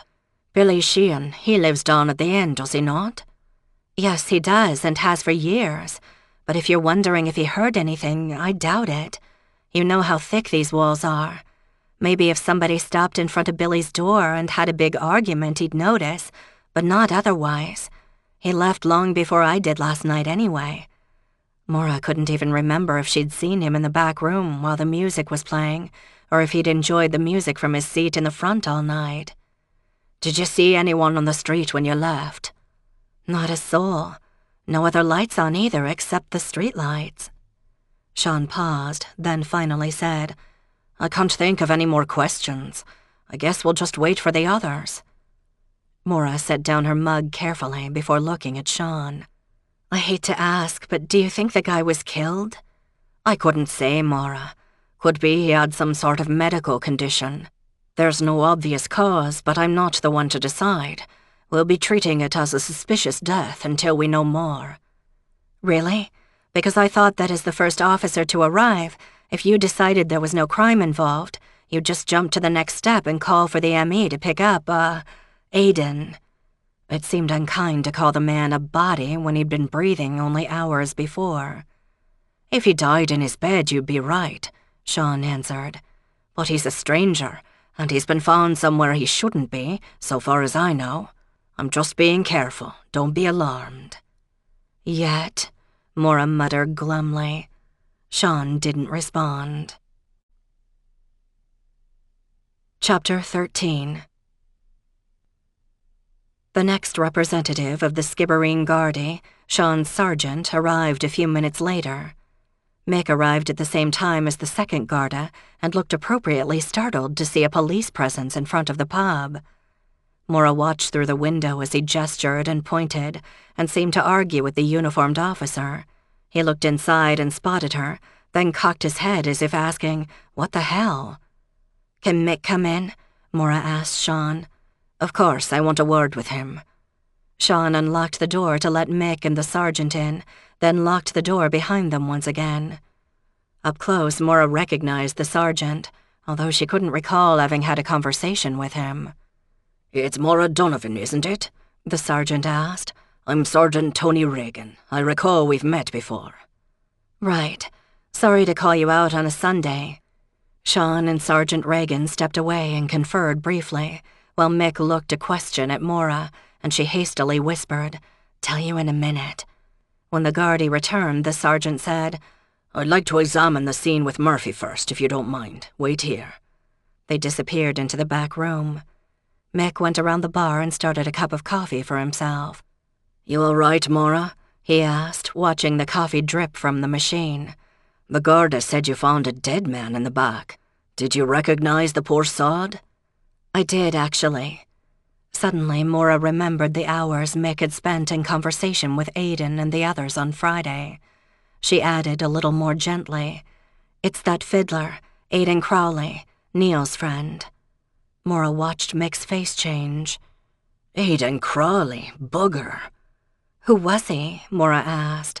"I mean, he wasn't as famous as Neil, right?" Maybe someone had told her before, but it had flown right out of her head. "No, Aiden Crowley used to be a sideman for some of the bands, but he never seemed to connect with the right one at the right time." "From what little I saw of him, he wasn't young." "Are you asking if he was old enough for a heart attack? Or maybe if he just wore out after all those years of drugs and rock and roll?" "Well, I guess that's what I want to know. Won't the Gardaí want to?" "Could be." "Mick, you didn't happen to offer the guy a place to crash for the night, did you?" He turned to her. "The thought crossed my mind, but no one asked. I can't tell you where he or any of the others scattered to." Maura sighed. "I told Sean that you locked up after I went home. Hadn't everybody cleared out by the end? Did you check the back room after I left?" "Of course I did," Mick said. "Check the doors, too. I know we haven't always bothered, but some of the boys left their heavy stuff here for the night, and I didn't want that disappearing. All the doors were locked. I turned off everything that would turn off, and then I left by the front." "You checked the bathrooms, too?" "I did. Maura, I swear there was no one in the building when I left, unless you count old Billy down in his flat at the other end of the building." "So how did this guy get in?" "I can't tell you, although we both know it wouldn't be hard to get into this place if you really wanted to." Maura made a mental note to fix that, but this wasn't the time. "So if no one was here when you left, Aiden must have come back after you locked up. Why do you think he'd have done that?" Had he come back here for one last hurrah with the boys? She hoped fervently that the post-mortem would show that his heart had given out or something in his brain had given way, although he looked no more than 60, which was young for either. Mick startled her when he said, "You're not thinking he came in to rob the place, are you?" "Could be," Maura said, "but if it was the money he was after, the coins are still here." "Maybe he was just looking for a place to sleep." I thought that for about 3 seconds. Even if he had broken in to rob us, he never left the building, right? Maybe the strain of breaking in was too much for him, and he had to lie down and rest. Maura realized she was being snide, and that wouldn't go over well with the Gardaí. She'd have to watch her tongue. Doesn't make much sense, does it? No, it does not. Sergeant Reagan and Sean reappeared. "We found a wallet," the sergeant said. "Like you said, the man's name was Eden Crawley." Mick finished his sentence. "He first came by on the Friday from Cork City," he said, "and met up with Neil Cronin here. He was part of the music last night. Do you know yet how he died?" Sergeant Reagan shook his head. "Inconclusive," he said, apparently relishing the word. "We'll need a post-mortem to be sure. Nolan, is it?" he went on. Mick nodded. "Miss Donovan says you locked up last night. Was the man in the building when you left?" "He was not," Mick said firmly. "Might you have been the worse for drink? It sounds as though it was a long night. I'd had a glass or two, but I was managing the equipment for the show, so I needed a clear head. There was no one left in the building when I locked up, and I'll swear an oath on it." "And you have no knowledge of how this man might have come to be lying dead in the back room?" Maura watched the exchange and was beginning to wonder if there was some hostility between Mick and the sergeant. As far as she knew, Mick had never had any problems with the law, but then she didn't know a lot about his history. "Who invited the performers?" the sergeant added, addressing Mick rather than Maura. "Some people put the word out is all," Mick told him. "Nothing so formal as an invitation. You know how that happens." "Do any of the people who performed here live nearby?" Mick shrugged. "I can't say. So no one knew this Crawley would be here last night." Maura was growing impatient. She had a business to run, and there was a dead man in the back of the house. "What are you getting at? You don't know how he died, so why are you asking these questions? Why ask Mick?" "Maura," Sean began, in an apparent attempt to sound soothing, "we're only doing our job. Since we can't say how the man died, we have to treat the death as unexplained until we find out." "Which will take an autopsy, right? So when are your people going to get him out of here to do that? And can I open for business?" The sergeant and Sean exchanged a glance, and finally the sergeant shrugged and addressed Maura. "Might be we should treat this as a crime scene until we know more. But it sounds like there was so much going on last night that we'd be swamped with information and no way to know what's important. You had a couple of 100 people tramping through here, I'd wager, and half of them in the back room at any one time. It'd take all the forensic lads in the whole country to sort through the mess. So I'd say go ahead and open." Maura felt a surge of relief. "Thank you. Look, if it helps, I can close off the back room. We don't generally use it anyway. I'll just say it's off limits for now. We'll wait until we hear from you to open it up again. Fair enough?" "That'd be grand, thank you," the sergeant said, clearly relieved at the compromise. "I'll wait outside for the van, Murphy." "Oh, one last thing. Can you please take Aiden out the side door, please?" Maura asked. "Seems like it sends the wrong message to have you take a body out the front door." In any case, if all went well, poor Aiden would be removed while Mass was going on, and most people wouldn't notice. "I think we can manage that." Once the sergeant departed, Sean, Mick, and Maura were left alone in the pub, which suddenly seemed a bit darker and shabbier than it had earlier. "Interesting morning," Maura said, her voice edged with sarcasm. "Anybody need more coffee?" "Please," Mick said. "None for me," Sean said. Maura set about making more coffee, then turned back to Sean. "So you really don't know how he died?" "I can't say." "Can't or won't?" "Doesn't matter, the outcome's the same," Sean told her, giving nothing away. Tell me, Maura, who else besides you two has a key to the place? Jimmy Sweeney and his daughter Rose. Maybe Billy Sheehan. Heck, for all I know, the key to his door fits all the doors in the place. It's an old building. I can't say who else old Mick might have given a key for one reason or another. Does it matter? It might. The dead man had a key in his pocket that opens your back door. Chapter 14. Sean's statement left Maura speechless. She knew that security in the building was a joke, but she'd never had any reason to use the back doors. She'd only learned about them when Mick had pointed them out before the event. She wouldn't even recognize a key for them if she had one. Had old Mick had others? She should check the drawers both in the pub and back at her house to see if there were any more kicking around. But that was kind of shutting the barn door after the horse was long gone.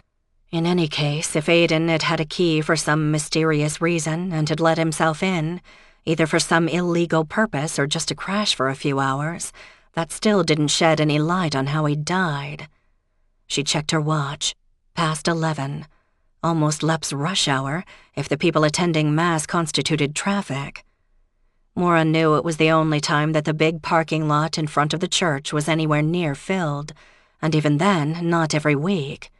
She would normally open at 12:30, the legal time, and after the night's festivities, she expected something of a flood when Mass was over today. How long would it take for news of Aidan Crowley's death to spread and draw still more in? Maura realized they'd all been silent for a couple of minutes, apparently lost in their own thoughts. But time was passing. "So, Sean, we'll open as usual?" "Yes, as Sergeant Reagan said, as soon as the deceased is gone." "Mick, is there anything we need to do to get ready? Thanks for leaving the place in good shape." "Well, except for a body. I would have hated facing cleanup this morning." Mick didn't comment. He said, "I've got to check the kegs. I think I'll need to swap one out, and better sooner than later."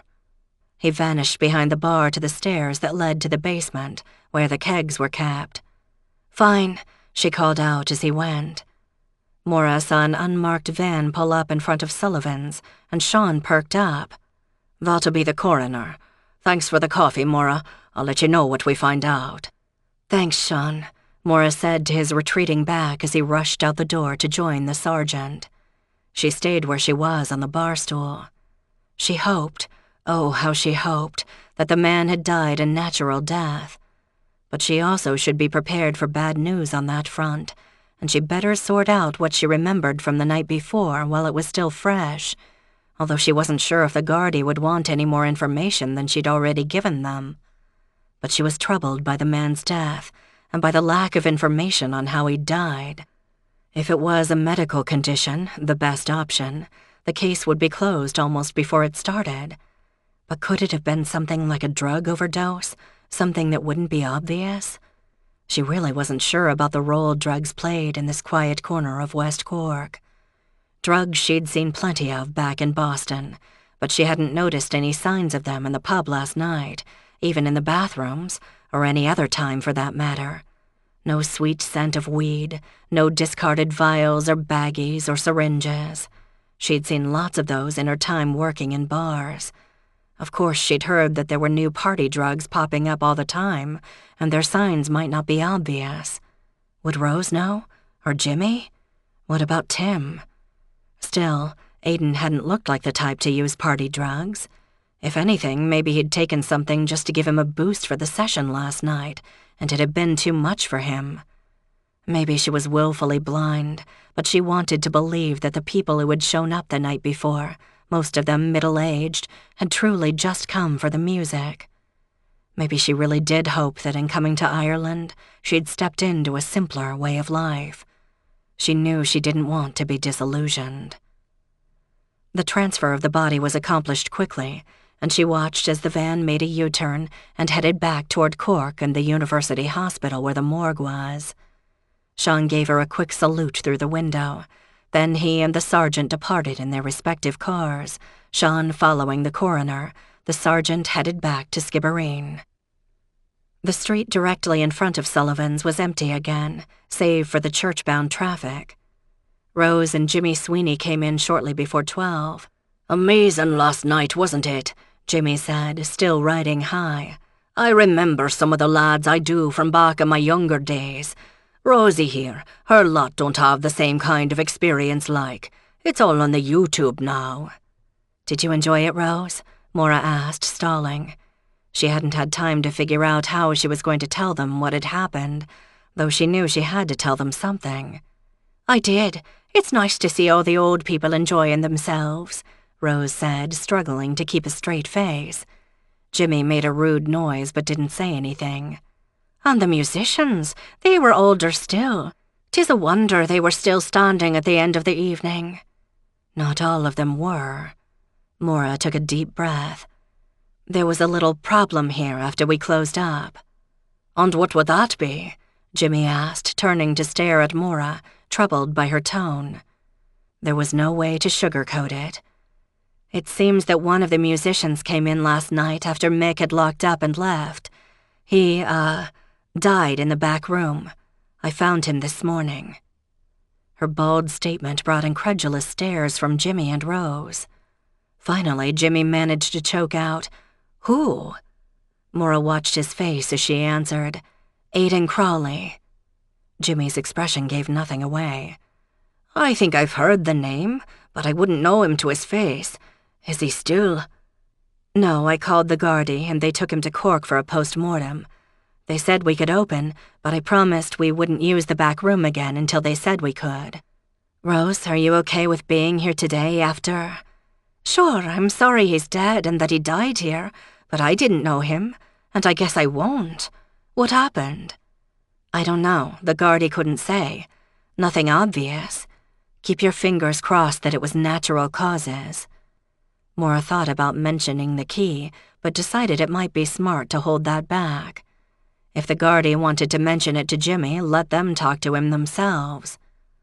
"Who else knows about the dead fella?" Jimmy demanded. "Mick. Now you and Rose. Nobody else has been by. So if someone comes in talking about the death, ask them how they found out, will you? The coroner's van was out front here, but not for long. I don't know how many people will have seen it, but it's not marked." It occurred to Maura that she should talk with Tim. He'd been part of the group talking to Aidan Crawley on Friday night, and possibly last night. She hadn't mentioned Tim to the Gardaí, but there was no need to unless the death was not natural. She still shied away from putting that idea into words, even in her thoughts. "Rose, was Tim still here when you left?" "If he was in the back. I never saw him leave. But I left with me da well short of midnight. I didn't talk with him much, we were that busy. But he was having a grand time watching all the old ones play in the back." Nervously, Maura checked her watch again. Nearly opening time. If it hadn't been for poor Aidan, she would have been looking forward to opening today, to hear what people had thought of the night's event, and to begin to get a sense of whether it was worth doing again, or even making a regular thing. It had been good, hadn't it? Was it ruined now for good? At 12:30, she sighed and told Jimmy, "We might as well open up." He walked over and unlocked the door. Billy was already there, waiting, his face turned to the sun, and Maura was reminded of Bridget, who sought the sun's rays in the same way. Old bones seeking warmth. "Come in, Billy, and I'll get the fire going," Maura said. Billy stepped into the room, then stopped, studying everyone's face. "What's wrong?" Maura sighed. Was the man fey? At least there was no one else around to overhear. "I found Aidan Crawley dead in the back room this morning." Billy automatically crossed himself. "What was it took him?" he asked. It took Maura a moment to work out what Billy meant. Aidan had been taken from life by something or someone. "We don't know for sure yet. The Gardaí have been and gone, and Sean Murphy said he'd let us know what happened after the post-mortem. Did you talk to Aidan last night?" "I did, but not for long. He was one of the regulars long ago. Never stood out, but you could count on him. Was it his bad heart?" "He had a heart problem?" Maura asked, surprised and immediately relieved. A heart problem was a legitimate, if sad, reason for him to have passed away peacefully. Nothing to do with her or Sullivan's. He was born with a weak heart, which kept him from any heavy work. Never stood in the way of his music, but he seldom had 2 pennies to rub together. Poor man. Most people who knew the man would know of it, but not likely a stranger. Did he have any particular friends, or did he come with someone last night? I can't say. He was a friend of Neil's, of course, but there were so many people crowded in here I couldn't see my own feet. It was a great night right enough. Good to hear the old sounds in this place. It was, Maura agreed. Look, I know it's a long shot, but do you have any idea where Aidan was staying? Assuming, of course, he hadn't sneaked into Sullivan's on Friday night as well, and found a corner to sleep in without Maura's knowledge. That I don't, Billy replied. You ready for your pint now, Billy? Rose asked. Billy settled himself heavily in his chair, while Maura set to work building a small turf fire. After such sad news, I'm in sore need of one, love. Thank you for asking. Maura finished laying the fire, then stood up and dusted off her hands. Will we be seeing the players here again today? Not to play, I wager, but they might stop by to see how the folks liked it. Do most of them live around here, or did they have to travel to get here? Maura asked. Some of both, I'm guessing. Ah, Rose, 1,000 thanks. Billy accepted the brimming pint that Rose held out to him. Maura went back behind the bar, but looked up when a shadow crossed in front of her window. It was Neil Cronin, who opened the door and stepped in, just as Maura's mobile phone started ringing in her pocket. She checked the display. Sean. Did she want to answer it? She could pretend she hadn't heard it and delay what might well be bad news just a little longer. But in the end, she turned her back on the room and hit the button. Sean, you have something? I do. Your man did die of a heart attack. Just like Billy said, Maura thought, relieved. But Sean was still talking. Signs point to it being someone's hands around his neck that brought it on.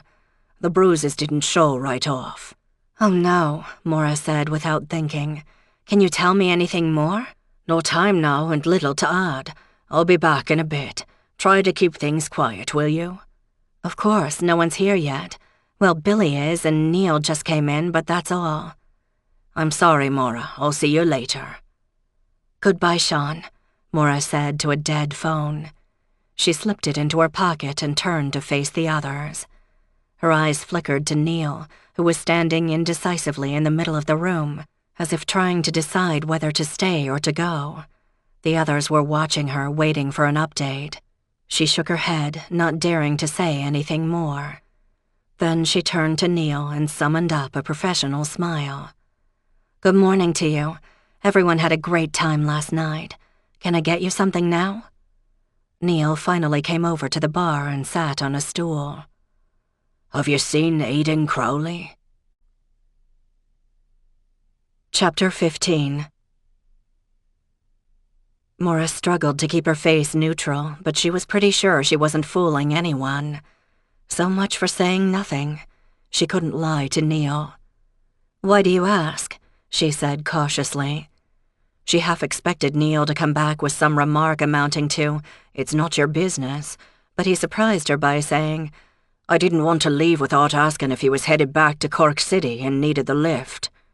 Neil sensed something was wrong. He leaned against the bar and faced her squarely. Has he gotten himself in trouble then? Maura looked at the others around the room, but they offered no help. This was up to her. I'm so sorry to have to tell you this, Neil, since I know you are old friends, but Aidan's dead. I found him here this morning in the bag. The color left Neil's face. How? He said, his voice rough. It looks like a heart attack, but we don't know anything for sure. Poor man. Never caught a break in his life. Neil dropped onto a bar stool. I could do with a coffee, maybe with a drop or something in it. It's not every day that a man loses one of his oldest friends like this with no warning. I'll do it, Rose murmured, and set about messing with coffee and mugs. Lucky Rose was something to do, Maura thought. She was at a loss. She barely knew Neil and Aidan even less, beyond exchanging a handful of sentences, and she sucked at playing the sympathetic listener, even if it was part of her job description. "Listen, Neil, do you know if Aiden has family who should be contacted? The Gardaí will want to know."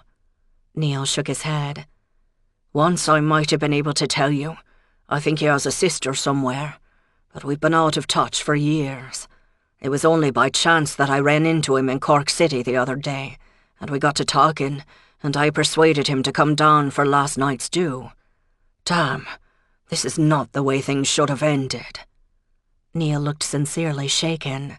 Rose added a splash of whiskey to his coffee mug and slid it wordlessly across the bar. Neil grabbed it and swallowed half at once, then set it down again. Maura debated mentioning that the death wasn't quite natural, but decided it wasn't her place. Let the Gardaí tell him if they wanted to. "Did he join in the playing last night?" Maura asked. "I didn't have much chance to listen in the back." "We all took our turn, even the young lads. I didn't take note of when Aiden sat in, but he was part of it."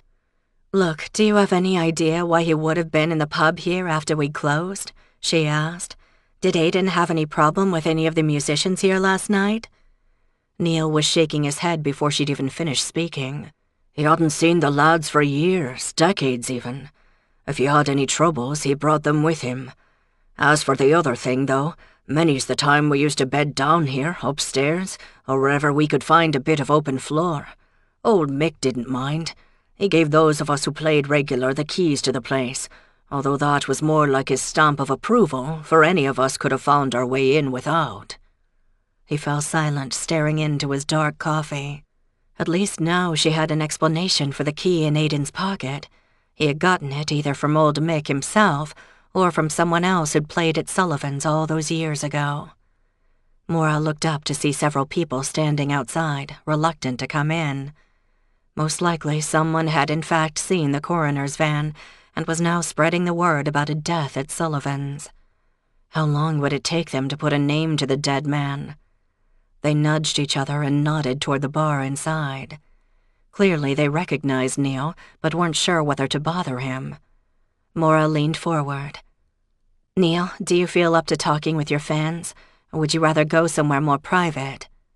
He looked up at her then. "Give me a bit to get myself together first. Come sit with me by the fire, Neil," Billy said. "They'll leave you alone till you're ready." "Thanks, Billy." Neil stood up and joined Billy in the corner next to the fireplace, and they settled themselves there, Neil with his back to the room. That emboldened the people to come into the pub, leaning on the bar to order their pints, but sneaking the occasional glance at the two men in the corner, although they maintained a respectful distance. Maura gestured to Mick and Jimmy to follow her while Rose was serving the new customers. They retreated to the hall next to the closed doors that led to the back room.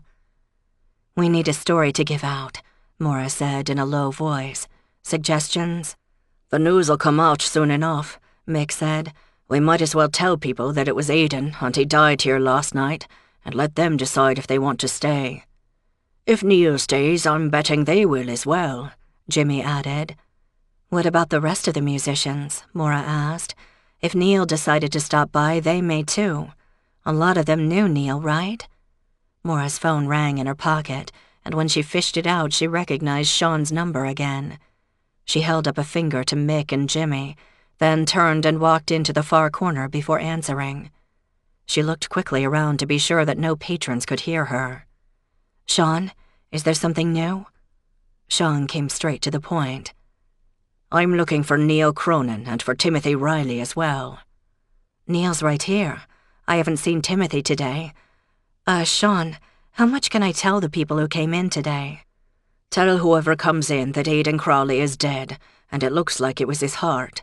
It still might have been an accident and no one meant to kill him, but don't say more than you have to. Can you keep Neil Cronin there?" Sean asked. "I don't think he's in any hurry. He seems kind of upset. He came looking for Aidan, wondering if he needed a ride back to Cork." "I'll keep him there. I'll need a word with him." "Are you coming back now?" "I am." Maura thought for a moment. "Look, are you going to have to round up everybody and interview them one at a time? I hate to sound cold, but that would be lousy for business here. and there's no place here to do it unless you use the back room." "I understand your concern, Maura. Truth be told, it might be best if we kept this low-key. People might be more willing to talk to us. Just sit in the pub and chat with them, less formal than an interview." "Can you do that? I mean, just sit here and talk?" "It's not the way we'd choose to do it, but given the circumstances, it might be the best. I'll see you in an hour, no more, Maura." "Thanks, Sean." It was kind of an unusual interview strategy, but she agreed that the informal setting, combined with a few pints, might loosen some tongues. And given how many people had passed through Sullivan's the night before, and how small the Skibbereen police force was, it might be the best chance to get any real information while it was still fresh. Bringing in Gardaí from other stations would probably slow down the process, which wasn't good, not that there were many other stations or men to pull from them. And then individual interviews could take a week, and a lot of the people would be gone long before that. This was the best chance. She ended the call, then turned to Mick and Jimmy, who didn't pretend they hadn't been listening. "Our story is that Aiden died of a heart attack, which is true anyway. It just might not be the whole truth. Sean says he's leaving the morgue now, so he'll be here in an hour or so. Until then, we should listen to what everyone who was here last night has to say. Don't ask questions, just let people talk and pay attention. Sound good?" "Getting this group to talk will be easy, especially with a pint or two in them," Jimmy said. "Should we offer a free round on account of Aiden?" The suggestion made sense, even if it meant saying goodbye to a chunk of the day's profits. "Good idea, but one round only, please. We can't afford more than that. Let's go." "I'll explain to Rosie," Jimmy said, leading the way. The church crowd started trickling in a half hour later. More followed a while after that, likely after first going home or to the hotel for Sunday dinner. By mid-afternoon, the place was packed. Sean had come in and kind of set up shop sometime earlier while Maura wasn't watching, and she'd been careful to let him go about his official business, although he wasn't wearing a uniform. As she had guessed, he was doing informal interviews. When she had time to think, Maura wondered why Tim hadn't shown his face yet. Neil hadn't left. In fact, he had settled himself on a stool in the center of the bar and was holding forth to anyone who would listen, and there was no shortage of eager ears. Neil still looked sad, and the snatches of conversation that Maura heard revolved around the days when Aiden and Neil had crossed paths while playing in Dublin. She hoped that Mick was keeping up with who said what. Maura was having trouble following all the talk, but then she didn't know half the people there. She brought Billy a fresh pint when he was alone for a brief moment. She set it on the table, then dropped into the chair next to him. "How are you doing, Maura?" Billy asked softly. She considered for a moment. She felt sad mostly, a bit angry. Some self-pity over how an otherwise extraordinary event had gotten messed up. Worried about what might come next. Finally, she said, "Okay, I think. How close do you think Neil and Aiden were, really?" "Back in the day, I'd say they were mates, but it has been a long time, decades even, since they'd gotten together. People do drift apart." Billy studied Maura's face. "I see young Murphy's come in," he said, nodding toward the opposite corner. "He's doing more listening than talking." "Yeah, he told me he was coming," Maura said. "He figured this was the best way to get information. Besides, rounding up and interviewing everyone who showed up last night would be a nightmare, even if it's possible." "Smart lad, that one. He's right." "Do you have any idea who might have had something against Aiden?" "I'm flattered that you're asking, but I hadn't seen the man in years. He was never a harsh man nor much of a fighter. The heart, you know." "I know, you told me, and Sean confirmed it. Any idea why you would have come back here after closing?" "Looking for a place to keep for a bit. Old Mick used to let the players stay on. Maybe he didn't want to ask you, seeing as you don't know how it was back then. I don't know. Keep talking to folk and see what comes out of their mouths." Billy looked up to see another group of men coming in the door. Maura recognized a couple of them as musicians from the night before. "I better get back to work," she said. "Let me know if you hear anything interesting." She was about to add, "or tell Sean," but realized that the odds of old Billy navigating his way all the way across the room to where Sean sat were slim to none. But if Sean was as smart as Billy thought, he'd find his way to Billy soon enough.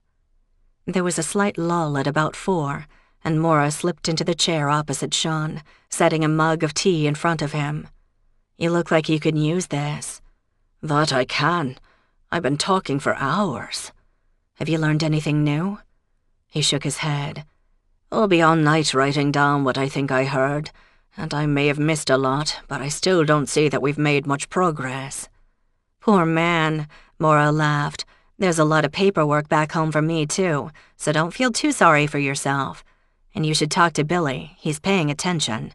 Has anybody said anything that leads you to think?" She stopped when Sean fixed her with a stern glare. "To think they think there's anything unexpected about this?" She finished carefully. "I can't say."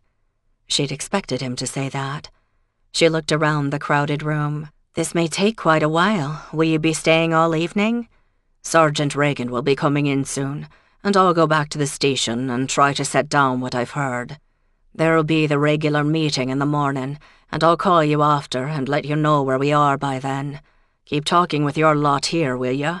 They might see something differently than I do, knowing more of the people and all, and they might have heard something new during the day today."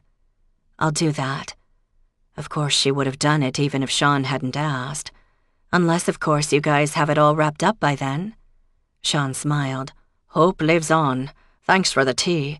Now go about your business so I can do mine." Maura stood up. "Okay then, I will." She joined Rose behind the bar and then realized again that she hadn't seen Tim all day. His absence now was a little strange. Maybe he'd been spooked when he heard about Aiden's death. "Have you seen or talked to Tim today?" she asked Rose.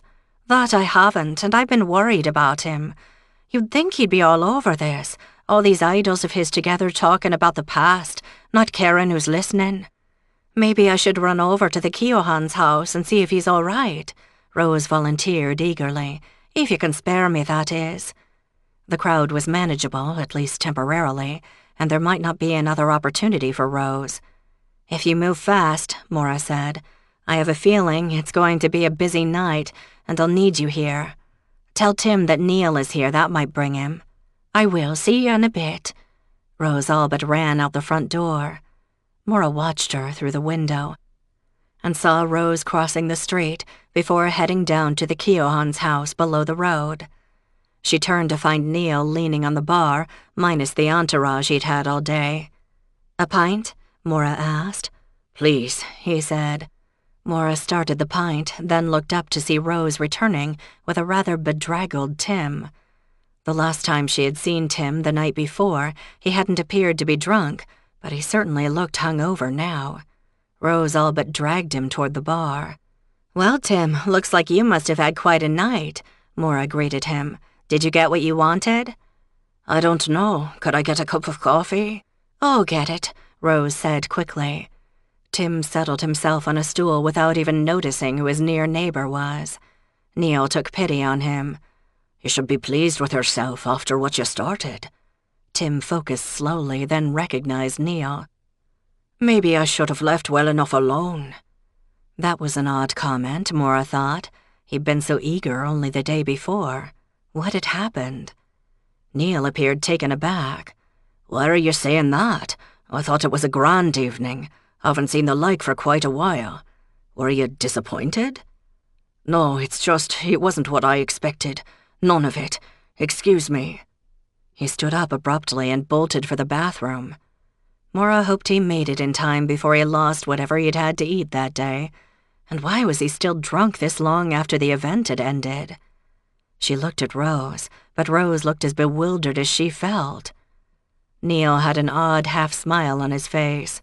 "Looks like he was pretty much hammered, eh? Not much experience with the hard partying, that one. He'll learn." Tim came back, still pale around the gills. "Sorry about that. I didn't mean to say you didn't do a great job last night, Maura. It's just that it wasn't what I thought it would be. That's on me. And you were wonderful, Neil." Maura glanced at Rose. "Did you tell him?" Rose shook her head. "I hadn't the chance." Tim blinked. Tell me what? Tim, I'm sorry to say that Aidan Crawley is dead. I found him here when I opened up. Tim turned even paler than he had been before and dashed back toward the toilets. Chapter 16. The night dragged on and on. Tim remained in hiding for a while, then slunk back into the room and sat in a dark corner looking miserable. Rose volunteered to go to the takeaway place and bring back some food for Maura, Mick, Jimmy, and Sean, and even Tim, although she had to know he might not have much of an appetite. What is his problem, Maura wondered. He wasn't talking to anyone at the pub. Not Rose, not even the music semi-stars who had wandered in.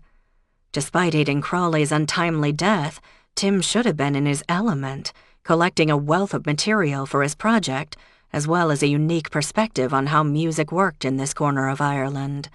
And yet, now he was missing more opportunities. Why? Neil had hung around too, graciously fielding questions from others who came in and worked up the courage to talk with him.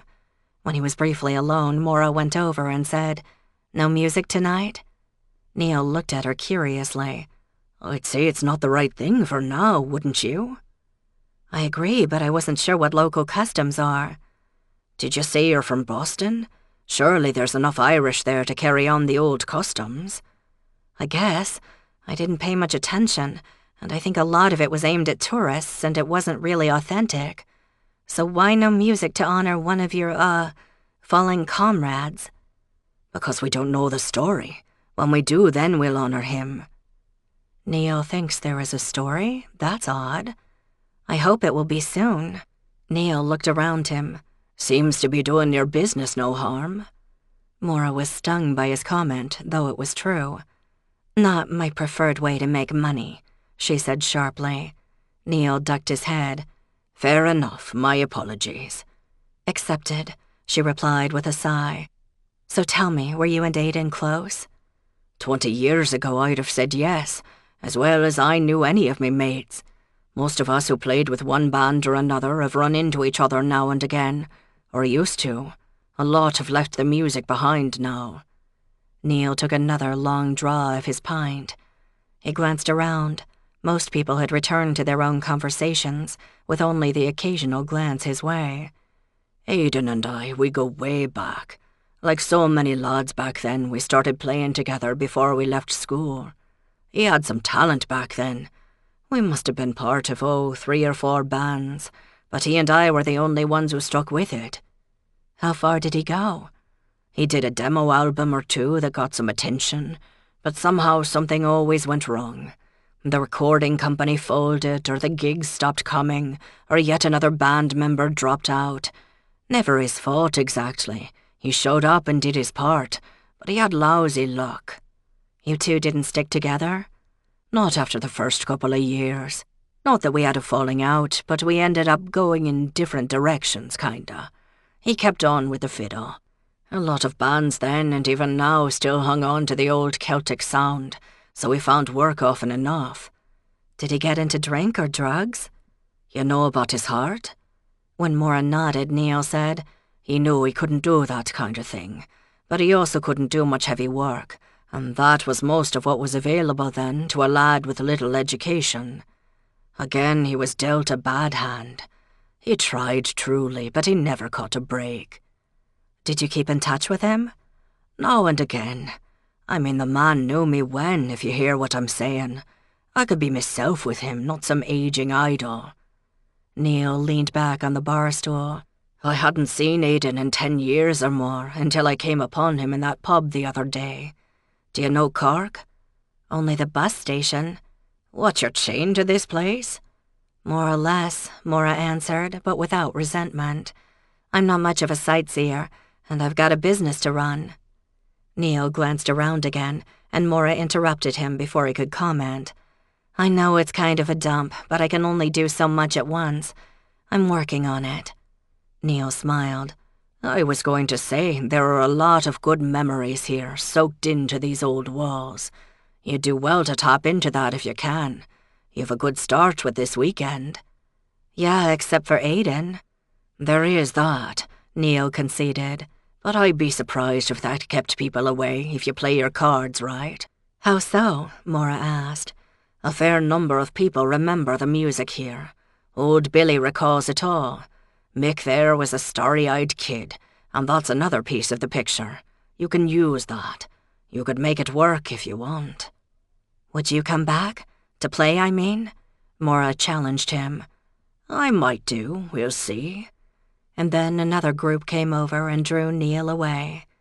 Maura didn't have the heart to throw people out until past closing time, but she hoped the Gardaí would look the other way once again, considering the circumstances. Still, it startled her to see Sean Murphy outside her door when she finally shooed a few stragglers away. She hadn't even seen him leave or seen his sergeant arrive. "Coming to cite me for keeping late hours, Sean?" she asked, smiling. "I'm off duty, at least for now." "Are you coming in?" "I will. Actually, I was looking for that young lad over there." Sean nodded toward Tim, sunk in misery in the corner. Even Rose had given up trying to cheer him up, and Maura had sent her home a few hours earlier. She had gone without protest. "You haven't talked with him yet?" Maura asked. "I hadn't the time earlier in the day. I heard he was staying at Ellen Keohan's place, but when I stopped by there on my way here earlier, she told me she hadn't heard a sound from him all day. I wondered if he'd packed it in and gone back to Dublin, but his car was still there." "Rose went over and dragged him out of his room and over here this afternoon," Maura told him. "But he's been moping ever since, which kind of surprised me, because he was so excited about the research possibilities on the music the last couple of days. But so far the only thing he's researched tonight is the bottom of a glass." "Is he sober now, do you think?" "Ask him. But if you're off duty, shouldn't you wait until tomorrow to talk to him?" "Maybe you're right. It's been a long day. Could you do me a pint?" "Coming up." Mick emerged from the cellar stairs and greeted Sean, then turned to Maura. "We'll be needing to reorder in the morning. We're running low." "I'm not surprised. Can we get a fast delivery?" "I'll see what I can do." Mick sat a couple of seats down from Sean at the bar.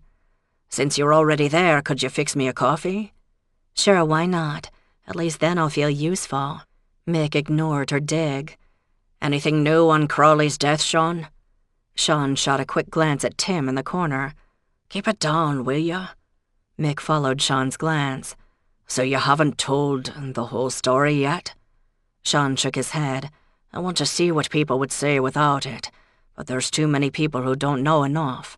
Sure, they were here. Sure, they saw Aidan play. Some of them saw the man leave as well through the front door. None of them saw him come back in after." "Have you located any of Aidan's relatives?" "Not yet." Maura pushed the pint and the mug of coffee across the bar, then came around and sat on the other side of Sean. "You did talk to Billy?" "Of course I did. The man knows everybody in the county, and his eyesight is as keen as it ever was. He saw nothing out of the ordinary here last night. He did see a lot of familiar faces from the past, but that gets us no nearer to the truth. And yes, he told me who I should tell from what's left of the family if I can locate them." "Now what?" asked Mick. "We'll be meeting at the station in the morning to go over what we've got. You go on about your business." "Sounds like you need a computer program to sort this all out," Maura said. "Are you volunteering?" She raised both hands. "Not me. I don't own a computer and I don't want one. I'm just saying that you've got a lot of information and you need to see where it overlaps." "I'll raise the point at the meeting tomorrow." Sean drained his pint and stood up. "Thanks for the drink." He slid a couple of euro coins across the bar. Maura wrestled with whether to slide them back or whether a free drink might violate some Garda rule she didn't know about. "No doubt I'll be seeing you tomorrow," he said. When Sean had left, Maura and Mick were left alone, except for Tim, quiet as a mouse, sunk in gloom in the corner. "Hey, Tim, we're closing now," Maura called out to him. He raised his head slowly to look at her, his eyes dim. "Oh, sorry, I didn't notice. I'll get out of your way." He stood up stiffly, but at least he appeared steady on his feet once he made it to upright. And he wasn't driving, just walking across the empty Sunday street. Maura couldn't recall serving him more than 1 or 2 pints since he'd come in, hours earlier, so he must be sober. You okay, Tim? Yeah, sure, fine. His tone suggested anything but. Mick looked at her with a question in his eyes. You go ahead, Maura told him. I'll close up. Mick didn't argue. See you tomorrow evening, then, he said, unless, of course, you'd like me to open. Maura thought for a moment. You know I'd like it if you would, and you've still got last night's take at home, right? I need to get that plus today's to the bank in Skibbereen in the morning, so I'll stop by here and get it from you. We can work out the rest of the hours tomorrow, okay? No worries, I'll be here early. Good night, Maura. He slipped out into the dark, leaving Maura and Tim alone in the half-dark pub. Tim, what's going on? Maura said quietly. Nothing. Not a thing, he said firmly. I don't believe you. On Friday and Saturday you were in here practically jumping up and down with excitement. Now you look like your dog died. But on the other hand, you could have left, gone back to Dublin. Why are you still here? Why do you care? Tim glared at her with bleary eyes. Maura took a moment to think about that. Because you showed up here and started something, and I'm grateful to you for that. Yeah, and are you grateful for ending up with a body in the back? And is that your fault? Maura demanded. Tim straightened his back and looked her in the eye. How do you know it wasn't my fault? Uh-oh. Did you talk to Aidan Crowley last night? Maybe get into some kind of argument? No, well, not exactly.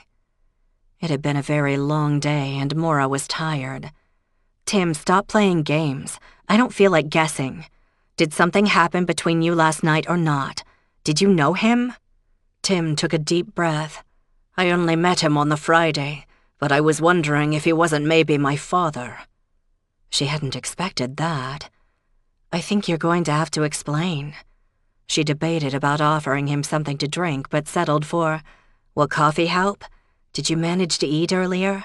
I could probably scrounge up something. Coffee'd be grand. Maura started 2 cups of coffee. She was pretty sure she'd need it as much as he did. When they were ready, she presented him with one, then sat down next to him. Okay, talk. What makes you think Aidan was your father? Tim sighed again, and Maura wanted to shake him to get the words out. It was late, she was tired, and if he had something to say, couldn't he just spit it out? Finally, he started speaking, sounding less like a college boy than he had before. I was raised by me mother in Dublin. She never mentioned me father. When I got old enough to wonder about him, she refused to say anything, except she called him a bastard and worse. Never told her family who he was either, and there wasn't anybody else to ask. She had a sister she might have been close to then, but she lit out for Australia years ago, and I didn't think she'd answer me mail or email. Anyways, me ma got married a few years later, had me sisters, and refused to talk about it at all, even when I kept nagging. It was my father, wasn't it? Didn't I have a right to know? Finally, I guess she thought she'd better say something, if only to shut me up. She told me he was some guy she'd met, a musician, at an event she'd gone to with a girlfriend when she lived in Clonakilty growing up. And that was all she'd say. She kind of hinted she might not have known his name, and that was her excuse for keeping her mouth shut. She was ashamed of that night. Tim swallowed some coffee and cleared his throat. Not much to work with, eh? I did the math, so I knew more or less when she'd have run into the man. Then I looked up what bands were big then. I mean big enough for her to make a special effort to go hear them a few towns over. But there were so many. Seems like every town spawned its own band or 3, and they all kept moving around, and they'd swap players. And then there were the sidemen who didn't belong to any group, but ended up playing for a lot of them. Did you know the girlfriend? Maura asked. Nah, Ma said they drifted apart years ago, and she never told me her name. Anyway, then me mother died last year of the cancer, and before you ask, she didn't leave some handy letter behind telling me all the facts. But with her gone, I really wanted to find me father if I could. So I studied music at uni, thinking it might get me closer to him somehow. So what did you hope to find just showing up here the way you did? Tim slumped in his chair looking drained. I don't know. I was running out of ideas, and I had a fortnight free before term starts, and I truly was curious about how this place just kind of happened to become an important place for the music. I mean, what I told you about the research I was doing, that part was true. So here I am.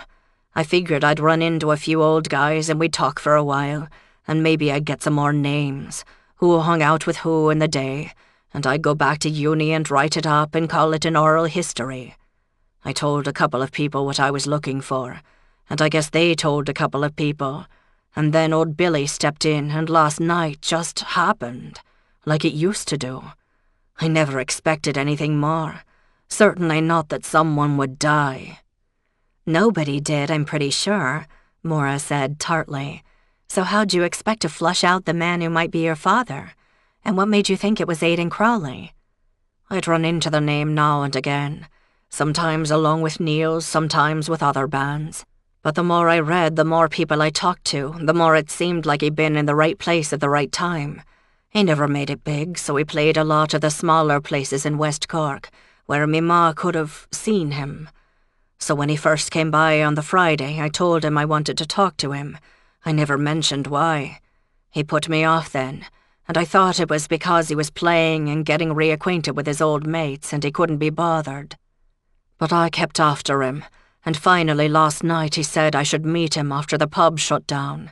So I did, outside partway up the hill overlooking the stream. He was alive when I left him there, I swear. And outside, not inside, if Tim was telling the truth. At least that explained why she and Mick hadn't seen anyone in the pub when they had closed. Tim and Aidan would have been outside then. Except Aidan had used the key to come back in later. With someone else? What time was this? 1:30 maybe, Tim said. You never came back into the building? Maura asked, just to be sure. No, it was locked up, wasn't it? So we sat up there and talked, and I worked my way around to who he might have been with at the right time, and he laughed and said he couldn't remember much of anything from those days. I showed him a picture of my mother, and he said he didn't know her. It's not that I wanted anything from him, like money, or a big welcome to the family, my boy. I just wanted to know. Was that enough motive for throttling Aidan? And he blew you off. Did you get mad at him? No, I mean I realized how daft I must look, cornering strangers and asking, "Are you me da?" And I didn't think he was lying. I think he really didn't remember. So I just said thank you and went back to the Keohan's place. And that's the whole of it. So why were you so hungover all day? I had a bottle back in me room, didn't I? After talking with Aidan, I finished it, which is not something I do much. I really don't have any other ideas for looking for my father. And maybe it's time I give it up and move on. I was feeling pretty sorry for myself, if you want to know the truth. Then Rose dragged me out of bed today. I didn't want to come over, but I figured I'd better. It might get me out of my funk. Then you tell me Aidan's dead. Is it any wonder I've been drinking? No, thought Maura, it isn't. But she wasn't about to tell him that. Look, Tim, you've got to tell all this to the Gardaí. Don't just cut and run, because Sean Murphy already wants to talk to you. If nothing else, it sounds like you were probably the last person to see Aidan alive. Not counting whoever might have assaulted him. Maura kept that thought silent. Tim hung his head. I know, I will in the morning. Will that do? That's fair enough. You're in no shape to go anywhere right now. You can talk to Sean Murphy tomorrow early. Deal? Yeah, thanks, Maura. She escorted Tim to the door and watched him cross the street. Then she locked the door behind her and headed home. Chapter 17. A man died at Sullivan's. That thought slammed into Maura's head when she woke up Monday morning after a short rest and restless night. She lay in bed worrying while the sun came up. Why had Aidan Crowley died at Sullivan's? Was it going to affect her business? It seemed kind of heartless to worry about that, but she couldn't help it. It would help if the Gardaí could settle the question of Aidan's death. The one thing they knew for sure was that Aidan's heart had given out. But had someone frightened him to death? The bruises on his neck hinted at that, but who could say that had made the difference? Maybe it was just Aidan's time. She made a mental note to call Sean and have him talk with Tim ASAP. Assuming Tim hadn't run for Dublin already or disappeared entirely. Did she believe Tim's story? Maybe. Maura could understand from her own life wanting to know who your parents were and where you came from. Of course, there was a slim possibility that Tim was obsessed with the man who had knocked up his mother and had come seeking revenge. But that didn't match what she'd seen of Tim, who seemed anything but aggressive. He was sweet, kind of innocent. Even Rose seemed more mature. Maura had to keep reminding herself that Tim was only a few years younger than she was, closer still in age to Sean. Of course, it wasn't exactly comparing apples to apples. Tim was a student while Sean was a Garda, trained to solve or even stop crimes and keep the peace. Not that it was a difficult job around here. Not like in Boston. Anyway, Sean had a very different set of responsibilities. Maura wondered just how the Skibbereen Gardaí were going to handle this case. Sean had told her once that most crimes in this part of Cork were committed by people already known to the Gardaí and were solved quickly. But Aidan Crowley wasn't a local, so if there was a crime here, nobody even knew who the likely suspects would be or where to find them. Maura had to admit that the simplest course for everybody, Gardaí, Aidan's friends, Maura and her staff, would be to call it a heart attack and be done, not a crime. What a mess. Maybe she should go talk to Bridget.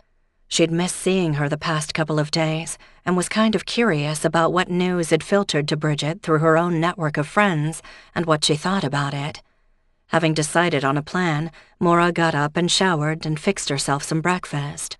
She was glad that Mick would be opening the pub this morning. Not that she expected any more unpleasant surprises today, but she figured she really would need the help. Mick had kind of a reassuring presence. He didn't get rattled by problems, he just fixed them quietly. Jimmy, on the other hand, was a schmoozer. He'd talk with anybody, and while sometimes he lost sight of business, Maura had to admit she was beginning to realize how making the customers feel welcome played a part in keeping them coming back again and again. That was something she had to work on herself, because she wasn't usually a warm and chatty person. People in her past had told her she didn't smile enough. Maybe if she ever found the time, she should check out other local pubs and see who stood behind that bar and how they handled things. Breakfast eaten, she checked her watch. Still early. She decided that before visiting Bridget, she should try to call Sean, in case he got sucked into his morning meeting. She was relieved when he answered. "Good morning, Maura. Why so early? No new problems down the pub?" "None that I know of. I'm still at home. But I wanted to tell you that I talked with Tim Riley last night after closing, and I think you need to hear what he has to say." "Ah." Sean didn't ask dumb questions like what or why. He simply thought a moment. "We've a conference on at 10, but I could be over to Keohan's well before that. Will it be important to hear him before the meeting?" "I think so. For what it's worth, I don't think he had anything to do with Aidan Crowley's death, but you can decide for yourself." "Thanks, Maura. I'll see you after." There, that was her good deed for the day. She grabbed a raincoat to head down to Bridget's. After the early glimpse of sun, the clouds had started rolling in. As usual, Bridget was up, and 2 fresh loaves of brown bread were already cooling on her pine table when Maura walked in. "Oh, there you are, Maura," Bridget greeted her when she let herself in. "I wondered if you'd stop by today, what with all the fuss at the pub." "Is that what you're calling it, fuss?" It seemed a mild term for a dead body, but Maura realized she was glad that Bridget wasn't upset. "Sit, help yourself to the bread, and the tea's almost ready." Maura obediently sat and sliced herself a piece of the warm bread and began to butter it. Bridget set a mug of tea in front of her, then settled herself on the chair next to hers. "I don't mean to belittle the poor man's passing, but he wasn't one of ours, was he?" "From around here, you mean? Not that I've heard. Is it better if he's a stranger?" "Just different, I'd say. Poor soul. Is there any family to be found?" "Sean's looking into it. The only person who seems to have known him is Neil, and he says they lost touch years ago." "What's the man like?" "Who, Neil? Why? Were you a fan of his?" "Who wasn't 20 years ago? You couldn't turn on a radio without hearing his voice." Maura smiled to herself. It was hard to imagine the graying, middle-aged man she'd been talking to as a rock idol, but that was what people kept telling her. Maybe the standards in Ireland were different. Of course, U2 seemed to have hit it big on both sides of the Atlantic, and Bono had to be about the same age as Neil. Was Neil ever in their league? The only kind of music her grandmother had played on her old plastic radio in their kitchen in Boston had been what Maura now recognized as traditional Irish. Weren't there any women performers then, Bridget? Because all the guys who showed up on Saturday were, well, guys. And so were most of the people who came to hear them. I mean, I've heard of the Cranberries. They have a female singer, don't they? What about Sinead O'Connor? I'm not the one you should be asking, love, but I'm guessing performing was a hard life then, and still is. I mean, the men, they can bed down anywhere there's space, a bed, a chair, even the floor. But a woman couldn't do that, not the same way. I hadn't thought of that. And if you look in the stores, I'm told, you'll see that there are more women playing the traditional music, not the newer stuff, and singing it too. Huh, thanks, Bridget. That's interesting. This is still new to me. Was it a good crowd? I'd say so. We filled the place, and we were busy all night. What did Mick tell you? That it was like he remembered it, and it made him happy. Will you keep on with it? I don't know. I would have said yes, probably, until I found Aidan. Now I'm not sure how people would feel about it. I'll see how it goes today. Oh, sure, and his death is a sad thing, but it's the music that matters, and it's been missed around here. Let things settle a bit. You don't have to decide today. I'd like to find out more about how Aidan died before I decide anything. She debated about telling Bridget about the bruises on Aidan's neck and Tim's unexpected announcement, but decided that it would only upset her. And that's as it should be. Did you hear from Mick about the death? That I didn't. He knows I have trouble hearing the phone. But anyways, he's afraid of unsettling me, he is, so he might say nothing at all. It's kind of him, but I don't need to be cosseted. He's pretty closed-mouthed in general, isn't he? He's a good lad. Maura noted that Bridget hadn't answered her question exactly. Mick never talked about himself. Was there a reason? Some dark secret? Or maybe he simply had nothing to tell? But she'd seen his eyes light up when the bands came back, so she suspected there was something hiding behind his usually calm face. Was it worth digging for? Maura drained her mug. I better get going. Mick's opening today, but we may still be busy just answering everyone's questions. Although it felt like half of the county passed through Sullivan's yesterday, just to hear the news from us, and Sean may be coming by too. He's a steady boy, that one. Yeah, Maura agreed amiably. Thanks for the bread and tea. I'll see myself out. It was just past 10 when Maura arrived at Sullivan's. Everything looked peaceful. She walked in to find Mick talking with their distributor about swapping out kegs. It crossed her mind that as the owner, maybe she should step in and demand the distributor talk with her, but it seemed kind of dumb to upset what had been working fine until now. If she was going to start throwing her weight around, she could pick her times more carefully. Besides, she was glad she didn't have to wrestle the darn things. She could if she had to, but they were heavy and hard to handle, so it was nice to have someone else do it. When the man had left, Mick turned to her. That's one problem solved. How are you doing this morning? Okay. I stopped by for a cup of tea with Bridget. I think she's ticked off that you didn't give her all the juicy gossip about Aidan's death yourself. Mick's mouth twitched. Better than the telly, are we? Then his expression sobered. Did you hear anything useful out of Tim last night? I think he has some information that the Gardaí can use. She didn't think the details about Tim's parentage were hers to share. I called Sean earlier, and he said he'd talked to Tim this morning, and then he's got a meeting at the station, so we probably won't hear anything new for a while. You don't know anything else, do you? I've had no news at all since we left last night. You'll be here all day today? You don't have other plans? What does Mick do when he isn't working here? She'd never asked directly. I may go see Granny and fill her ears, and she wants to hear the news. Jimmy'll be in and Rose as well. We can send her home if we don't need the help." "It might be good if Rose is here, if Tim comes in after talking to the Gardaí." "Fair enough. Shall we open?" Mick asked. "I want to run to the bank first. I get nervous with a lot of money sitting around. You did bring Saturday's haul, right?" "Nah, I'm sitting on a beach in Ibiza right now," Mick answered. "Yes, of course I did." He handed her the bundle of bills held together with a rubber band. "That looks nice," Maura said. "Would you mind getting the rest out of the till and counting it while I count this?" She knew Sunday's take had been far less than Saturday's, but suspected it was still well above average. She started counting. When she was finished, she started counting again. Finally, she said, "Wow." "That would be good then?" Mick asked, his eyes on the bills he was counting. Maura was still trying to wrap her head around the total. "That would be great. This is more than we've made in months, maybe ever in one night or week. How much from yesterday?" Mick squared up the stack of bills and named a figure that was over half of Saturday's income. "Good enough for you?" "It's amazing." Maura felt a spurt of joy. The music had worked its magic. Then a stab of dismay. Could it ever be the same after Aiden? "I am going to take this straight to the bank right now. For all I know, the roof is about to fall on my head, and I want to know the money's safe. I'll try to be back before Sean gets here." "I'll take care of the place. See ya," Mick replied. Maura retrieved her car and drove carefully to Skibbereen. Maybe she was being superstitious, but she didn't want to have an accident and have the car burst into flames, destroying all that hard-earned money.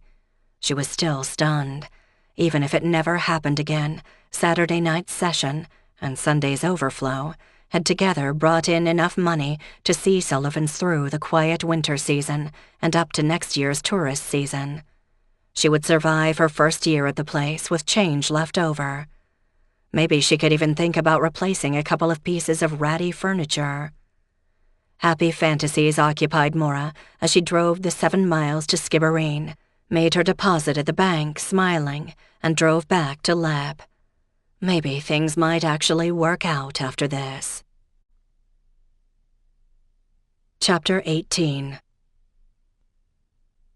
By the time Sean finally arrived, it was late in the afternoon, although Maura had been so rushed that she hadn't noticed the time.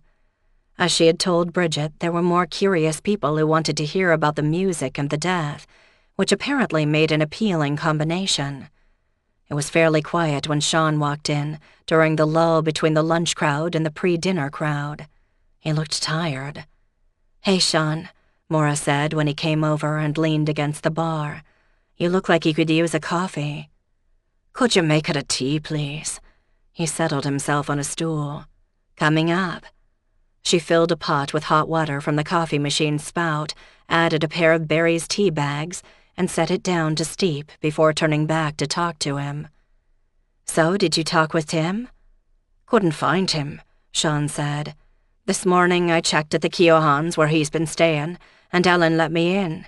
His things are there, but there's no sign of him. Hasn't come back either, or so she says. I was just over there again."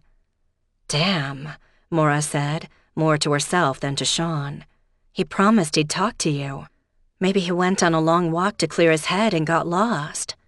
Not that city boy Tim had seemed like much of a hiker to her. "I hadn't the time to hunt for him earlier, what with the meeting at the station this morning. I thought I'd stop by and see if he's here." "I haven't seen him yet today. How'd the meeting go, if you can tell me?" Sean glanced around the room, assessing the crowd, which was made up of old Billy, chatting volubly to a stranger, and a small group of 30-ish guys near the front window talking about sports.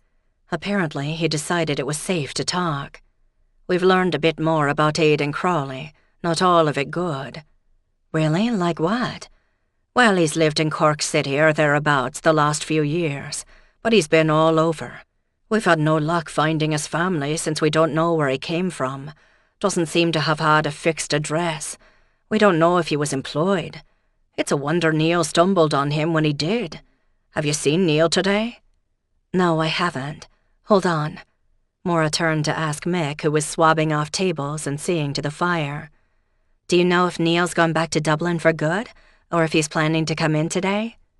He didn't tell me, no surprise, but the feeling I had was that he wanted to stay around to see how this thing with Aidan plays out. I think he feels guilty for drawing him in. Do you know where he's staying? Maura asked. No, maybe in Glandor. I didn't ask, and he didn't share it with me. Maura turned back to Sean. Sorry, we don't know, but I'd agree with Mick. He didn't seem to be in any hurry to move on or to get back home. Do you need to talk to him again? We've had his information, and there's no cause to look for him. But if he should come back, I'd like a word. Sure.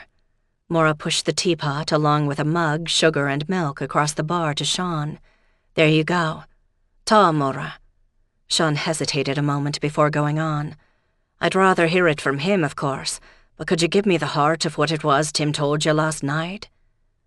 Maura wondered if Tim would be offended or angry if she shared his secret. But then she owed no loyalty to Tim, and she trusted Sean's discretion.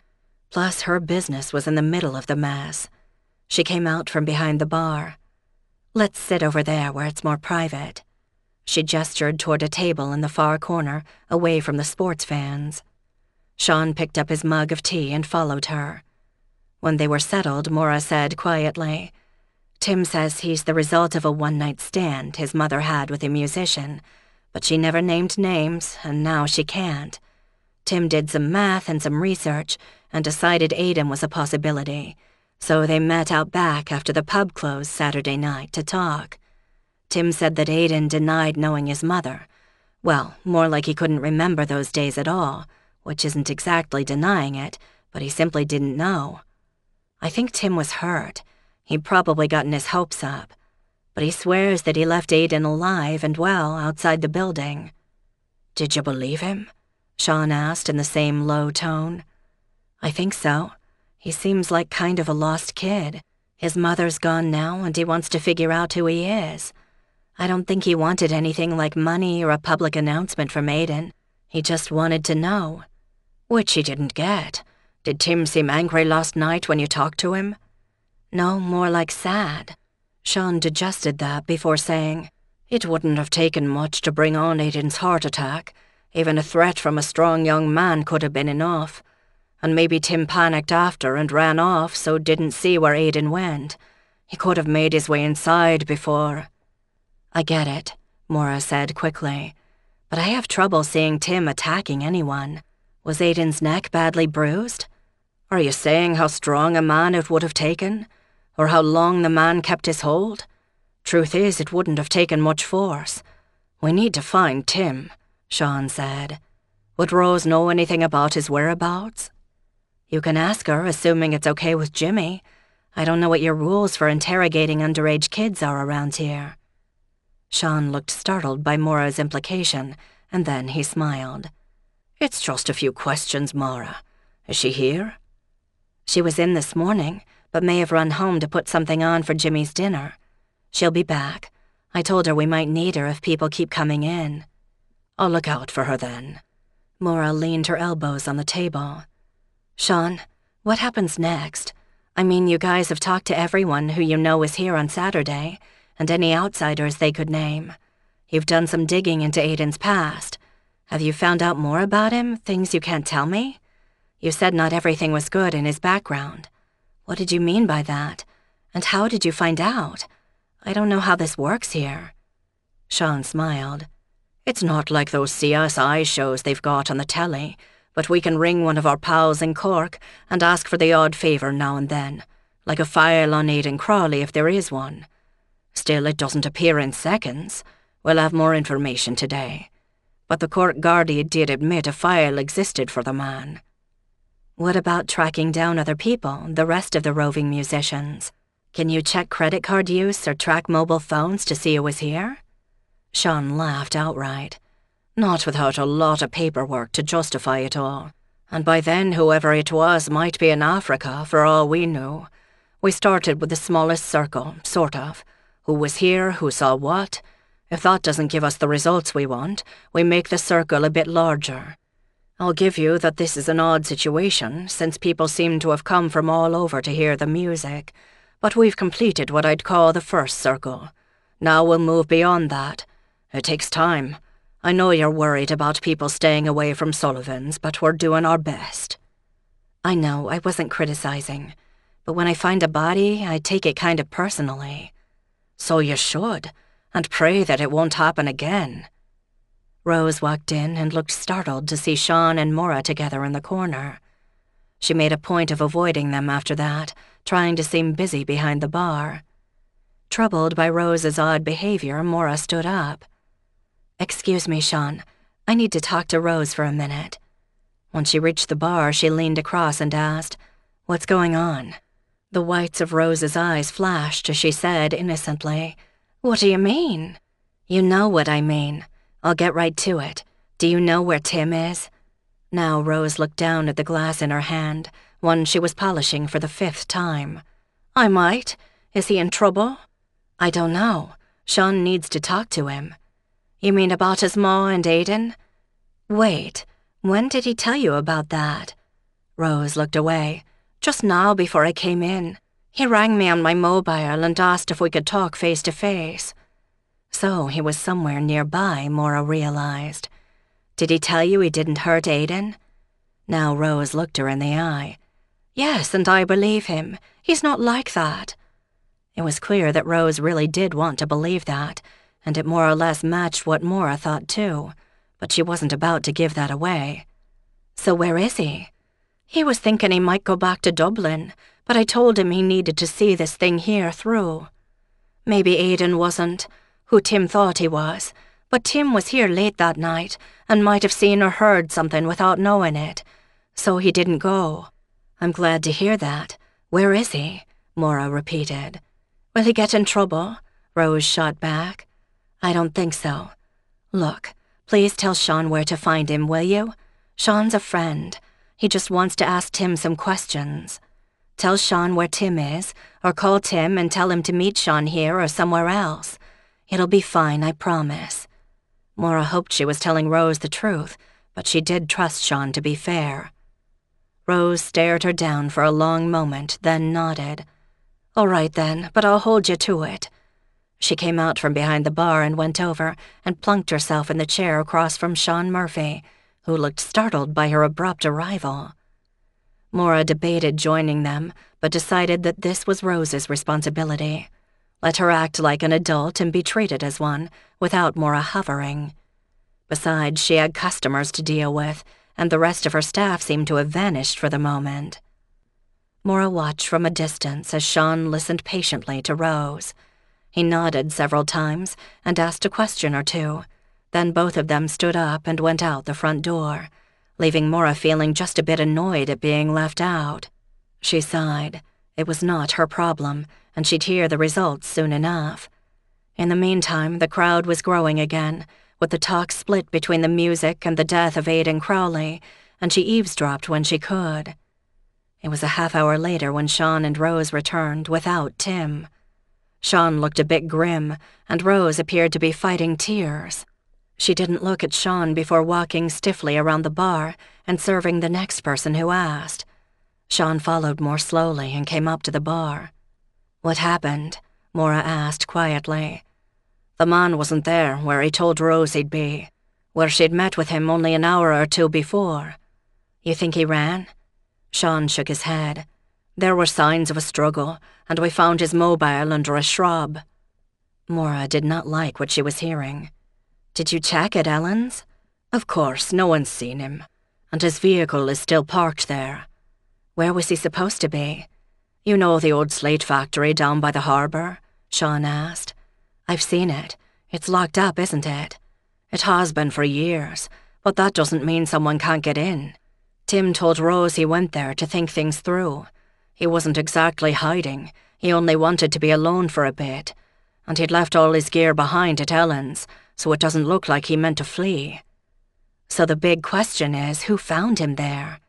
Sean nodded. "Someone who didn't exactly wish him well."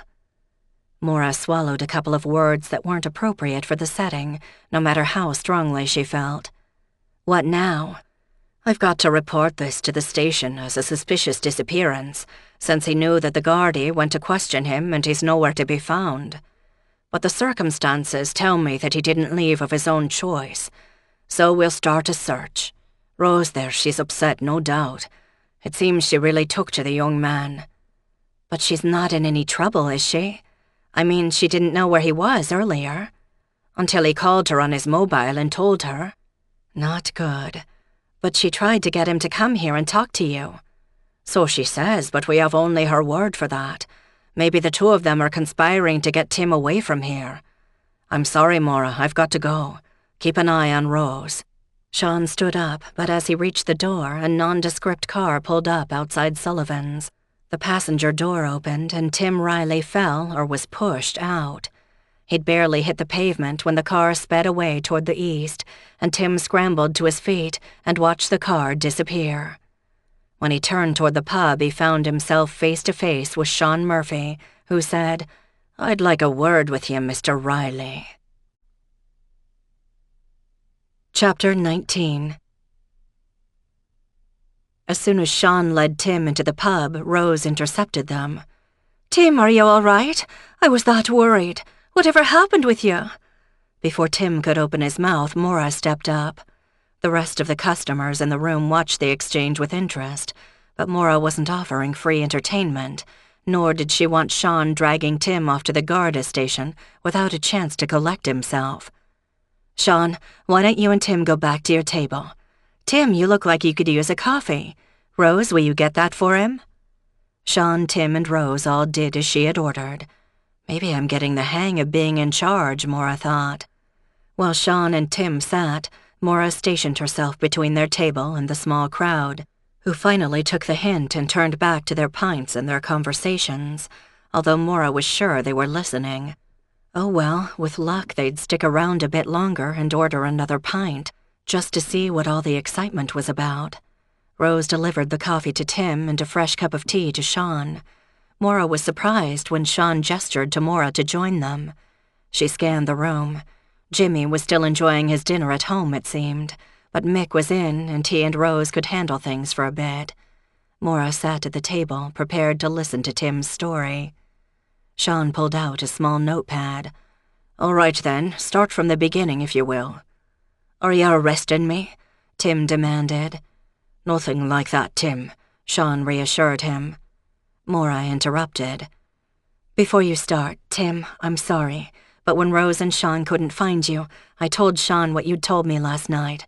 I thought it might help, so Sean knows the basic details." Tim looked relieved. "No worries, I'm not the only boy who grew up without a father where I come from." He turned to Sean.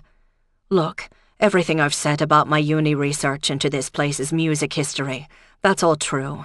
But I guess I also thought my nosing around it might flush a few of the old players out of the woods, so to speak. And it did." "And I thank you for that, Tim. It was a great turnout," Maura said. Sean glared at her for interrupting again. Tim didn't seem to notice and went on. "Like I told Maura, Ma said me father was a musician, and Aidan was on me short list. But it was so much more crowded than I'd expected. There was no way to have a proper conversation with anyone. That's why I asked Aidan to meet me after the pub closed, and he told me to meet him out back." Aidan knew the place that well, Maura wondered. Well, he had a key to the place on him, so it seemed likely. But she didn't interrupt. "And what time was that?" Sean asked in his professional voice. Tim's eyes darted at Maura. "Just past closing, which was pretty far after hours. Maybe 1 o'clock or later. I wasn't looking at the time. I just went out and waited for him. Anyways, we sat outside and I told Aidan me story, and he said that there were a lot of girls back in the day and he couldn't remember the half of them. I was disappointed, sure, but I guess I wasn't really surprised. Then he said he was shattered, so that was the end of it. I went back to me room and I guess he came in here." "Did you see anyone else about?" Sean asked. Tim gave a short laugh. "Have you not seen this place in the middle of the night? I might have seen a dog up toward the church. The rest of the village was locked up tight." "I didn't see anyone either when I left after closing," Maura added. "Go on then," Sean said to Tim. "So, like I said, I went to me room and was feeling a bit low and sorry for myself, so I drank myself to sleep. Yesterday I was still hanging, as you saw me here. This morning I woke up with the sun and felt like the walls were closing in on me and I didn't want to have to talk to anyone, so I started walking down along the shore. That would have been when I first went looking for you, Sean said. Could be. Anyways, out by the water it was quiet, except for a lot of birds. I found this old building where I'd be out of sight and settled myself inside. The old slate factory, Maura thought. Tim went on. I sat there for a while trying to sort things out, I guess. Maybe I'd pinned all me hopes on Aidan, or maybe seeing him and the others had showed me how hopeless it was. I had nothing to go on, and I can't spend all my time running around the country looking for middle-aged musicians and saying, "Are you me da?" like an idiot. Maybe if Ma didn't want me to know, she had her reasons. Maybe it wasn't a musician at all, or she'd been attacked, or it was a boy from her village and she wanted to build the story up. Or maybe she was drunk or high and really didn't know. Too late to tell now. Then you called Rose, Maura said bluntly, earning another glare from Sean. Why? I was thinking that if I was going back to Dublin, I'd want to say goodbye to her. After Rose left, I was sitting there looking at the water and thinking it was time I just gave this up and go on with me life back in Dublin. And then this fella shows up. Maura knew the place he was talking about. While there was a path of sorts, no one would just happen to be strolling along it since it didn't lead anywhere. It was also not visible from much of anywhere other than the water. So, whoever the man was, he had to have followed Tim there, because he couldn't have found it on his own. "Did you recognize this man?" Sean asked. Tim shook his head. "I don't think so, but you saw how packed the place was on Saturday night and how dark. He could have been there, but I might never have seen his face, and I wasn't in any shape to notice faces on Sunday." "And you didn't see him hanging around after you met with Aidan?" "No, like I said, I didn't see a soul then." Sean made another note. "All right then, what did the man look like?" Tim squinted, trying to picture him. "Maybe late 30s, short hair, hard to tell the colour. Heavier than me, but not too tall. Kind of weaselly, if you know what I mean. Ordinary clothes." "What happened when he came upon you?" "That's when things got strange. I didn't like his looks, so I stood up. Then he says, 'Where is it?' And I go, 'Where is what?' And he says, 'Crawley's stuff.' And I say, 'I don't know what you're talking about.' Except he didn't believe me, I guess. He says, 'Word's out that Crawley's dead and it's not at his place, so it's got to be somewhere here. How'd he get here?' I told him, 'The bus, maybe.' The big guy says, 'No car?' And I say, 'How would I know?' And then he gets angry and grabs me by the front of me jacket. I tried to fight him off. I mean, it was broad daylight and we were standing on the shore where anybody could see. And he wants to get into it right there. But he was stronger than me, and he kind of dragged me back to where he'd parked his car. And I'm yelling at him, 'What do you want? I don't know anything.' I don't think he believed me." "Did he physically assault you?" Sean said formally. "He hit me a time or two, mostly to scare me, I think. But then he kind of gave up. Most likely he figured it out that I really didn't know anything, and it wasn't worth beating me to a bloody pulp, as I still wouldn't know anymore. So he shoved me in his car and drove me back here and dumped me out like you saw." Maura felt chilled. The stranger sounded like a thug, and she hadn't seen many of those around Lepp or in Skibbereen. Was he local? Had he been at Sullivan's? Tim didn't look like he'd been hurt by his attacker, but things could have been much worse. Why had the man let him go? "Why didn't he just leave you where you were?" Maura jumped in. "I mean, then he could have gotten away without anybody even noticing." "Maura," Sean cautioned her. Then he turned to Tim. "What she said. Why'd he bring you back here?" "Bugger if I know," Tim admitted. "Maybe he felt sorry for me. I mean, whoever he was, he didn't stand to gain anything by roughing up an idiot like me. And he didn't really hurt me. More like put the fear in me. But I really had no clue what he was talking about, and I still don't." "He never said what he was looking for?" Sean asked. Tim shook his head vigorously. "Believe me, if I'd known anything, I would have told him."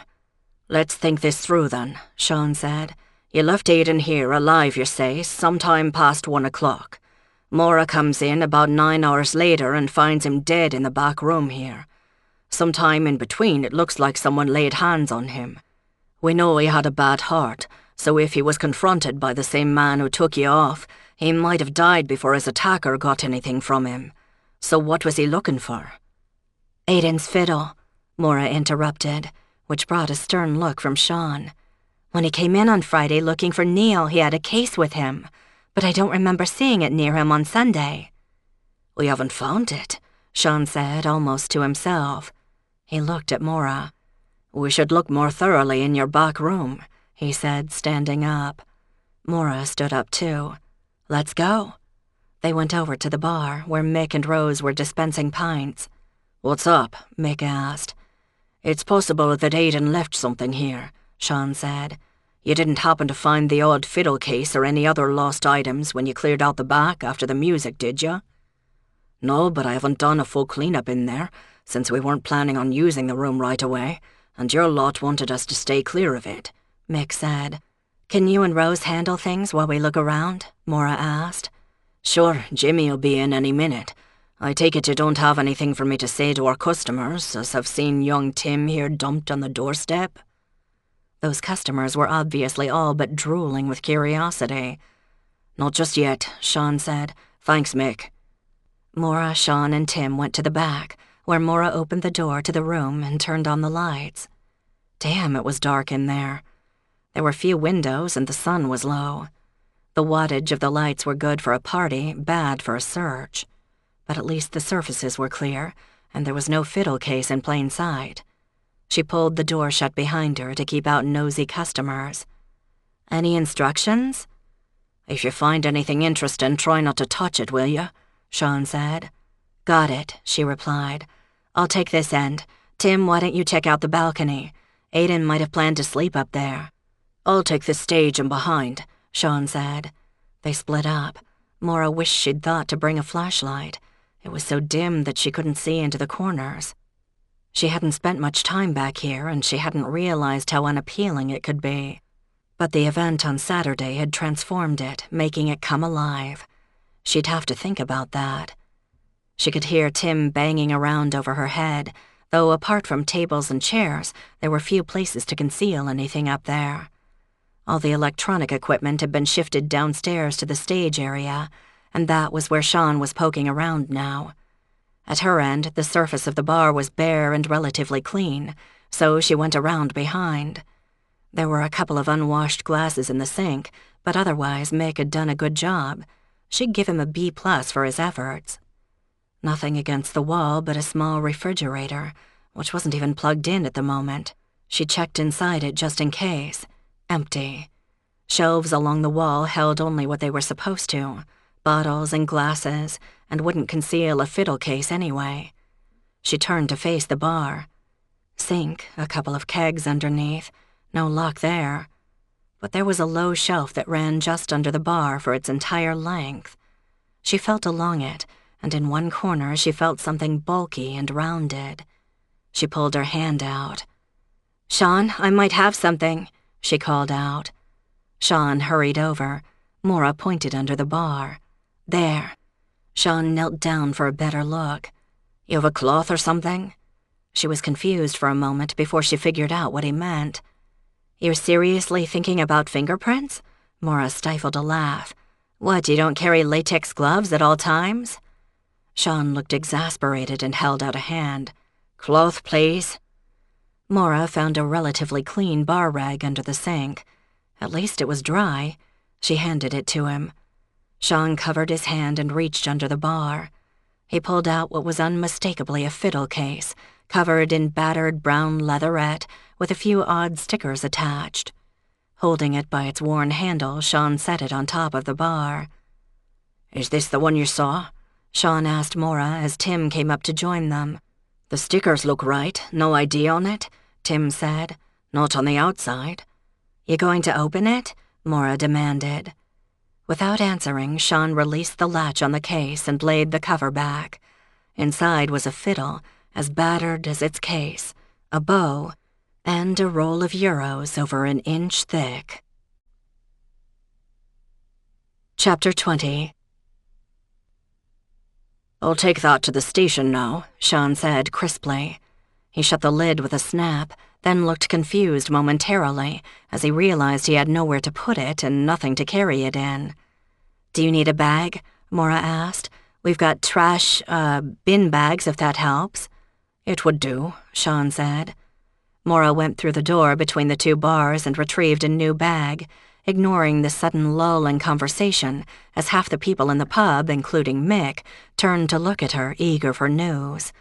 She avoided their looks and returned to the back room, handing the bag to Sean, who slipped the fiddle case gingerly into it, then tied it off. "So you think that guy was looking for Aiden's dosh, but he couldn't find the fiddle case?" Tim asked. When Maura looked blank, Tim explained. "Got money in there?" "That'd be my guess," Sean said. "I'm surprised the guy didn't find it before if he was in here with Aiden," Maura said. "But maybe he wasn't looking for an old fiddle. And that shelf isn't easy to see unless you know it's there. How much cash do you think there is?" "I'm not about to count it now," Sean said firmly. "I'm going to take this back to the station and let our boys there examine it officially. But I'd agree it must have been what the man was looking for. Question is, how did he know Aiden had it?" "Aiden withdrew his life savings and this guy saw him pocket the cash?" Maura suggested. "He stole it from the guy? Or he was planning to settle a debt but changed his mind? Who knows? Maybe he just hated banks and liked to carry it with him. Or maybe it's all fivers and really isn't as much as it looks." "We'll see," Sean said. "Thanks, Maura. Tim, stay around Lep, will you, just till we sort this out?" Tim nodded. "I will. Maura, you won't mind if I hang around here for a bit, will you? It's been a hard day, and I'd feel better being around a lot of people after this morning." No doubt Rose's sympathetic attentions would also help, at least in part. "Sure," said Maura. Sean added, "I guess you can talk about getting dragged off by that fella. Anyways, everyone in the pub saw you get dumped outside, didn't they? Maybe someone will have recognized the car or the man, but keep quiet about the money in the case." "Right so," Tim agreed readily. Sean turned and marched out of the room and then out the front door of the building, carefully carrying the fiddle case wrapped in plastic. Maura and Tim went back to the front room. "What was that about?" Mick asked. "Hang on, Mick, I'll explain in a minute," Maura told him in a low voice. All eyes in the front room had looked up eagerly, hungry for information. Maura sighed again. It was beginning to be a habit. No way were they going to be able to ignore what had just happened when they had disappeared behind closed doors with a Garda who had emerged carrying an unidentified plastic-wrapped bundle. Besides, maybe somebody had seen or heard something that could be useful. She slid behind the bar, then she turned to the waiting patrons. "All right, if you guys will buy a pint, we'll tell you the story." Rose had sidled as far as she could toward the end of the bar to be closer to Tim, who looked both scared and excited to be the center of attention. If he wanted to talk about looking for his lost father, that was up to him. He could just say he had been interviewing Aiden, for example. Which was true, although Maura wasn't sure how much information he'd managed to gather, or even how hard he'd tried. In fact, she wasn't sure how much he really cared about that project he claimed he was working on. Was finding his father the main reason he'd come here and started the ball rolling? No, she decided. Maybe that had been part of it, Maura thought, but somehow Tim had tapped into something bigger. She'd seen it. Tim had planted the seed, but old Billy had somehow sent the word out through his non-electronic low-tech network, and the results had been amazing. Look at the people who had shown up. They'd included an old rocker who people kept telling Maura had been big news in his heyday. Maybe he was a bit past his prime, but he was still plugged in enough that he'd heard the news and cared enough to show up at the door. And that had drawn Aiden in. And Aiden had brought something with him that wasn't part of the music, and he'd died for it. Jimmy Sweeney came in about 6 and sent Rose home. She was reluctant to go, but Tim was telling his story for the 5th or 10th time to a group of men in one corner of the room, and while he raised a hand to wave goodbye to Rose, he made no move to join her. Maybe it was for the best, Maura thought. Better Rose shouldn't pin her hopes on a student from Dublin, which was kind of a long way away, practically speaking. Jimmy, his attention focused on the row of pints in progress lined up in front of him on the bar, spoke out of the side of his mouth to Maura. "You've stirred the pot right enough." "Things kind of took off. Think it's a good thing?" "The music, you mean, maybe. Or it may all blow away again." Jimmy was a pessimist, Maura reflected. Of course, he'd seen a lot of people come and go in his time at Sullivan's, so he might know better than she would. "Is there any place in Skibbereen that has this kind of thing?" Jimmy leaned against the bar to look at her. "No, although there's a couple of clubs now opened in the past year or two, but a different crowd there, younger, not likely to stop in here. The hotel in Rosscarbery books some events, but not in the off-season, and things are a bit more posh there. Bandon, maybe, Cork City, though I don't get up that way much, so I wouldn't know what's on." Maura checked out the room. Mick and Jimmy had things under control at the bar, so maybe she should go mingle, find out what people were actually talking about.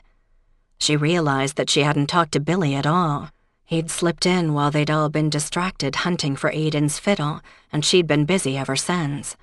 He'd probably take himself home before too long, so she should talk to him first, if she could pry him away from his circle of admirers, who seemed to be hanging on every word. She didn't recognize the group, so they weren't from Lep, but they didn't look like tourists either. From Skibbereen, maybe. "You guys all set?" she asked, approaching the group. "Oh, Maura, have you met these fine lads from the town?" Billy asked, beaming. When Maura shook her head, he proceeded to introduce the circle to Maura, who smiled and nodded and wondered if she'd ever remember even their first names. "Maura's the new owner here at Sullivan's, and a fine job she's making of it. Not that she's any Mick Sullivan, she's a lot prettier." Billy's joke brought a laugh from the group. Maura smiled back and hoped she wasn't blushing. Billy seemed to pick up on her reason for coming over, for he said, "Can I have a word with this lovely lady without you oafs butting in? Go get yourselves another pint." To Maura's surprise, the men complied, and they even went to the bar for the suggested pint. Maura dropped into a chair next to Billy's. "How's it going?" she asked. "They're after telling me that this is better than the telly. A mysterious death, a nice young boy roughed up, the Gardaí on hand, big-name bands thrown into the mix. What more could they want?"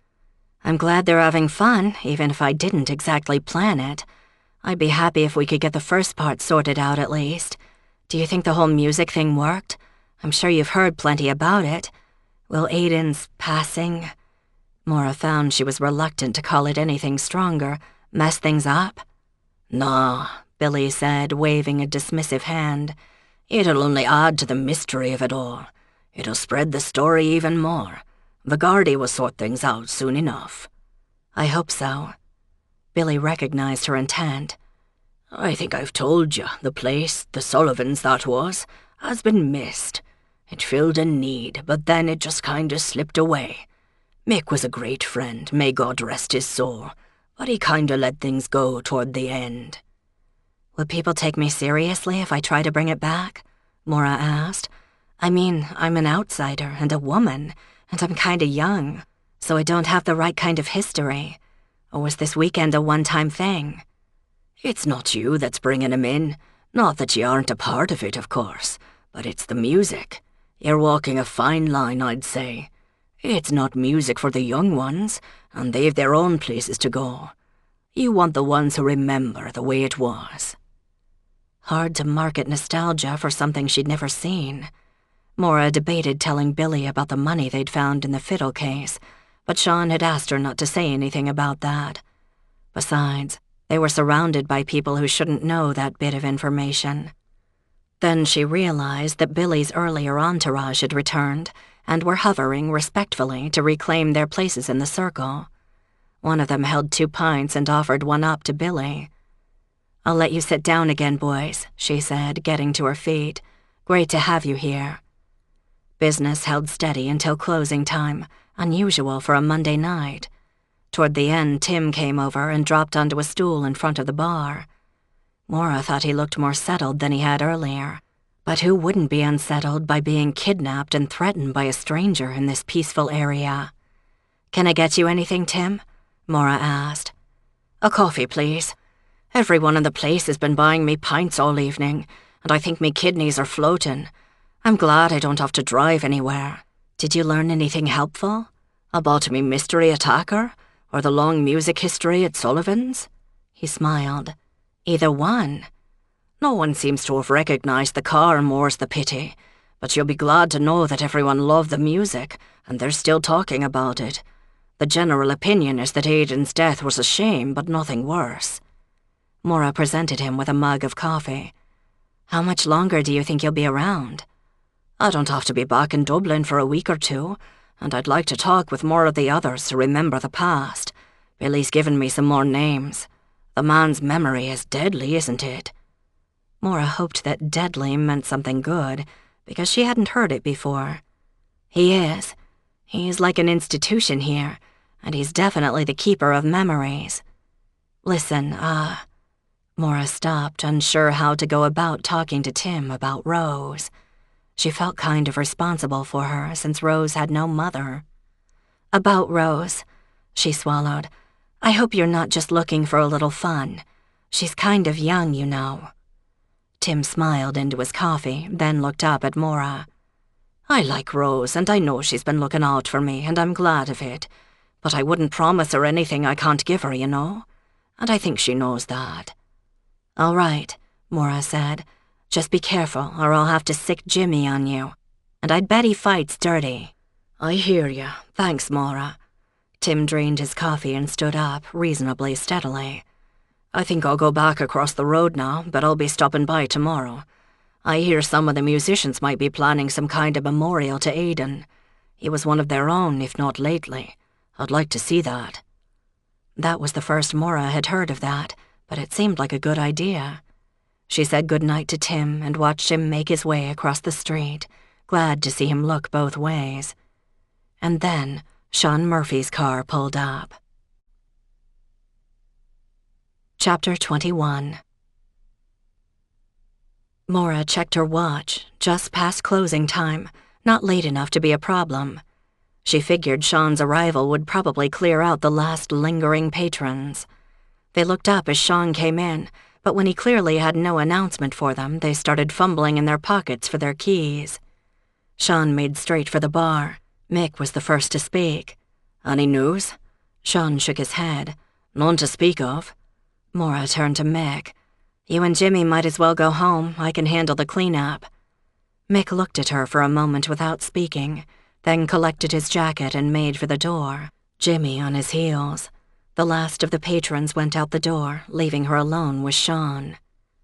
"You really haven't learned anything?" Maura asked as she mopped off the top of the bar. "A bit. The Cork file arrived. The money came to a couple of €1,000. A lot for a man like Aidan Crawley to be carrying around with him, but hardly a fortune." "Still no relatives for him?" "Not a one. Crawley lived at 3 different addresses in the past 10 years, and not a soul at any of them remembers the man. He'd been on the dole a time or two, but not currently." "Nothing more useful in that file?" Maura asked. "There were suggestions that Crawley had been involved on the fringes of the drug trade in the city. He had to have had some income, but no arrests, just suspicions." "Have you talked to Neil about him?" "I did the other day, but I haven't followed up with the man yet. I've been phoning Cork half the afternoon. I'd run over there myself, but I don't know the neighbourhoods, and I wouldn't be welcome there. The Cork Gardaí don't want to trouble themselves. Seems Aidan Crawley doesn't make the cut for them, and I can't say I'm surprised. We don't know if he'd seen a doctor about his heart any time recently, but it seems like it was a condition he'd had since he was a child. The coroner said she was surprised he'd lasted this long. They're content to call it a natural death." "I'm sorry. It must be frustrating for you." "Have you learned anything new here?" "I don't think so. After you left, Tim was a really popular guy, so maybe he picked up something from someone here." "I'll talk to him again. Putting this investigation aside, it may be that Tim is better off, knowing that Crawley's not his da. Lets him hang on to a few dreams about who it might be, I guess. You told me you never knew your own father?" Maura was surprised by the personal question, although they'd talked about it on their one interrupted dinner date. "Yeah, He died when I was too young to know him, and I was raised by my gran. And your mother? Took off. Not the maternal type, I guess. Never heard from her again. If Gran did, she didn't tell me. So I guess I can understand Tim wanting to find someone to claim as his own. Although, like you said, maybe he'd rather hold on to a nice fantasy than be stuck with a down-and-out loser for a father. At least her father, who died in a construction site accident, had been a decent and hard-working man. What about you? You don't talk about your family much. You come from around here? I do, both parents alive and well. 5 brothers and sisters scattered all over. The youngest sister's at uni in Cork. My dad's still running dry stock in his pastures, and me ma worked in a real estate office before that business went bust. Dry stock, what's that? Maura asked. Cattle, steers, not milk cows. At least people are still looking for good Irish beef. There are cows down the lane past my house, but I don't know whose they are or even what kind. They're probably milk cows since they have udders.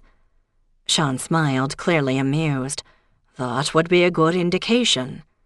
So what happens next, about Aidan, I mean? Maura asked. Sean rubbed his hands over his face. Wait for the rest of the reports from Cork. Keep talking to anyone else who comes forward. Truth be told, there's not that much more to be done, and not much interest in doing it. Have you been looking for the guy who grabbed Tim? Maura pressed, although she wasn't even sure why it mattered to her. Sean shook his head. Not much to work with there. 20 people, including yourself, saw Tim get pushed out of a car. He was a bit distracted, so he couldn't tell us much about it. What description the others gave of the car comes down to a 2-door or 4-door sedan that was golden brownish red, unless it was grey. Not new, not old. Do you have anything to add? Maura shook her head. No, I only saw it through the window, and I didn't even notice it until Tim fell out onto the street. No surprises there, then. There was a man driving it clearly enough, but no one seems to recall if he had hair or glasses or even a nose. We've Tim's description of him, of course, but no one's added to it. Think he'll be back? Sean shrugged. Hard to say. If it's the money he's after, he doesn't know we have it, unless you... Allow the music to steady your thoughts and soften your emotions as we prepare to return to the narrative.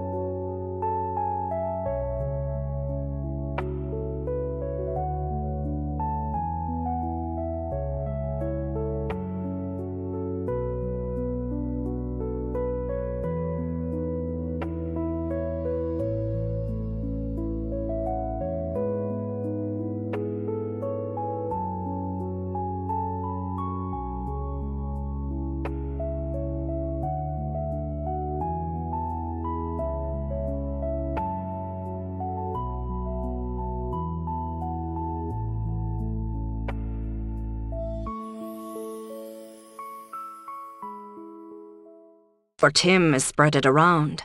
If it's drug money, he may decide to cut his losses. He's been drawing too much attention to himself, so that's where it rests then, Sean said. He stood up. I should let you get home. You've had a long day. He hesitated, looking suddenly nervous, and looked around the empty pub. Oh, there's a show on at the hotel in Roscarbery week after next, a comic who's been on the telly. I was wondering if you'd like to go. I'd need to see to tickets. Ah. Maura had been wondering if he'd get around to asking her out again. Their first date had been nice enough, but it had been cut short by a police call, and he hadn't tried again until now. Sure, she was a modern woman and could have asked him, but she'd been on the fence about that. No doubt Sean had a number of local lovelies pursuing him. Employed, healthy young men were scarce in Ireland, especially rural Ireland. Now here he was in front of her, asking her out again. She liked Sean. He was a decent guy. She certainly trusted him. But did she want to go out with him? Maura felt like she was standing on a tightrope. If she said no now, that might end it for good. If she said yes... "Sure, I'd love to go. Sounds like fun," Maura said. "Tell me which day and I'll make sure somebody can cover here." "Brilliant," Sean said, looking relieved. Maura quickly changed the subject. "Oh, by the way, somebody said that Neil and his crowd might be planning some kind of a memorial thing for Aiden, since a lot of them knew him. Have you heard about that? Nothing's been set up yet, but it might be like Saturday's thing. Only sadder. Or maybe not. She'd seen wakes in Boston that were anything but sad. When I know when it's going to be, let me know if I need to ask you guys to keep an eye on things. I have no idea how big this thing might be. Or you might want to come yourself and see who else shows up, maybe out of uniform." Oops, that almost sounded like she was inviting him to come, as a guest rather than a Garda. Well, why not? "I hear what you're saying," Sean said. "I've always fancied going undercover. I'll see you tomorrow then. Safe home." "You too." She watched as he left. Then she came out from behind the bar to take one last pass through the back room. Nothing seemed out of place, but this time she walked up the stairs to the balcony and checked the back and side doors to make sure they were locked. She hadn't had the time to ask about getting the locks replaced, but it was probably pointless. A strong man leaning against either door would open it. She went back down the stairs, turned off the lights, and shut the door to the back room firmly behind her. In the front room, she collected the last few glasses and set them behind the bar. She gathered up the last euros from the top of the bar and put them in the cash drawer. A respectable take, although nothing like the past weekend. But if the pub's income held at anything like this level, she wouldn't complain. And then she took the money out again. The way things were going at the moment, she figured it would be safer with her than in the pub. She closed and locked the drawer, turned off the lights, and went home. In the morning, Maura counted the cash she'd brought home and filled out a deposit slip, then sat at her kitchen table eating breakfast and dreaming, something she rarely did. When she'd arrived, she'd done all the necessary things to set up a bank account for the business in her own name, but she admitted to herself that she was kind of sloppy about balancing the checkbook regularly. And she hadn't even thought about working out the overall income and expenses for the pub until recently, once the first 6 months had passed. She wondered yet again whether there were any business taxes in Ireland, and told herself to find out before she faced a nasty surprise. Soon. Once the tourist season was over for the year. Mostly, she'd been operating month to month, giving Mick and Jimmy and Rose their hourly wages in cash, and paying the distributors and the power bill. But she really had no idea what kind of a profit they were making, and she had been kind of afraid to find out. At least there had always been some money in the bank. She hadn't scraped bottom or bounced any checks, but that was as much as she could say. But now? Saturday's music had brought in an amazing crowd, and the income had given her enough to tide the business over for months, more than she'd ever expected or hoped for. Even the past few days had added to the total. When all the dust settled, she'd think hard about trying to keep it going, with the help of some people who knew something about who was who in music these days, because she certainly didn't. Would Mick know? He'd recognized most of the older guys who had showed up, but would he know the new crop? Who else could she ask? Maybe in the dead of winter things would be slow, and she could do some basic research, see if she could get Sullivan's listed in tourist brochures, stuff like that. Maura had never planned to run her own business and hadn't exactly prepared for it. Yet maybe it didn't matter. So far, the best promotional route she'd seen here was word of mouth, and that she couldn't control anyway, beyond doing what everyone said old Mick had done, offer music and drink, and the people would come. Now she'd seen it herself. She decided to make another quick trip to the bank in Skibbereen and deposit the previous day's take, which was still larger than average. She didn't like having that much money just sitting around. But that would mean no time to stop by and talk with Bridget this morning, not if she had to make a trip into Skibbereen before she opened the pub. Not that it was any great hardship to go there. She really liked the town, and from what she'd seen it was a busy place, with lots of people on the streets at any time of day. Women shopping, school kids coming and going, trucks delivering stuff. At least she finally felt comfortable navigating her car through the one-way streets, and she knew where to park.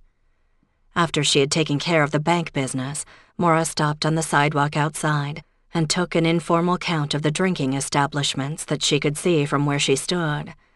There was the big hotel down at the end, of course, which had a bar and a nice restaurant. The Eldon Hotel was smaller and closer to the center.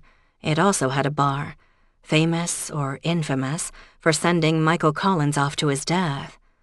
A few more places also served food, still a back-burner idea for Sullivan's, but she couldn't reject it completely yet.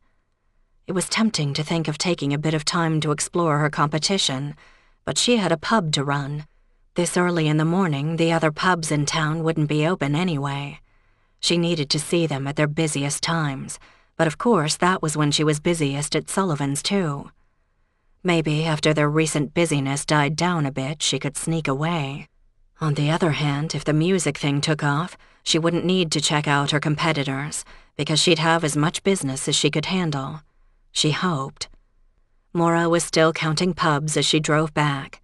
Nothing between Skibbereen and Lepp, but in Lepp there was not only Sullivan's but also the Old Inn, Sheehan's, and the new bistro, both of which also served food. She really was going to have to find something to distinguish Sullivan's if she wanted to stay in the game, but without going quite as far as the relatively new motorcycle cafe up the road toward the church. When she got close to Sullivan's, Maura was surprised to see lights already on inside. Mick opened the front door before she could get her keys out. "What are you doing here?" she demanded. "There's been a robbery. The cash drawer's been emptied." "No, it hasn't. I took the money out last night and took it to the bank this morning. I just got back from Skib." "Well, that's a relief," Mick said, "but someone still broke in. The side door was forced open." Without replying, Maura went through to the back room and up the stairs. Yes, the side door was still hanging open, its lock useless. She'd been right about that much, unfortunately. "It's still early. How'd you find out?" "A mate of mine saw from the street that the door was open and rang my mobile. You locked up last night, right?" "I did, and I checked all the doors, and took the cash just in case, thank goodness. You know what this means." "I'd think whoever was after Aidan's money is still looking for it." "Exactly." They stared at each other for a moment. Finally, Maura said, "The good news is he doesn't know that the Gardaí have it. The bad news is he's clearly getting more and more desperate. If he's broken in, I need to tell Sean." "And what will he be able to do?" Mick demanded. "You know they've no men to spare. Do we stand guard at night?" "Shoot, I don't know, Mick. I thought this part of the country was supposed to be so peaceful. Sean and the Gardaí need to know, if only so they can file some kind of report." "It is quiet. That's why my mate noticed the door. People here look out for one another. This man must be from away." "Well, duh. No one here recognized him when he was skulking around after Aidan or stalking and threatening Tim." She rummaged in her bag for her mobile. "I'm calling Sean." When Maura reached him and outlined the situation, Sean promised to be there in 10 minutes, and he lived up to his promise. He stalked into the pub looking grim. After he greeted Mick, he turned to Maura. "What time did you leave last night?" "About 10 minutes after you did. And yes, I checked all the doors. They were locked, so whoever it was had to break in. That's a crime, right? I took the money from the cash drawer home with me last night and put it in the bank this morning." "It is a crime, Maura," Sean said. "Mick, when did you get the call this morning?" "About 9, though the break-in could have happened at any time between, while it was dark, couldn't it?" "Right, so it seems our man is still in search of Aidan's money." "That's about what we decided. What do we do now, Sean?" Maura asked. "What would the man do next?" Sean said, almost to himself. "The money wasn't on Aidan. Our man has looked here twice with no luck. Or maybe not. The man might have panicked when Aidan died and left without looking for what he had come for the first time. So he had to come back, right? Aidan had no car to search since you say he took the bus." "We should warn Neil," Maura said suddenly. "The man may go looking for him next, thinking that Aidan could have stashed the money with him if he saw them together at all, which we can't say he didn't." Do you know where he's staying? No, he never said. Try the hotel at Glendore, Mick volunteered. There's lots of big-name folk who pass through there. Hadn't you checked before? We've only a small force, and it's only me that's doing the interviews, Sean told him, sounding a bit defensive. I'll be needing to talk to Neil. You haven't already? Maura asked, surprised. Sean looked embarrassed. There was never the time, what with all the other interviews, and he didn't seem to be going anywhere. Maura wondered if that was the whole story. Had Sean been scared to talk to a former rock star? Can we open as usual? She asked. She was getting tired of having to ask that question. If you're asking, will we be sending a team of investigators armed with coloured powders and brushes and sprays to gather evidence from your door, the answer to that is no, as you well know. Go ahead and open. And before you ask again, don't worry about trying to keep this one quiet. Better not to hide it. You can tell folk whoever broke in was looking for money with no luck. The more people on the lookout, the safer you'll be. Not that it's likely the man'll be back, if he's already checked this place again and found nothing. Got it. I'll tell Jimmy and Rose, too. Do you think Tim is safe? The man let him go once, and there's nothing more to be had from him. But tell Tim to take no chances. If I can find Neil, I'll ask him if he can get in touch with the other players, and alert them as well. I wish there were more to be done, Maura. It's not your fault, Sean. Was it hers for listening to young Tim and getting her hopes up for a bit more income for the place? If she hadn't let this music session go forward, none of this would have happened. But how could she have known? Chapter 22. Tim came in just before noon, cursing. "They've trashed me car," he protested, looking like an angry little boy. What? Who? Maura asked, startled. "I don't know who. Probably the man that grabbed me.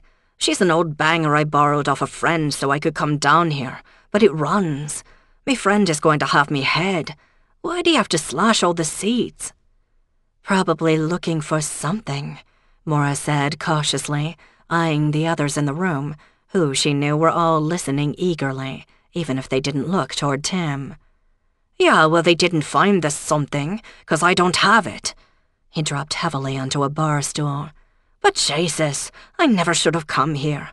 I could have done plenty of research on the web and talked to a few of the local fellas in Dublin.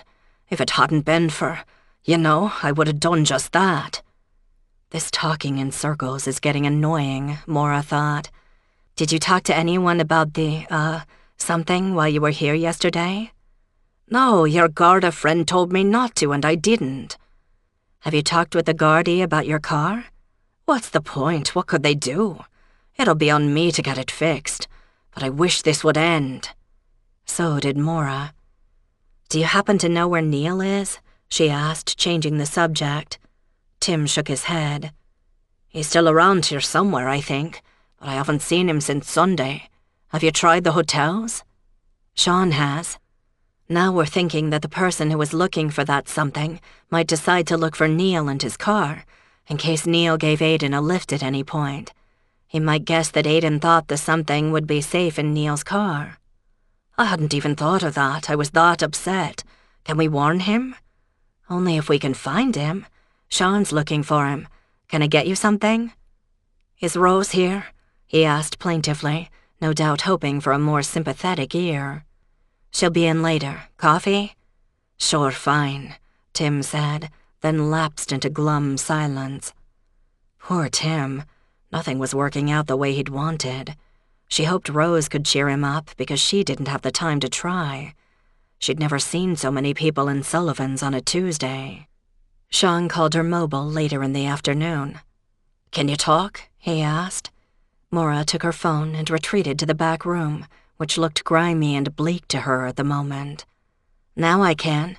Have you got something?" "I found Neil at that new hotel in Glendore. Anything new at Sullivan's?"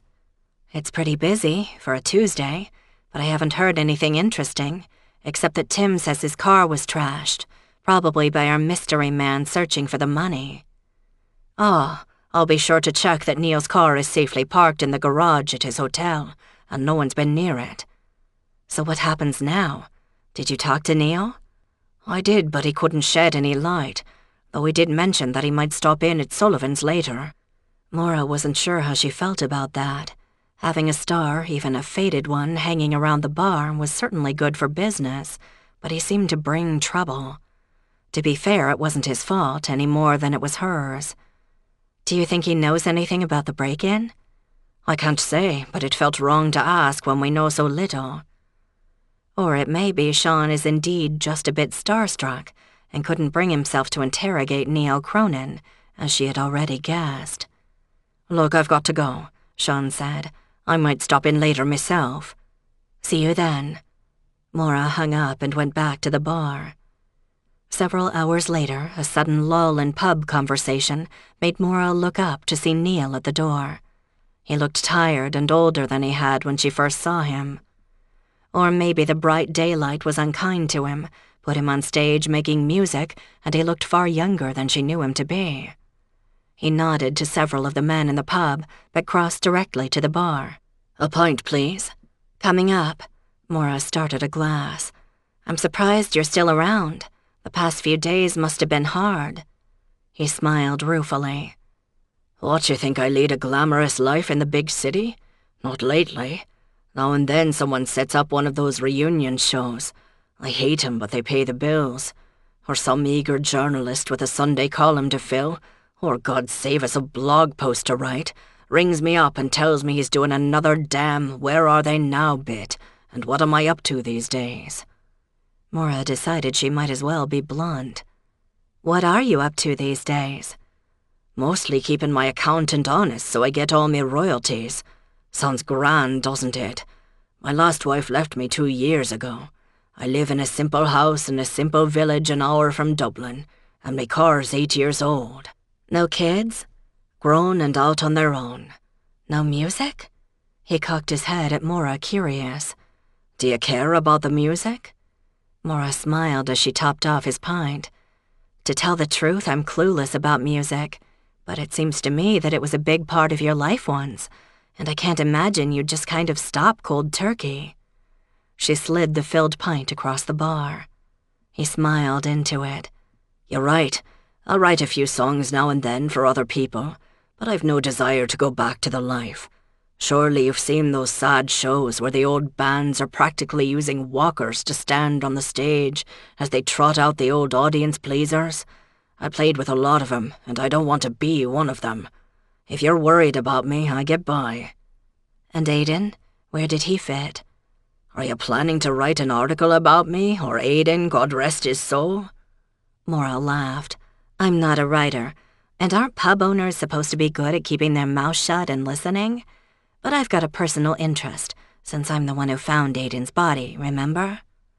Sure, and it must have been a sad thing for you, Neil said. It was, she replied.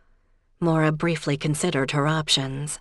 After all, there was some slim possibility that Neil could have been involved in Aidan's death. She didn't really believe that. Still, she opted to be discreet. The post-mortem showed that his heart gave out, which was true. It didn't account for the bruises, but she wasn't going to mention those. Which wouldn't surprise anyone who knew Aidan. You know something different? Neil said. The words hung in the air between them. I've still got questions, Maura finally replied. Neil took a long draw of his pint before answering. You asked how we met up this last time. Word went out that there was something on at Sullivan's. Talk about a blast from the past. Neil made air quotes at the corny phrase. I had no other plans, so I decided to check it out. I stopped in Cork on the way down, and I went to a pub there where the players used to hang out. I hadn't been there for years. I don't spend much time in Cork. I'd forgotten, or maybe I never knew, that Aidan lived somewhere about. But I walked into the pub and there he was, large as life, sitting on a stool at the bar. So I sat myself down next to him when we got to talking, catching up like, and I asked if he'd heard about what was going on at Sullivan's, and he said he had. I told him I was going that way and offered him a lift. He turned me down, said he had some business to take care of, but he'd see me here later. That's all. Did you know where he was staying around here? No, I knew there'd be little problem finding a place this time of year, but I'd heard about the new hotel, so I rang ahead. I would have shared with Aidan, because from the look of him he hadn't much money, but I never had the chance. He might have planned all along to bed down here for the night. Mick Sullivan was easy about that back in the heyday. Hell, Mick encouraged it. He always said if he let some of us go out in the state we were in, we'd be dead on the road by morning. Of course, the floor wasn't so hard in those days. Neil smiled at the memory. Did you have a key from Mick? Maura asked. I did, and so did Aidan. It was a sign that you were one of the insiders, that Mick approved of you. That meant something then. You think I should get some air mattresses if we keep doing this? Maura asked, only half joking. Will you keep on with it? Neil asked, looking her in the eye. Was it important to him, she wondered. I might. A week ago I had no idea that this place was famous for its music. Heck, a year ago I barely knew this village existed, and I never knew Mick Sullivan. But then Tim walked in talking about the music, and Billy Sheehan confirmed it, and suddenly all these people like you start showing up. Which was great, of course, but it's not like I organized anything. Could I keep it going, or was this a one-time thing that could never happen again?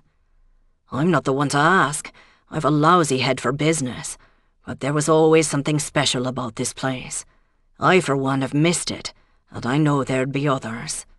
He leaned forward. Listen, he began in a lower voice. Hold that thought, Maura said as she saw Rose come in, followed by her father, Jimmy. She came out from behind the bar and intercepted her, while Jimmy went around behind the bar. Hey, Rose, Tim's here, and he seems kind of depressed. Do you mind trying to cheer him up a bit? Why, Maura, whatever do you mean? Rose dimpled. Sure, and I'd do that without your asking, but it looks busy again. I see he's here again. She tipped her head toward Neil at the bar. Maura noticed that Neil was no longer alone there. A couple of the other men had approached him, and they were now all lost in conversation, and Jimmy was leaning on the bar, listening eagerly. How had she ended up in the middle of all this, Maura wondered, as Rose went off to stow her things and say hello to Tim. Old rock stars, young lovers, dead bodies. Nothing in her past had prepared her for any of this. What was next? Chapter 23. By 6 that evening, Maura was starving, and the crowd showed no signs of shrinking. She wondered wistfully what it would be like if the place was always this full. Tim seemed to have perked up a bit, and now he was back in interview mode as some more of Neil's friends drifted in. Most of the Sullivans' regulars, even the ones who seldom smiled, looked happy to be part of whatever was happening. I'm going to run over to the takeaway and get something to eat, Maura told Rose. Do you mind staying late? Of course not. It's rare that we see this kind of evening. Thank you. You want anything? I'll go later, and me dad can look after himself. But don't be long, it's mad busy, isn't it? It is. Maura grabbed her jacket and her wallet and went out the front, turning right toward the takeaway place on the corner. Inside, she had to wait a few minutes in line to place her order, and she decided she deserved a break, so she went into the newly built room at the back and snagged a small table, one that gave her a view of the back end of Sullivan's. That part was kind of a hodgepodge of additions and sheds, and even a small standalone building up behind, which someone had told her had once housed a butcher's shop. It was a bit hard to imagine, but she'd seen stranger things since she'd arrived. There was a corner at the back with a low stone wall perpendicular to it, which must have been where Tim said he and Aidan had met. Could someone have seen them together? She looked around her. The new addition where she sat had a great view, but it would have been long closed by that time of night. There was line of sight from the northbound road that ran along the narrow river, but it was hard to imagine anyone looking for people behind a building, especially after dark. It was a tricky curve with a stop sign at the end of it, and drivers had to pay attention. There was nothing up the hill except trees. So who could have seen Tim and Aidan? Someone who had been following Aidan, that was the only real possibility. He could have been lurking outside Sullivan's, although someone would have noticed a stranger hanging around where he shouldn't have been. As Mick had said earlier, people looked out for each other here. Or the man could have been in Sullivan's, blending with the crowd. But wouldn't Aidan have noticed him? Unless Aidan hadn't known him, Maura reminded herself. Maybe he'd been a stranger who knew Aidan wouldn't recognize him. But at least 200 people had passed through Sullivan's over the course of the evening, and there was no way to identify all of them. Which left her nowhere. How had Aidan come by that much money at all? From all she'd heard, he'd been barely scraping by. Neil would have mentioned something by now if he'd made him a big loan. So why would someone have followed Aidan to Lab? She could think of only one answer. The money wasn't Aidan's. And it might not have belonged to the other man either. He might have been sent to collect it and to bring it back to... who? Maybe the guy hadn't known about Aidan's weak heart, and his threat had been enough to bring on the fatal heart attack, which had left him with a body but without the money he really wanted to find. The unknown man had been desperate enough to break into Sullivan's looking for the money that she and Sean had already found, then go after Tim and then Tim's car, and he would probably go after Neil's as well, except that was protected in an upscale garage in the next town. Would the man try again? Or would he give up the search and go slinking back to wherever he had come from? Maura looked down to discover she'd finished her meal while she was thinking. She needed to get back to the pub, where it promised to be another busy night. At least now she had some more questions to ask Sean if he came by later. She gathered up her trash and headed back to Sullivan's. Inside, the noise level had ratcheted up a notch. Neil was still in the bar, holding court for his admirers. He might claim he was out of the game now, but it sure looked to Maura like he was enjoying the attention. She waded through the crowd to join Rose behind the bar, nodding to Neil along the way. "How are you doing, Rose?" "I'm grand. Isn't this wonderful? Do you mind if we open up the back for the overflow? If any more come in, the walls may start bulging out." Maura thought for a moment. "I think the Gardaí have done all they want to do back here," she said. She was pretty sure there was nothing more hidden after being thoroughly searched by more than one person, and the Gardaí couldn't object. "Sure, why not? It's a bit cold, but a few bodies should take care of that fast. I never thought we'd need to use that room." "You do now," Rose said, her eyes on the row of pints lined up in front of her. Maura filled a few more orders, then asked Rose, "Why are you enjoying it so much, Rose? I mean, you're too young to remember all these old guys. Is it just because it's busier here than usual?" "Sure, and I know their names and the songs, don't I? And Tim's been filling me in on the history. I never knew this place was so famous."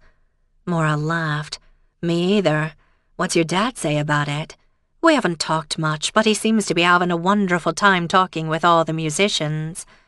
Maura handed over the pints Rose had poured before asking, "Will Tim be going on with his research?" "Seems like," Rose replied. "I told him this was something special, that it might never happen again, and he'd be in Egypt to waste what he's got. Maybe he can find someone to publish it, or he could go on the radio with the story." Tim must have cheered up at that, even if it was only Rose's wishful thinking, Maura thought. It helped having Rose to spur him on. It was near closing time when Maura saw Sean come in, out of uniform. Rose had gone home a couple of hours earlier, but Maura, Jimmy, and Mick had been kept busy by the shifting crowd. To Maura's surprise, Neil had stayed for most of the evening. As he was packing up to go, he had snagged Maura. "I need to talk with you about something. Do you have a minute?"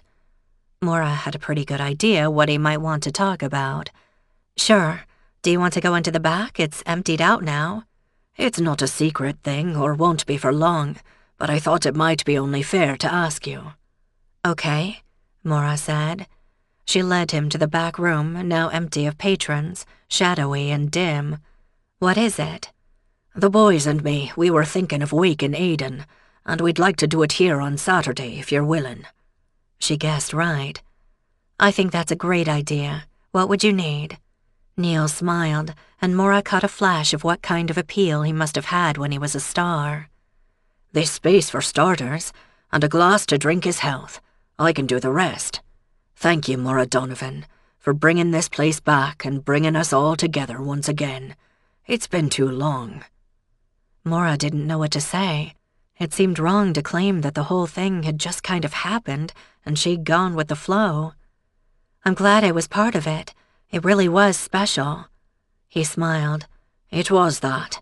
So we're on for Saturday night for the wake? We'll talk before then. And he turned and was gone. Maura followed him out more slowly, strangely moved by what Neil had said, and by what he wanted to do for Aidan. The front room had cleared out while they had been talking, and Sean was one of the few left. When he saw Maura, he nodded back toward the back room, and Mick was quick to notice. We'll close up out here if you two need to talk, Mick said. Thanks, Mick. See you tomorrow. Maura led the way to the back room once again, followed by Sean. Almost by reflex, Maura collected the empty glasses scattered around, placing them together on the bar to wash in the morning. Then she joined Sean at a table against the back wall. What's up? I haven't much to add. Still no family for Aidan, and the coroner's ready to release the body, but there's no one to release it to. Maura hadn't even considered that. If you don't find anyone, where does he go? In the normal course of things, he'd be cremated, and the ashes held in case someone comes forward, but we're not there yet. Sean, there might be a better idea. Maura hesitated, trying to sort out her thoughts. Maybe you saw Neil leaving just now. He asked if he and his friends could hold a wake for Aidan here on Saturday night. They might be able to scrape up enough to bury him properly. It's kind of Neil, and if someone could put it to him that Aidan needs burying. Someone like me, you mean? Maura smiled. Sean smiled back. Could be, he said. You two seem to be close these days. Yeah, right, me and the rock star. But at least he asked me nicely. Anyway, I was thinking about the guy who broke in here, who I'm guessing is the same guy who attacked Tim and who scared Aidan to death. Go on, Sean said. Maura outlined her thoughts for him about the guy who was looking for Aidan's money. Sean was following closely. You're worried the man won't give up? So what are you thinking? That the guy is just a thug who reports to someone else, so it's not his decision to make. Look, I grew up in a city that had its share of creepy characters and violence, so I'm not stupid. But I don't know how things work around here. I can't believe I'm saying this, but what can you tell me about gangs and drugs in Cork? How long have you got? Sean parried. Just the short form, please. I'm not planning to go into the business, Maura said. When Sean looked bewildered, she added, Joke. Right so, Sean said. Why do you bring it up at all? I'm wondering if that money of Aidan's was related to drugs somehow. It's the only reason I can think of for why he was carrying so much cash. Sean stared at her, his expression a mix of surprise and amusement. You're sure you don't want to join the Gardaí? Because I think we're on the same page with this. I won't try to tell you there are no gangs nor drug distributors in Ireland, or even in County Cork. There's problems in the cities like Dublin, of course, and Limerick. But the gangs of Cork City try to keep a low profile, so as to keep the Gardaí out of the mix. That may be balanced by the fact that so much of the coast in West Cork is poorly patrolled, so smugglers can get away with a lot. A lot passes through the county, if you get my meaning. What kind of smuggling? Maura asked. Cannabis and cocaine is what? A lot of it. We try to stay on top of it, but you know how few officers we have. Do you think it's a big problem? It's a problem everywhere, but this part of the country is more a conduit than a market, which is not to say that there aren't users hereabouts. Have you seen anyone who you'd suspect? Maura laughed. Heck no. You know how few customers we usually have before this past week. We know most of the regulars. If somebody was trying to deal, we'd notice. That's good to know, Sean said thoughtfully. Trouble is, there's been a lot of strangers in town for this music thing of yours, and if a word went out to the musicians, the dealers could have heard as well, maybe seen an opportunity. That sucks, Maura said. She thought of asking Neil if he knew anything about drugs, but she didn't want to insult him, and she didn't want to prompt Sean to ask the same kind of question. Well, all I can say is that I haven't seen anyone who looks like a shifty drug dealer this weekend or after, but I haven't seen a lot of Irish ones, so I can't really be sure. Would you know a Boston one? I might. You had to know who to stay away from back there. Remember, I grew up in Whitey Bulger's backyard." When Sean looked blankly at her, Maura explained. "Big South Boston crime boss? Had quite a few people killed? Hid in plain sight for years?" "Oh, never mind. But he was from an Irish family, you know, and so were quite a few of the people he ran with." They fell silent for a moment, chewing over their own thoughts. It was Sean who stood up first. "You've given me something to think about, Maura. I'll ask around at the station. Maybe check with the Cork City Gardaí. Be careful, will you?" I know. Keep my eyes open, don't take any chances. I certainly don't want to see anyone get hurt." Anyone else, she corrected herself. At the door, Sean turned. "About that show, does a Week Wednesday suit?" "Oh, right, the comedian. Sure, that'll work. Thanks for asking me, Sean." "I'll be after getting tickets then. Safe home, Maura." Maura followed Sean out of the back room and saw Mick leaving with a backward wave. She went around turning off the last lights. Much as she hated to admit it, she was nervous. Drug dealers here? Maybe in the 6 months she'd spent in Ireland she'd let her guard down, but in the time she'd been running the pub, she'd seen only a handful of drunks, and nobody she suspected of taking drugs. Smugglers along the coast made sense, but she hoped the deliveries kept right on going to Cork City or Dublin or even England without stopping in Lap. She realized that she was happily ignorant of the state of crime in County Cork, and that had been her choice. Back in Southie, she'd grown up with the stories of Whitey Bulger and his gang. Violence had been a regular part of her life there, and she'd learned how to avoid it, mostly by keeping her head down and trying to stay invisible. Apparently, she'd hoped that Ireland was different, cleaner, more innocent, more peaceful. But cities were cities. If Aidan had been involved with something illegal in Cork City, the trouble could well have followed him to her tiny village here. She was going to have to get her head out of the sand and find out what it was. She was glad to see that someone had fixed the side door, even if it was really only for show. She'd worry about fixing the cash drawer tomorrow. She locked all the doors carefully and headed for home. Chapter 24. Maura spent another restless night. After growing up in a city in a neighborhood that boasted its share of shady characters and a few outright criminals, it had taken her a while to get used to living in a small cottage on a hill in West Cork. It was dark at night, it was quiet, except for the occasional complaint from a cow or sheep. She still fought the need to lock the door every time she left, although she had nothing to steal and there were few people around anyway. Plus, she had a friend on the police force. But an unfamiliar noise was an unfamiliar noise, whoever or whatever made it, and she admitted to herself that she was sometimes nervous. Was there drug dealing at Sullivan's? It seemed unlikely, but then so did an unexplained death. Under its quiet surface, rural Ireland had a lot going on, and it wasn't all good. Maybe a chat with Bridget would cheer her up. Maura took a quick shower, dressed, and ambled down the lane to Bridget's house. Bridget opened the door quickly when she knocked. "Fáilte Wyra. Come in, I've been wondering when you'd come and tell me all the news. Help yourself to a cup of tea. It's ready in the pot there." When she was settled with a cup of tea and a piece of Bridget's brown bread with butter, Maura said, "How much have you heard from Nick?" The boy never tells me anything. Thinks it'll upset me. Like I've never heard bad news in my 80-some years. There's been talk of nothing else for days, what with the music and that poor man dying. I'm told the Gardaí have been keeping busy around your place. What does your young Garda think?" "Sean? He's not exactly mine, you know. Anyway, he's looking into it. Has Mick told you about the other things that have been happening?" Bridget made tisking noises when Maura talked, and when Maura wrapped up her story, Bridget said, "It's worrying, right enough. Any one of those things could be the work of some unhappy local fella looking for easy money. But coming all together, I believe you're right. There's somebody else from outside. You're being careful, aren't you?" "I try, but I realized I'm kind of out of practice.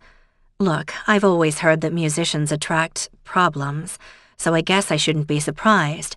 And I've seen the inside of enough bars in Boston to know what goes on. I just wasn't prepared for this, not here. You're talking about the drugs, are you not? Even Bridget knew, up here in her country cottage on a lonely hillside. Yes, I am. What do you know about drugs? Wait, why do you know about drugs? Bridget smiled, if a bit sadly. Ah, Maura, I may be old and I may live in the country, but I'm not stupid or daft. I listen to the radio and I watch the telly. It's not the world I grew up in. Back then, drink was the only problem, and a serious one at that for some people. But this other stuff, it's no surprise to me that a lot comes in from the sea around here. There's plenty of coastline, much of it beyond the sight of any houses, and too few Gardaí. Plus, I've heard they might be laying off some and closing stations because the country can't afford so many. So anyone with a fast boat could make good money hauling stuff, and no one the wiser.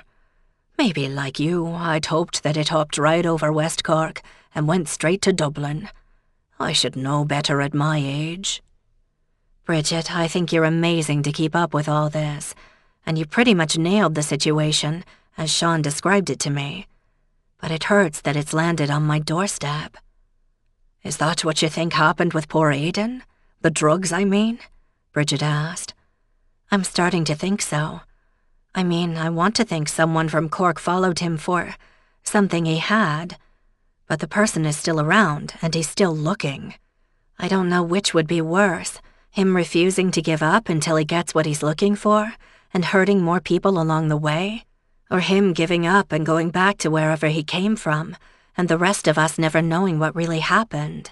Ah, Maura, you've got yourself a fine puzzle, haven't you? Is Sean Murphy up to the task, do you think? I hope so. I mean, he's smart and he works hard, but I can't say if this whole drug thing is out of his league altogether. Is the boy smart enough to ask for help if he needs it? I think so. I don't think he's looking just to make a name for himself. If he needs to call in the big guns, I'd bet he will. Do you like the lad? Maura considered playing dumb, but she knew what Bridget was asking. I don't know, Bridget. I don't know how I feel about him. Sean's a good guy, like I said, but to tell the truth, sometimes he seems kind of young to me, even though we're close to the same age. Or maybe, I feel old around him. I feel like I've seen a lot more than he has, even though that's not his fault. And take Tim Riley. You haven't met him, but he seems younger than Sean even, although they're only a couple of years apart. But Tim just doesn't act grown up yet. He and Rose hit it off well, but she's wiser than he is sometimes, and she's years younger than him. What a muddle it all is, Bridget said, smiling. Well, there's no rush now, is there? Such things often work themselves out for the best. I hope so, Maura said. I better be going. The one good thing about all this trouble is that business has been up for days now, and we need the whole staff there. And the crowds may last through the weekend. You go to work, dear. You can tell me all about it when you have the time. Amorat. Maura stopped at the door. What does that mean? Good luck to you. Tim was waiting when Maura arrived at Sullivan's, and he looked less depressed than he had for days. Aye, Maura, he said. Sorry to bother you so early, but I figured that I'm running out of time to collect what I need for my studies, and I better get on it before I lose my chance. Maura unlocked the front door and led him in. So you're going to keep going with it? I think so. I've learned a lot, and I've talked to a load of people, so I've got stuff nobody else does. It'd be a shame to waste it. And even if Aidan didn't turn out to be, a lot of the guys have said they'd stick around or come back to hold a session in his honour, so maybe I can talk to them again. Funny how they remember him after all these years. Could I trouble you for a coffee? No problem. Maura busied herself with the coffee machine, marveling at how resilient Tim was. He'd lost the hope of a father, he'd been involved in a death investigation, he'd been kidnapped, and he'd struck up a relationship of sorts with Rose, all in the space of a few days. Now he was planning to get back to his studies and use all of this. Maura smiled, trying to picture what his advisor would say when he presented his plans. If that was the way things worked, she had little experience with American higher education, and none at all with the Irish kind. There you go. She slid the coffee across the bar. What does Rose think about all this? Oh, she's been a big help. She's the one who told me I should go on with it. Do you need more information? Maura asked. Well, maybe. I have to sit down and figure out what I've already got. But I'll stick around through Saturday if that's when the tribute will be. That could be really special. Hey, I'd almost forgotten. I took pictures on my mobile of the event last Saturday. I thought I'd lost it when that man came at me, but the Gardaí found it and gave it back to me. The photos are kinda small, but I can upload them to my laptop and identify who's who. And I can email you a set. Maybe I can print them out and put them up on the walls with all these others. He waved around at the walls crammed with curling photos, business cards and notes, some of which dated back years or even decades. Maura looked blankly at him, having neither a laptop nor a phone that took pictures, nor any need for either. Tim must have noticed. Here, I'll show you. He pulled out his mobile phone and punched some buttons, then handed it to Maura. See, I was taking pictures from the back of the room, and from the balcony once the players got rolling. Even did a few short videos. Hang on, I'll show you Aidan on the stage. He took the phone back and scrolled through a few pictures until he found what he was looking for. There, playing with Neil. He looks like he's having a grand time, doesn't he? Maura had to agree. The two men were smiling at each other like the old mates they were. I'm glad he had that moment at least. She looked through the next few pictures, which showed the stage from different angles before handing it back. Maybe I could get it blown up like for the do on Saturday. He looked at the screen, rotating the phone and scrolling back and forth. And then he went still. Oh, shite, he whispered. What is it? Tim turned the phone to face Maura. That's him on the left in the back of the room. That's the guy who grabbed me. He was there. Maura leaned in closer to study the man Tim was pointing to. A stocky 30-something, his hair buzzed, dressed in nondescript brownish clothes, and staring intently at the stage. You're sure? He doesn't look familiar to me, but there were a lot of people there that night. Tim nodded. Yeah, I'm sure. His face is pretty well burned into me mind, and I was with him in the car for a while, remember? Tim, you need to show this to Sean. I can send it to him now, Tim said. What's the email? I have no idea. By the time I figure that out he could drive here, I'll call him. Tim still looked puzzled, but Maura ignored him. She was lucky to find Sean at the station. Tim's here, and he has something I think you should see sooner rather than later. Can you stop by? Yes, I can be there quickly. He hung up with no more comment. Tim finally found his voice. Doesn't he use email? Probably, but I know I don't. When it looked like Tim was about to lecture her on modern electronic technology, Maura stopped him. Don't ask. Listen, maybe you should go through the other pictures on your phone and see if you recognize anyone else, or if that guy hangs out with anyone else for a while. You think there might be more of them? Tim now looked spooked. Probably not. There wasn't enough money for two people to follow up on. Maura was guessing, but her main goal at the moment was to reassure Tim. Just look at the pictures, will you? He retreated to a corner table and stared intently at his phone as he scrolled through the photos. Maura went about the normal process of opening the pub. Mick came in. Jimmy and Rose weren't due for a couple of hours yet. Sean arrived quickly as promised. What have you got? He asked Maura. Talk to Tim. Maura nodded at him in the corner.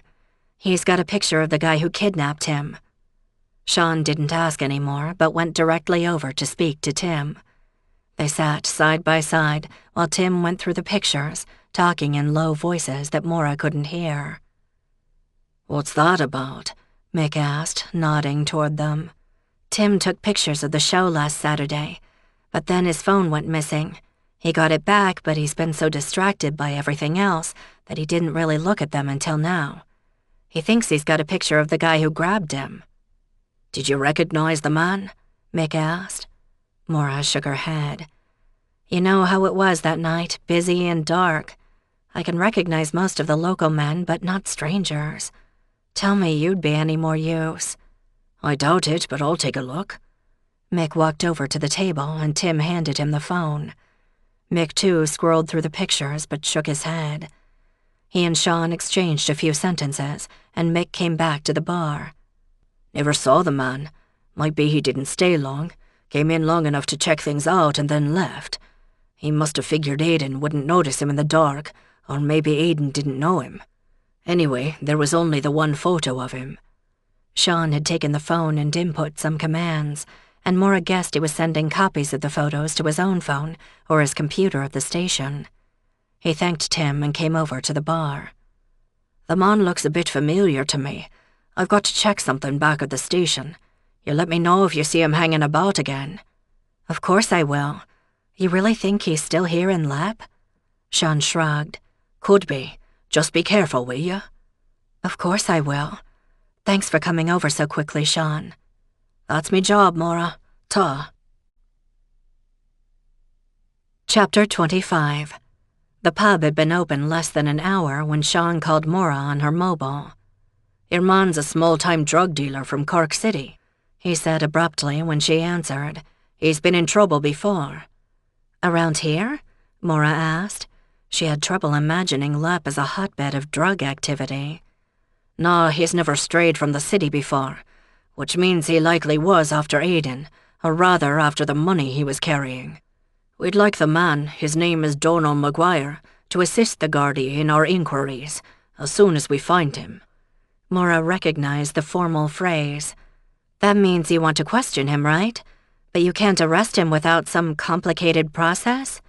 Sean had explained it to her in the past, but she hadn't absorbed all of what he'd said, except that all warrants had to come down from Dublin, which seemed absurd to her, until she reminded herself that Ireland was the size of Maine, so it wasn't like sending a request to the federal government back home, which could take years.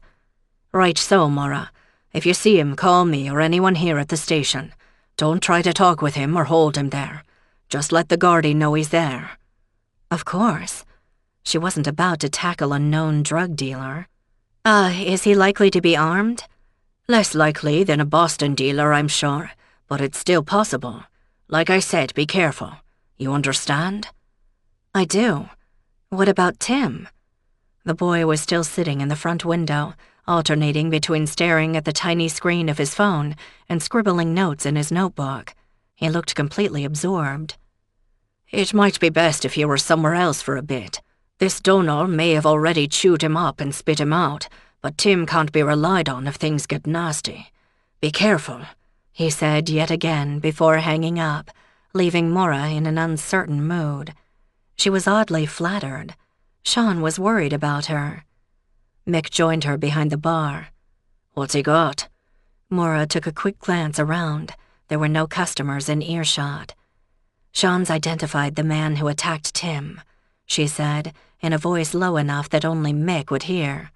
"His name's Donal Maguire. He's from Cork and he does something with drugs. Sean thinks he probably followed Aidan here." Mick didn't seem surprised. "Will he be back?" "Sean or this Donal guy?" "Donal? He'd still be after the money, wouldn't he?" "Sean thinks maybe." A surge of lunchtime customers interrupted their conversation, and Maura was kept busy for the next hour or so. Jimmy and Rose came in together, but as soon as Rose saw Tim in the corner, she went straight over to him and sat down. Maura didn't go after her. She didn't feel like playing the heavy today, not with a criminal lurking in the neighborhood. In fact, with Tim the only one who could identify him directly, maybe it would be a good idea to get both of them out of the way for the afternoon, or at least until she'd figured out what to do. Billy Sheehan came in after his lunch and settled himself in his habitual chair. Maura delivered his first pint to him. "Many thanks, Maura. Have you a moment to sit? You look troubled." Maura checked the room before sitting down. "I am, I guess. You can probably figure out why." "I can." Billy nodded. "It's a sad thing. But is that all that's on your mind?" "It's all kind of jumbled up. I mean, did old Mick ever have any trouble here?" Trouble? Are you thinking of fights? Thefts? Either or any. For the most part, it's a quiet corner of the country we have here. I'll have you know that West Cork has one of the lowest crime rates in Ireland. That made Maura feel slightly better. At least her initial impressions and observations hadn't been totally wrong. That's kind of what Bridget Nolan told me. But old Mick was a guy, and I'm not. And the saints be praised for that. Many's the time I've said you're much nicer to look at. He beamed at her. Maura smiled back. He'd used that line more than once, but it was sweet of him to say. Thank you, I think.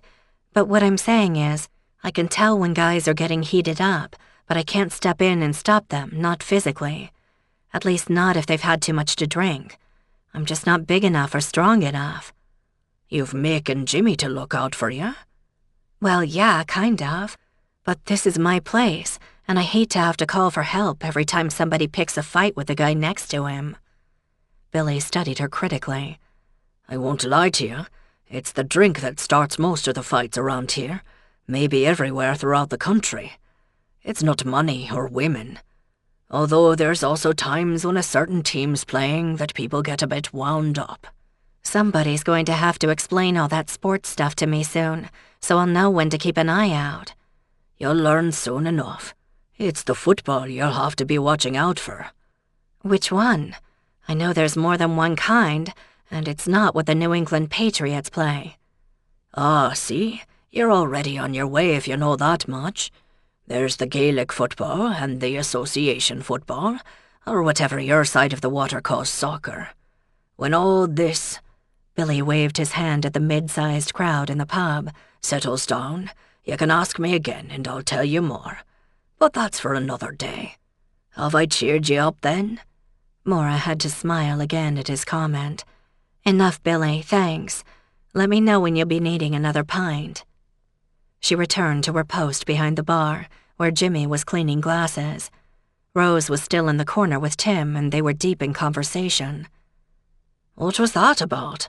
Jimmy asked, nodding toward Billy. Billy was promising me an explanation of sports in Ireland, when things aren't so busy. Oh, you should have come to me. Are you a fan of the footy? Not at all, but I figured I should know who's playing in case the patrons get rowdy. I'll keep you up to date on the schedules then. Both winning and losing teams make for good business. The lads like to get together to cheer or to complain, and either way they need their pints. Got it. Something else to learn.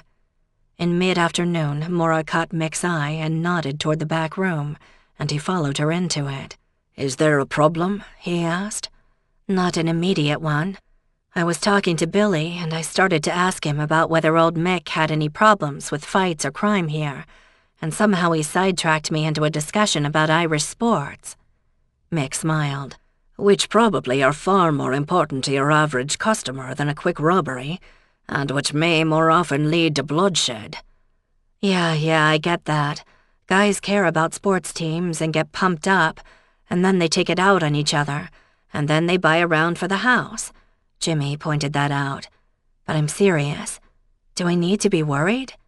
I mean, there's a guy who may be a killer roaming around, and he still thinks we have something he wants, so he may come back. And he's not from here, and Billy insists that this is a really, really peaceful part of the country, but from Cork City, which I'm betting is not exactly a peaceful place. Am I right? Mick considered her question seriously. Maura, are you really worried? You mean, am I freaking out? You should know by now that I'm not like that. But I'm not exactly prepared to defend myself if some thug comes in, you know? Give him what he wants and he'll go. Maura snorted. Oh yeah, right, it's that easy? I can't say what it's like in Boston, but around here we don't attack people for the hell of it.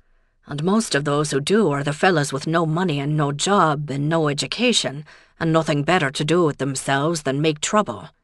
If one of those punks shows up and asks for money, just give it to him, will you? That sounds nice, but this Donal Maguire wants his big wad of money back and we don't have it. Then what? Am I supposed to tell him, sorry, but the Gardaí took it away? Would you like a note for your bosses explaining that?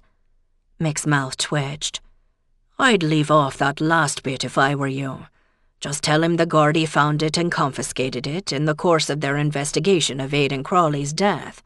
You don't need to say anything more. Once he knows that, he might clear out." "So you think I don't have anything to worry about?" Maura said dubiously.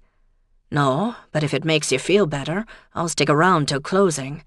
Look, Maura, thanks to Tim and his photo, the Gardaí know who they're looking for now. At the very least, they'll spread the word to their Cork pals and let them know that this Maguire man is not welcome here. That should cover it." "If you say so," Maura muttered. A shout from Jimmy in the front reminded her that they had a pub to run. "Thanks, Mick. We better get back to work." Behind the bar, Maura noted that Rose was now collecting the empty glasses, and Tim was nowhere to be seen. After Rose had deposited the glassware at the sink, she turned to Maura. "Sorry I've not been much help lately." "Could it have something to do with Tim?" Maura asked mildly. "Could do. Look, I hate to ask, but would you mind if I had supper with him tonight? He won't be around much longer, maybe till Sunday." "I think we can probably handle it if your dad stays here. Look, Rose." Maura paused to choose her words carefully. "I know Tim's a nice guy and all, but you know he's going back to Dublin and—" "You don't have to say more, Maura. I won't be trailing after him like a lovesick calf. Only it's nice to spend a bit of time with someone near to me own age, you know?" "I do, and I won't stand in your way. But keep your mobile on, will you?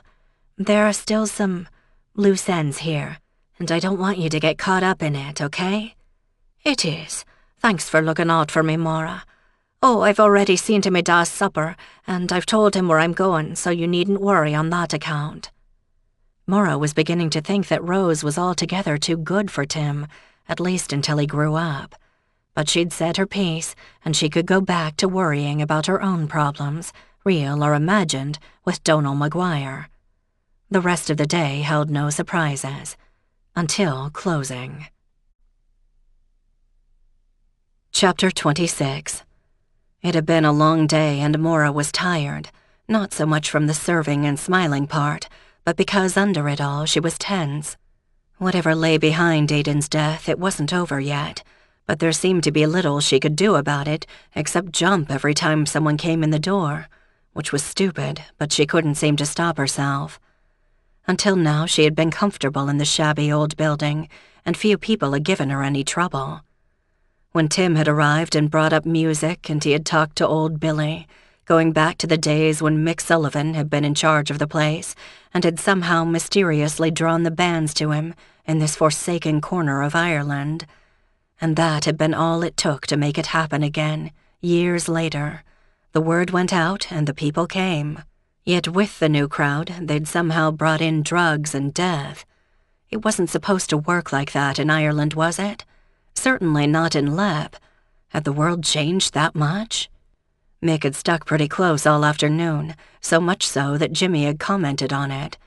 So Maura had had to explain the situation to him. She was pleased that Jimmy's first reaction was concern for his daughter's safety, but he hadn't been happy with Maura's solution, which was merely to send Tim and Rose elsewhere until Sean told her she didn't have to worry. Now it was getting late and she hadn't heard from Sean yet. The day had passed in fits and starts. The afternoon had been quiet, followed by a rush after 5, then a lull for the dinner hour, then another rush after. No sign of any surly thugs looking for their missing cash. Maybe the man from Cork had decided to cut his losses and go home. After all, there must be bigger money to be made in Cork. Was it really worth wasting time chasing around small villages? Or was it the principle of the thing? Maura had grown up with the whispered stories about Whitey Bulger and his associates, how they'd killed people who were inconvenient or had said something they didn't like. Billy seemed to have caught her mood. When she swung by his table to pick up an empty glass, he looked up at her with less than his usual good humor. "You're not yourself today, Maura," he said, unsmiling. "Is there a problem?"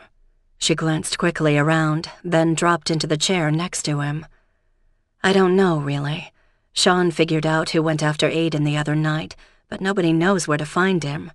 Or maybe he's already locked up and I'm worrying about nothing. You've heard no more from the Gardaí, eh? So you're worried the man'll be back to finish up his business? I guess I am. Am I being silly? I'd rather see you worry and take a bit of care than not, Billy said. But there's been no trouble today, I take it? None. All business as usual, or maybe a bit better than usual at the moment. I let Rose go with Tim to have dinner in Skibbereen just in case. I thought they might be safer there. Oh, Maura, Billy shook his head. What's the world come to? Cork may not be so far away by the road, but it used to be it was a different universe. I hate to see it spilling over onto our little village here. I'd be sorry too, especially if I had any part in bringing that here. Billy shrugged. You're not in charge of the world, not even this corner of it. It would have come one way or the other. That was small comfort to Maura. None of the musicians, or at least not the ones she was beginning to recognize, had put in an appearance. She had no idea what half of their names were, much less whether they lived near or far. She was more surprised that she hadn't seen anything of Neil. At least he'd had the courtesy to ask if he could use her place to honor Aidan on Saturday. If he'd changed his mind and decided not to go to the trouble, it would only be polite that he tell her that as well. Then again, could be Neil was operating on Irish time, which moved at a different pace than in Boston, and she should just stop worrying about it. Neil seemed like a nice man, almost old-fashioned. Not at all what she would have expected from someone who'd been big, even if it was a while ago. How would Bono act if he stopped in for a quick pint? Would he have an entourage, a bodyguard or two? Or would he just show up like a normal person? Finally, 11:30 arrived, time for closing. Billy had gone home long before. He tired easily in the evening, and he'd had a busy few days. Maura shooed out the stragglers, although that involved a conversation with each of them. She hated to be a nag, but she was supposed to be following the local laws, and she didn't want to push the regulations too far, so she could give Sean an honest answer if he asked. She hadn't heard from him all day. Was that good or bad? "Jimmy, you should go see if Rose got home safely," Maura said. "I've been calling her each half hour and she's there. That young man went back to Keohan's a while back, or so she tells me." "I'm sure she's telling you the truth, but go on home anyway." "I'll do that. See you tomorrow, Maura." "I'll check the back for you, Maura," Mick volunteered. He disappeared into the back room, and now that it was quiet, she could hear his steps on the stairs leading to the balcony, then around it as he made the circuit, checking that the locks were turned. Still the same useless locks, but they had to try, didn't they? He came down and turned off the lights and pulled the doors shut as he left the room. "Oh, and one of the tap lines needs cleaning. I might as well see to it now." It was close to midnight. "Can't it wait until morning?" "Now's fine," Mick said curtly and went down the stairs to the dark basement. Maura pushed the cellar door closed. More than once she'd almost taken a tumble down the stairs, since there wasn't much room behind the bar and it was dark. And Jimmy had had that accident on the old stairs not long after she'd arrived and broken his arm.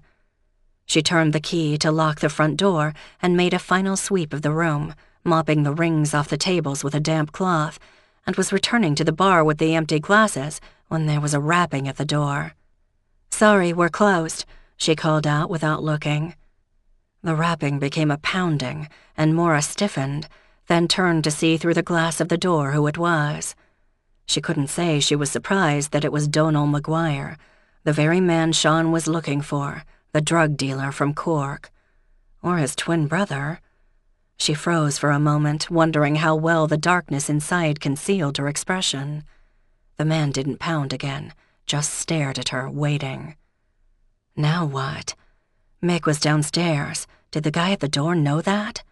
If she waited too much longer, the guy would probably just break the glass and let himself in. Her phone was in her bag, and she couldn't reach it in time to do any good. But he didn't know she knew what she knew, right? She went over to the door and yelled through it, "It's past closing."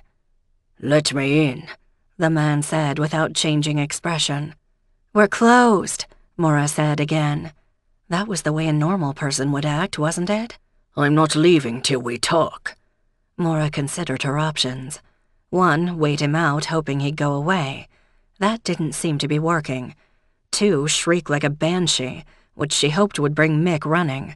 She knew that there was no one else awake in Lepp who would hear her this late, particularly through the thick stone walls of the pub. Mick could handle this guy, couldn't he? She'd never seen him confront anyone physically, because it had never been necessary. The guy at the door wasn't much bigger than Sean, but he looked like he'd fight dirty. Of course, she'd never seen Sean do more than wrestle handcuffs onto someone, so she wasn't sure how he'd fare in a fight either.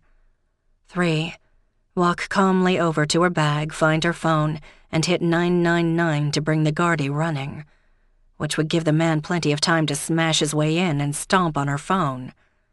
4, paste on a silly smile, open the door, and pretend she knew nothing about anything, like his missing cash, all the while hoping Mick was listening and could put 2 and 2 together and get help. Maybe 3 seconds had passed, and Maura was still standing like a lump, staring at the man who didn't know she knew who he was. She took a breath and strode over to the door, unlocking it and pulling it open. "Are you in trouble? Hurt? Car problems?" she asked brightly. He shouldered her aside and walked into the pub. Maura quietly closed the door and turned to face him. "Excuse me, what do you want?" she said, sounding like a feeble-minded idiot to herself. Don't play the fool, Maura Donovan. You know what I'm after. So much for option 4. There was no use in stalling. "I don't have it," she said. Who does then? "The guards. We found it a couple of days ago." The man let loose a string of curses, half of which Maura had never heard and didn't want to guess at. He was not a happy camper. She almost felt sorry for the guy, who was clearly out of his element here in the sticks. In her mind, Maura turned over several things she could say, but none of them promised a good ending. She hadn't made a decision when she heard Mick coming up the stairs. He paused at the top to take in the scene. Maura didn't dare to look at him. "We're closed, mister," he said, giving nothing away. "So the lady said," the man replied. "I guess I'd best be on my way." Maura felt a wash of relief. Was he really giving up that easily? But another part of her was getting mad. What gave him the right to walk in here and kill Aiden, whether or not he meant to? Over money? Was that all Aiden's life was worth? She felt Mick come up behind her and lay a hand on her elbow. Could he tell what she was thinking? And then they were all distracted by something else. Maura looked past the man through the window to see old Billy weaving along the sidewalk. He reached the door and found it open, and glee washed over his face as he stepped in. "Ah, you're still open, me darling. Could I trouble you for a pint? I know it's late, but an old man gets thirsty." Billy knows the closing hours better than I do, Maura thought. What did he think he was doing here? "Sorry, Billy, it's after hours." Billy staggered his way into the room, bumping into Donal, who shoved him away. Billy kept his balance, then looked at the man with hurt in his eyes. "Oh, surely there's no reason to push around an old man. All I'm after is a pint." He wobbled closer to Donal again. Donal looked disgusted and seemed to decide that his best option was to leave. He turned to head for the door, still open, but somehow Billy's cane became entangled between his legs, and he fell heavily to the floor. The stream of curses began again, and he struggled to get back to his feet. But Billy's cane kept getting in the way, and Maura was beginning to suspect that Billy wasn't anywhere near as drunk as he made out. If he was drunk at all. Her thought was confirmed when Billy glanced at her briefly and winked. "Mick Nolan, you might give me a hand here if you don't mind," he said. Mick moved quickly to grab Donal before he could get up again, and then old Billy sat on his back. "I've already called the Gardaí," Billy said. Mick grinned at him. "So have I." Donal on the floor issued a few more interesting curses, but he couldn't escape the two men. "I'm guessing this is our man from Cork City?" Billy asked Maura. "So it seems. He should have left while he still could. I can't believe the two of you." She could hear the distinctive sound of the Garda siren coming from the west, and it was no more than 2 minutes later that not one but 2 cars pulled up in front of Sullivan's. Sean came in first. "What's going on?" "We've captured Donal Maguire for you," Maura said, feeling giddy now that the crisis had passed. "You can have him now." Sean looked down at the man under Billy. "Mr. Maguire, I'll have to ask you to accompany us to the station in Skibbereen. We have a few questions for you." "Then get this old fool off me," Donal Maguire spat out from the floor. Sean suppressed a smile.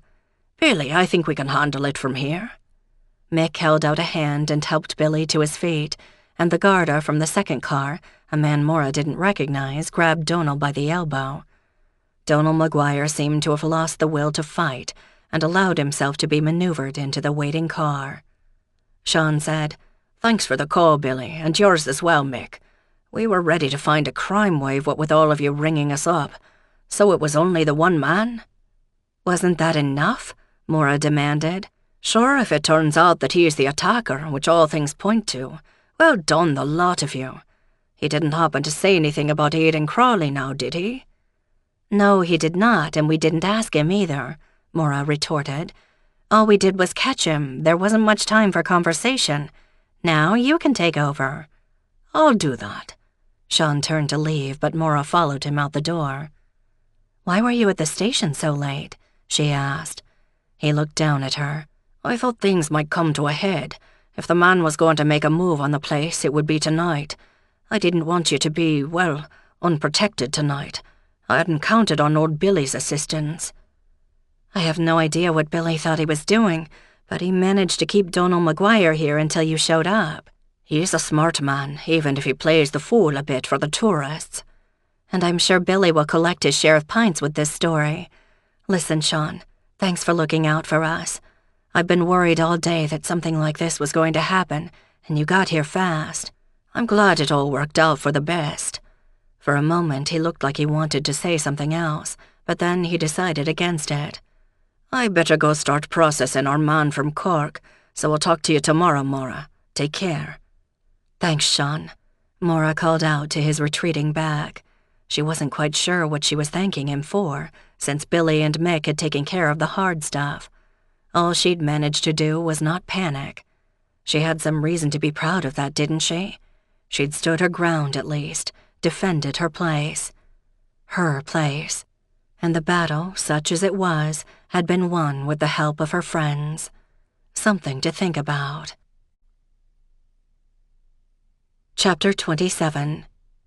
When Sean had left, Maura took Billy's arm. "Do you want that pint now?" she asked with a smile. He patted her hand. "Thanks for the offer, but I'll wait till tomorrow.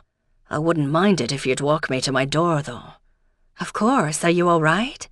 Maura hadn't even had time to wonder if he'd been injured in the brawl, such as it was. Surely tangling with a thug like Donal Maguire would have taken a toll on a man far younger than 80. "I'm fine, just not as young as I was." Maura called out to Mick, who was busy righting the tables and chairs that had been knocked down in the scuffle. "I'm taking Billy home. I'll be back."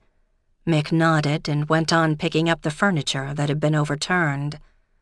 Maura kept her pace slow to match Billy's. The night was completely still, and there were no cars inside.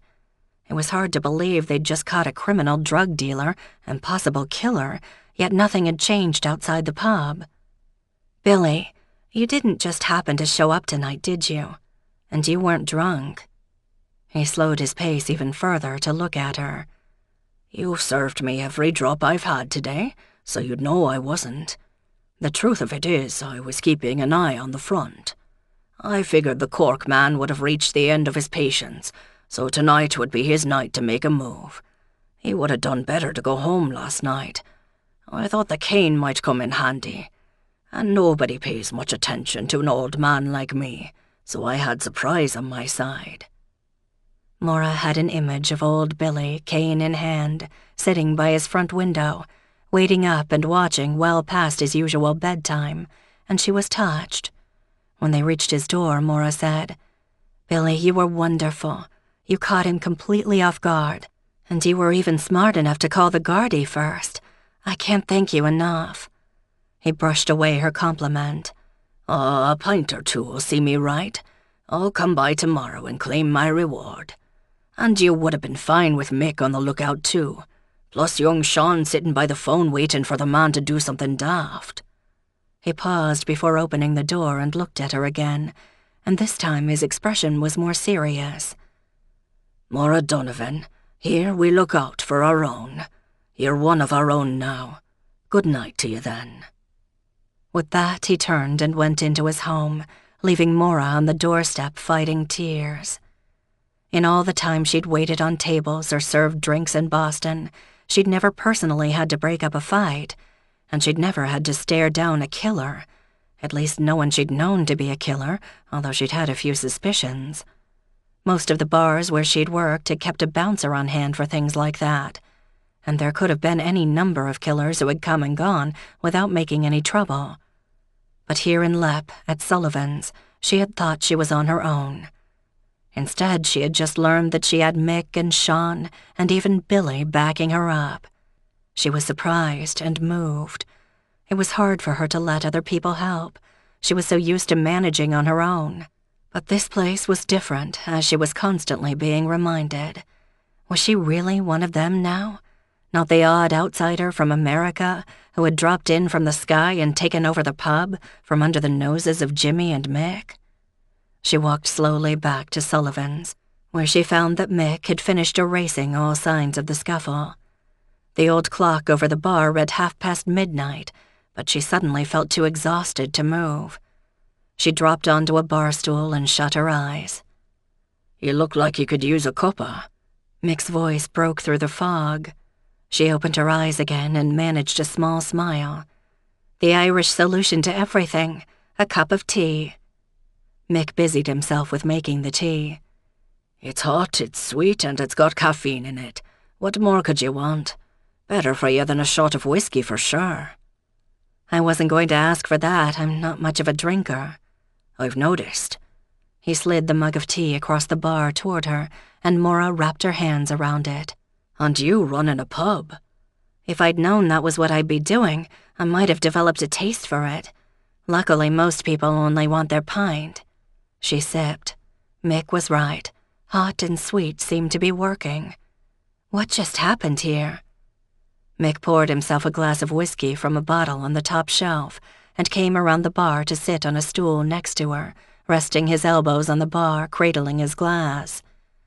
"I'm thinking the proper phrase would be, you apprehended a criminal." "Hey, I didn't do much of anything. I just stared at the guy while everybody else did the work." "You faced him down, did you not? Knowing who he was and what he might have done?" "I guess. What else could I do, hide in the loo?" Mick's mouth twitched and he took a swallow from his glass. "And leave me to take him on alone?" Maura waved a dismissive hand at him. You could have taken him easy." Mick nodded. "I might have done. Point is, you didn't run or hide." Maura swiveled on her chair to face him. "This is my place. I'm responsible for it and for the people who work here, including you. And don't tell me you can take care of yourself, because I know you can, and this isn't about that. I own this place, I run it, so I have to be ready to deal with thieves and killers and God knows what else. Do you get that?" "I do, Maura," he said quietly. Maura fell silent, drinking her tea, staring at the ranks of bottles on the shelves behind the bar. Most of them were dusty. The people who came to Sullivan's were not fancy drinkers. Most of them could stretch out a single pint for an hour or two, but she felt no need to hurry them along or to force more drinks on them. She wanted Sullivan's to be a place people were happy to come to, and she didn't want them to feel rushed or pressured once they were here. Was that the best thing for her bottom line? Probably not, but she wasn't going to fiddle with the system. The sugar and caffeine finally kicked in, and getting herself out to her car and driving home didn't seem to be quite the mountain it had a few minutes earlier. She straightened up on the stool, but before she could gather herself to stand up, Mick laid a hand on her arm. "Maura," he began, then stopped, but didn't remove his hand. She turned to look at him. "What?" "Are you seeing Sean Murphy?" That she hadn't expected. Not here, not now. Seeing as in dating, going out with, whatever it's called around here? Is that what you're asking? Where had this come from? Yes. He didn't elaborate, but only watched her, his eyes dark. Oh. Well, that was complicated, mostly because she didn't know why he was asking, and she wasn't sure she wanted to explore what that might mean. Or what she wanted to tell him, for that matter. And why had he picked this of all times to get into it? Maura took a deep breath to steady her nerves. Sean and I have been out on exactly one date, when he took me to dinner in Skibbereen, though we barely got to eat before he got a call from the station, which everybody in the village knows. He's asked me to go with him to one other thing if we ever get all this stuff here sorted out. Why do you want to know?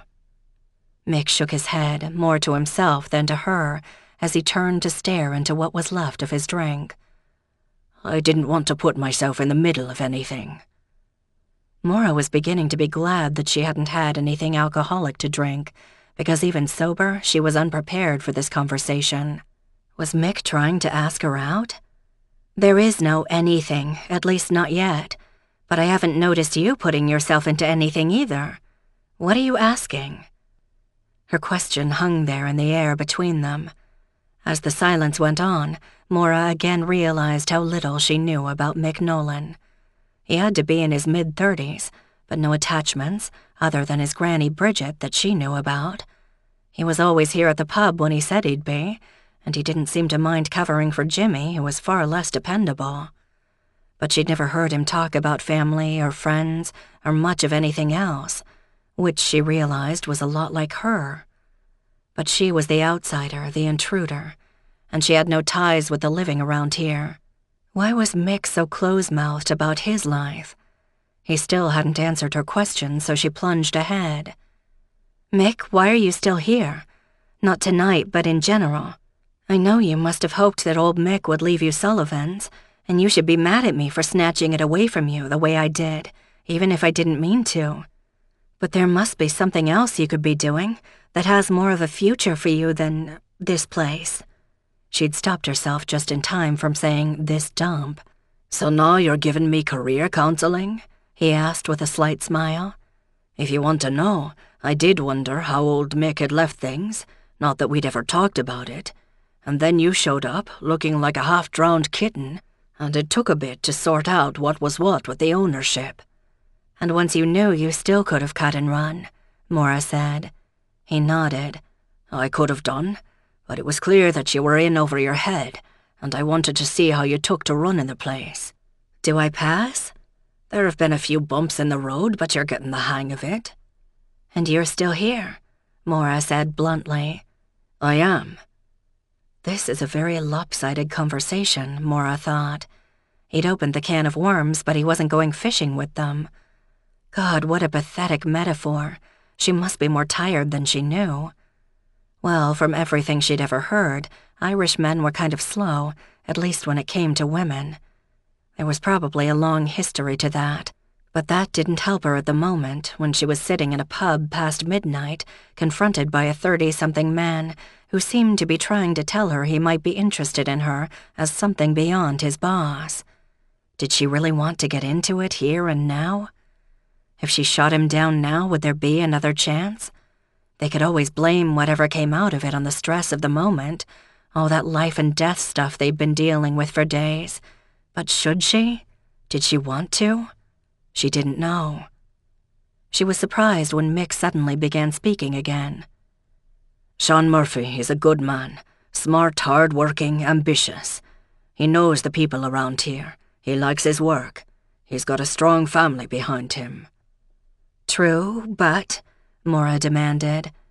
But he seems a bit young, Mick answered.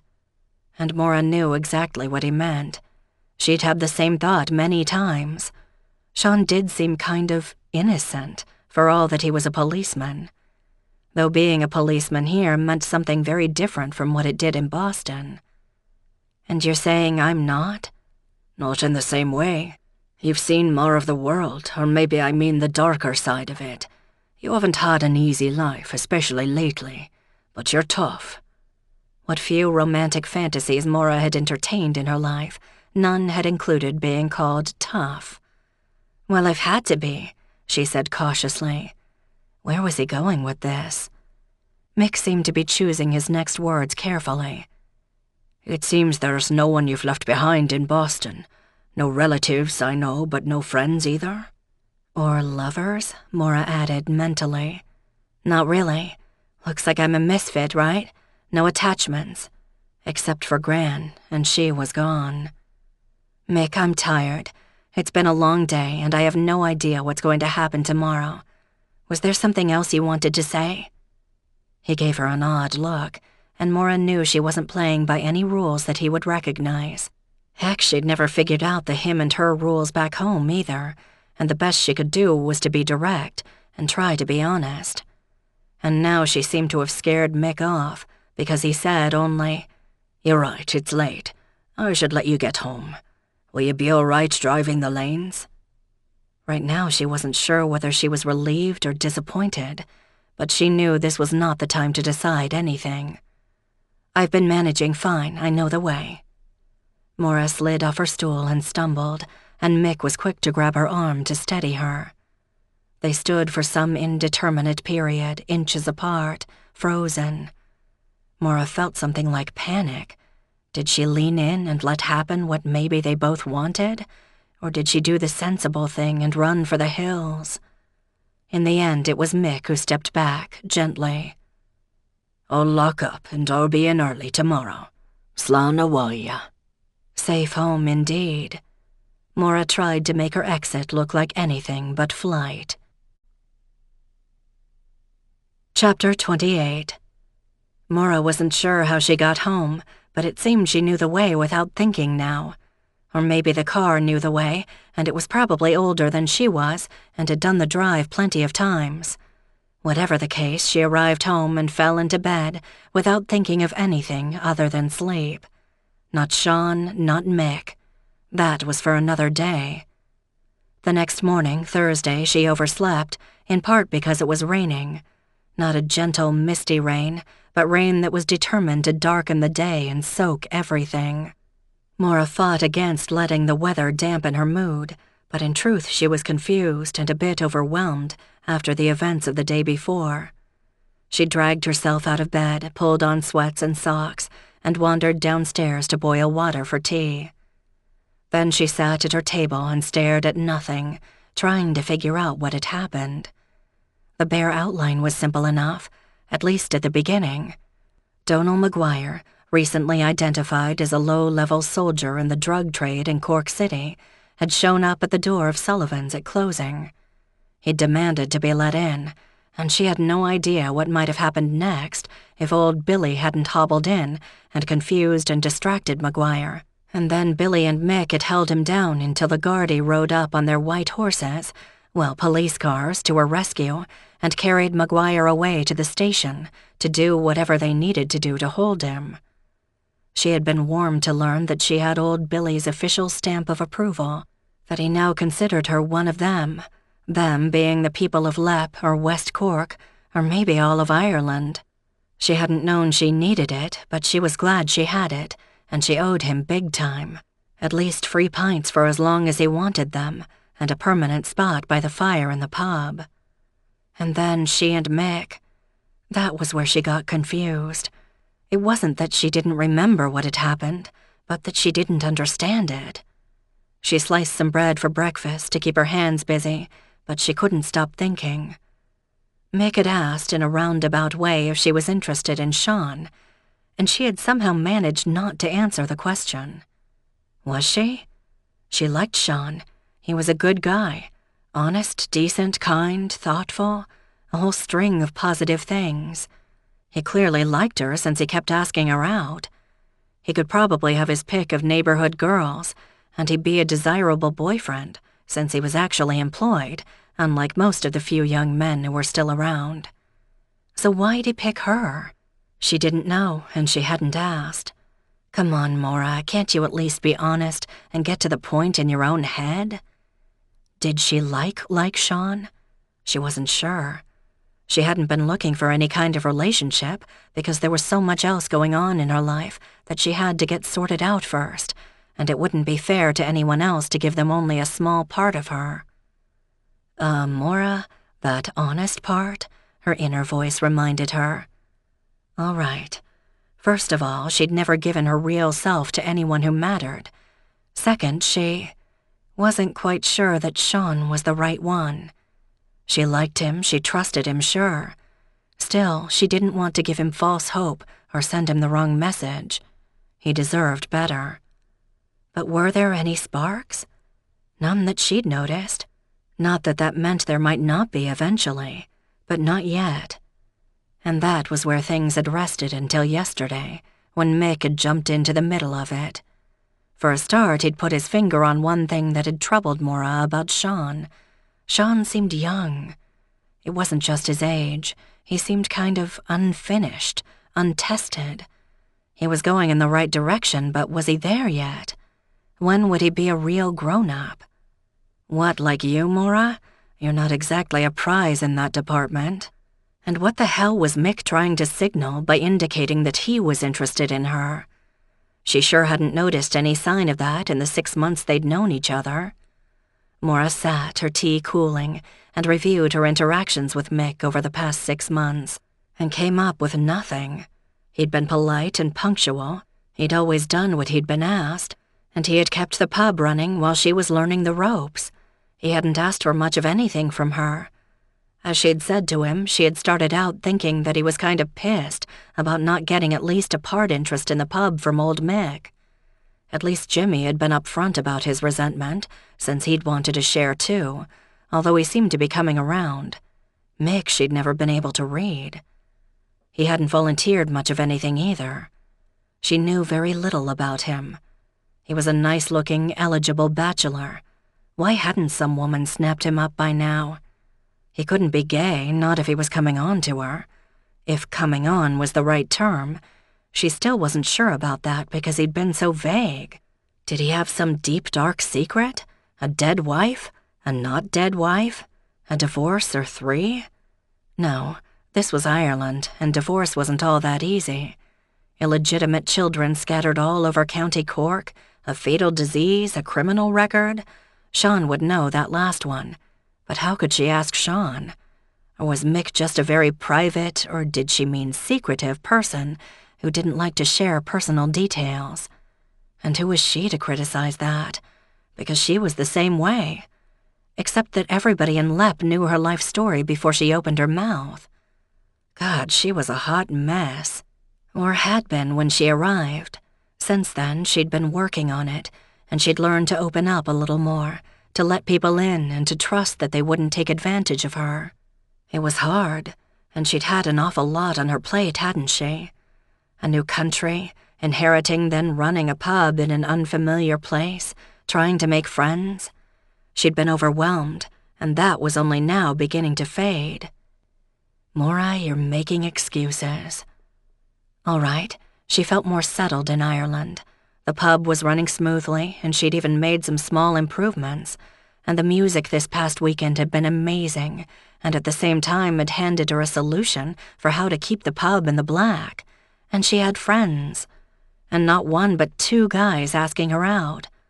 She was going to have to take a hard look at herself and figure out what she really wanted. One of them? Neither? She wished she could talk to Bridget, but wasn't sure she should. She had a nice relationship with the old woman, who'd kind of stepped into the role Maura's grandmother had held. Did she want to jeopardize that? And hadn't it seemed that Bridget kept nudging Maura toward Sean Murphy rather than her own grandson? Was she imagining that? Was Bridget concealing something about Mick? Or was Maura simply being paranoid and reading too much into simple things? How unsettled was she about everything that had gone on during the past week? Just when Maura had thought she was getting a handle on the situation, everything had shifted. Like bringing the music back. It had seemed like a good idea, but it had brought a whole batch of problems along with it. Well, it looked like those problems had been solved, with help from Sean and Mick. So maybe the music could go on without anything else going wrong. Enough, Maura. She slapped both hands on the table and stood up abruptly. She'd get dressed and then she'd go talk to Bridget and tell her about facing down a wanted criminal, and maybe test the waters about the Sean versus Mick problem. And then she'd go to the village and open her pub and see what surprises that might hold for the day. 10 minutes later, she was knocking on Bridget's door. Bridget opened it promptly. Come in before you're soaked through." "I'll get your floor all wet," Maura said. "It's really coming down out there." "And the floor's never been wet before?" Bridget asked. "The tea's in the kitchen. Take your coat off and tell me all the news." "What have you heard already?" Maura asked cautiously, as she shed her coat and helped herself to a mug of Bridget's strong tea. "That grandson of mine called me this morning and said you'd had a bit of trouble last night, but that it was all settled. Does he have any part of that right?" "More or less." Maura outlined the events of the prior evening, but ended lamely with, "Then Mick and I talked for a bit and I came home." Bridget gave her a searching look, but said, "Ah, Billy Sheehan. He was a fine lad in his day. I'm sure he's pleased as punch to be able to help you out. Have you heard from Sean Murphy yet today?" "Shoot, I haven't even looked at my mobile. I suppose I'll have to give my official side of the story sometime today, unless there's enough to hold on to Donal Maguire without it. I mean, they've got breaking and entering, assault, kidnapping, and maybe even whatever they call accidental murder in Ireland to charge him with. But there are bound to be loose ends to tie up." Maura sipped her tea. "Did you hear we're planning on having another do this weekend? A wake to honor Aidan Crowley? Neil Cronin's putting it together. If the Gardaí have their killer now, all the more reason to go ahead with it, I guess. And I'm still trying to decide whether it's worth taking on planning music events like we just had." "Oh, Maura, it'll be easy once you get the hang of things. And wasn't it grand?" "I think so, or that's what other people have been telling me.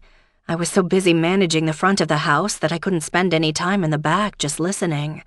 I only heard bits and pieces of it." "Did you not draw a good crowd?" "Yes, we did. I know I made a very nice deposit in the bank this week. But there were problems too, you know." "Like Aidan Crowley? That wouldn't be happening each and every time. But I won't tell you what to do. And if it's too much for you now, there'll be time enough later. Like you saw, people remember." Maura read between the lines and decided that Bridget was in favor of the idea, even though she'd taken no part in the event. "Maybe. Look, Bridget, I know a lot of people around here talk to you. Can you let me know what they thought about that night? No rush, it's not like I have to decide anything right now. Anyway, I'll see how the wake on Saturday goes." "Sure, and Mick will be helping you out with it all?" Well, that was her opening. Maura took a deep breath. "About Mick." And then she stalled, not sure what she wanted to say. "Bridget, I don't really know what I'm asking or if you're the person I should be talking to, but—" Another fumble for words. "I got the idea last night that maybe Mick wanted to ask me out." "Lame, Maura, lame." "I've been wondering when that would rear its head," Bridget said, more to herself than to Maura. Then Bridget's eyes sharpened. "And would that be a problem for you?" "Can I be honest with you?" Maura asked. When Bridget nodded, she plunged on. "I really don't know. I haven't thought about it, but maybe I have to, think that is, and either say yes or put a stop to it now." "A stop to what? Nothing had started."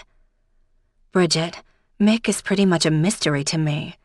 I've been working alongside him for 6 months now, and what I know about him would fill a postcard. Is there something he's not telling me? Something I need to know?" Bridget looked down at her hands in her lap with a half-smile on her face. "I learned long ago not to put myself in the middle of these things. There's seldom any good comes of it. And if there's any telling to be done, it should come from him, not me." Bridget looked up at Maura then. "He won't press you if you say no. But know this, he's a good man. Decent, honest, fair-minded. Mind you, he's also a closed-mouthed devil, and you seldom know what he's thinking. Is that what you want to hear?" Maura shook her head. "I don't know what I want. I need Mick to help run Sullivan's. If we started seeing each other and it didn't work out, that would make things harder all around." "Here you go, ending what hasn't even begun," Bridget said, smiling. "I won't tell you what to do, and if you do nothing at all, I won't hold it against you. I'm old enough to know not to meddle in the lives of others. You're a friend now, Maura, and that won't change whatever happens with Mick." "Thank you, Bridget, that helps." She still didn't know anything more about Mick, but she figured that Bridget had more or less let her know that there was nothing awful lurking under his surface, although there might be something she should know, but she wasn't going to get it from Bridget, and that Bridget would let her work it out for herself and stand by her either way. That was good. "I should be going now.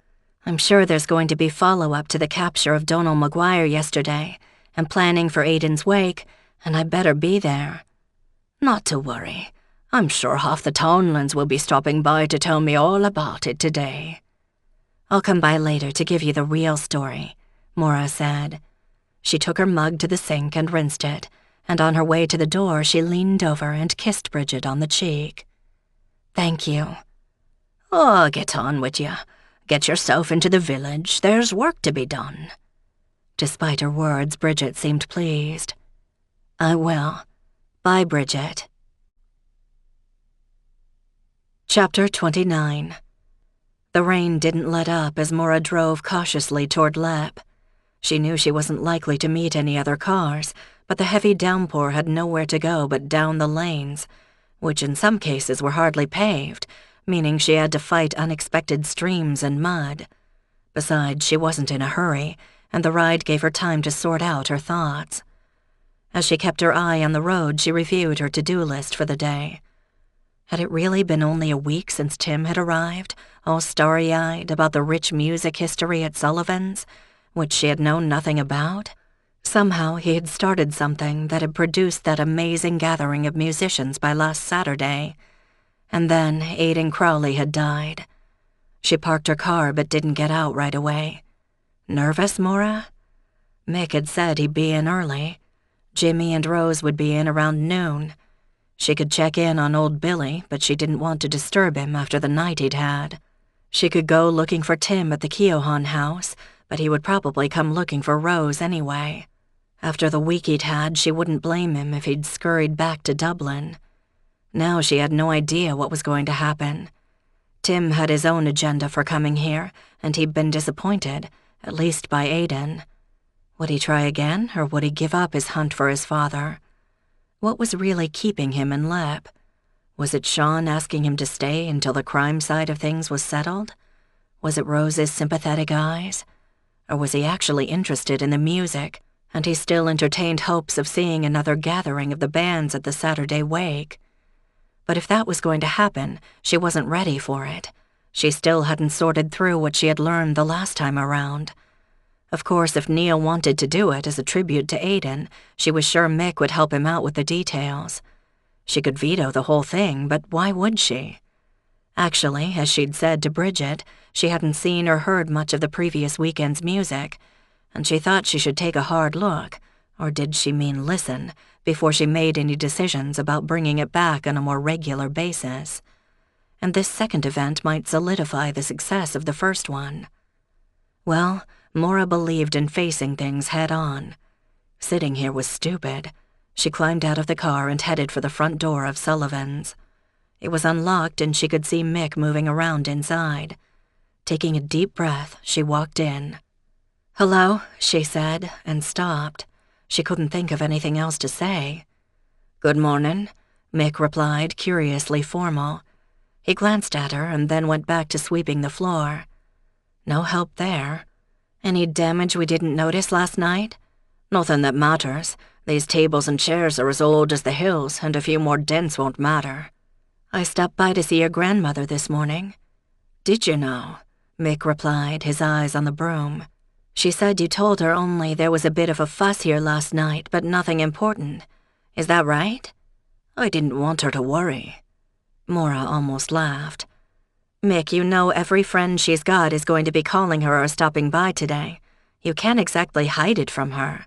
He leaned on the broom and looked at her then. Do I take it you told her the whole story? I did, right down to the drug dealer. I don't think Bridget is stupid any more than old Billy is. By the way, have you seen anything of him yet today? No, but it's early yet. He'll be fine. Mick, he's the same age as your gran, Maura protested. Her you protect, but old Billy can take care of himself? Geez, he assaulted a drug dealer last night. He did, Mick agreed. He pushed the broom around the floor some more before saying, Maura, what's this about? She didn't know how to answer that, because it was about at least 4 different things all jumbled together, starting with the fact that she was now nervous to be around Mick. She was saved by the arrival of Jimmy and Rose much earlier than expected. What's this I hear about a brawl last night? Jimmy demanded immediately. How did the word spread so quickly? Good morning, Jimmy, Maura said. Only a small one, and old Billy took care of it for us. That stopped Jimmy in his tracks, but Maura didn't expand on what she'd said. Instead, she turned to Rose. So how was your dinner with Tim? Lovely, thanks so much. He said to tell you he'll be stopping in later today. I'm guessing that he and Neil are hatching a plot between them.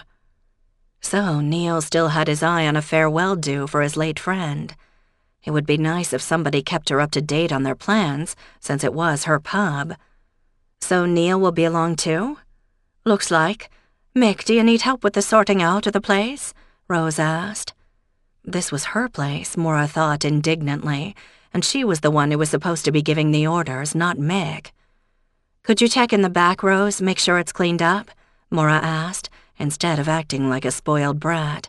I will, Rose said, and disappeared in the back room.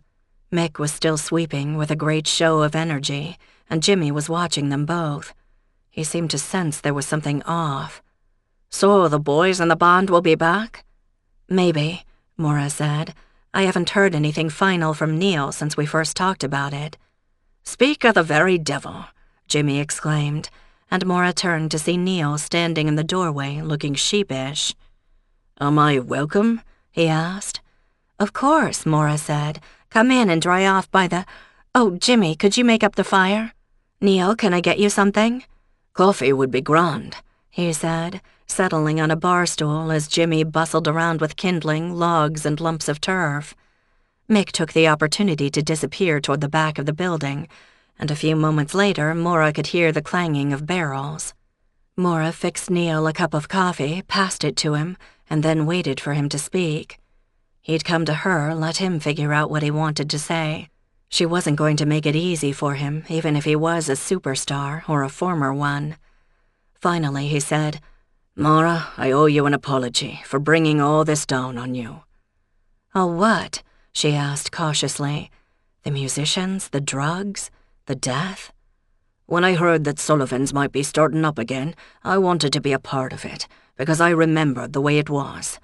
I didn't stop to think what that meant, but the word spread and you saw what happened. Yes, and I'm still trying to process it, but you don't have to apologize for that. Old Billy was the one who started things rolling. He knew who to talk to, and the rest took care of itself, true. But I haven't been exactly honest about Aiden. Ah, what do you mean? Neil stared into the depths of his coffee, as if there were an answer there. Maura noticed Jimmy was moving very slowly and quietly to build his fire, hoping not to be noticed and shooed away. She could almost feel his ears stretching in their direction. It was true that I ran into Aiden in a pub in Cork, Neil began, but it wasn't by chance. I went looking for him. You'd kept in touch? Maura prompted. Barely. We started out together, you know that. He had some talent, and he played with a lot of people, although he never took the lead. He was never a happy man, and you'd have to say he took the easy way out. Drugs? Not so much the using of them. His heart wouldn't stand that. But being on the edges of the drug trade made him feel important. He's related somehow to one of the families who run the business in the city, which got him in the door. He was a bit of an odd jobber. He'd run errands, make pickups and deliveries for the boys, that kind of thing. It gave him enough cash to get by, and at least he felt he was part of something. You knew this all along? Maura asked. Why didn't you tell the Gardaí? I didn't know at first if that had anything to do with his death, and even if it did, I didn't want that to be the one thing that anyone remembered about him, that he was killed over the drugs. He was a brilliant fiddle player, and his last night was a happy one with the music. Jimmy gave up all pretense of keeping busy and came over to lean on the bar. So what part of your story isn't true then? I found Aidan at that pub and told him what was going on at Sullivan's, and I persuaded him to come along, offered him a ride and a place to stay, though he took me up on neither. It wasn't easy to convince him, but in the end I won him over and he came. And he never happened to mention that he was carrying money for the drug gang? On my mother's grave he did not. I thought he was embarrassed by the idea of facing his old friends, and that was why he said no at first. But he had his fiddle case with him at the pub. I hoped, that meant he still kept his hand in. So I twisted his arm and made him promise to come along. And that's what got him killed and brought the trouble down on your head. For that I am truly sorry. He sounded as though he meant it, Maura thought. It's not your fault, you couldn't have known. But you need to tell the Gardaí this. I will. Rose emerged from the back and did a double take on seeing Neil at the bar.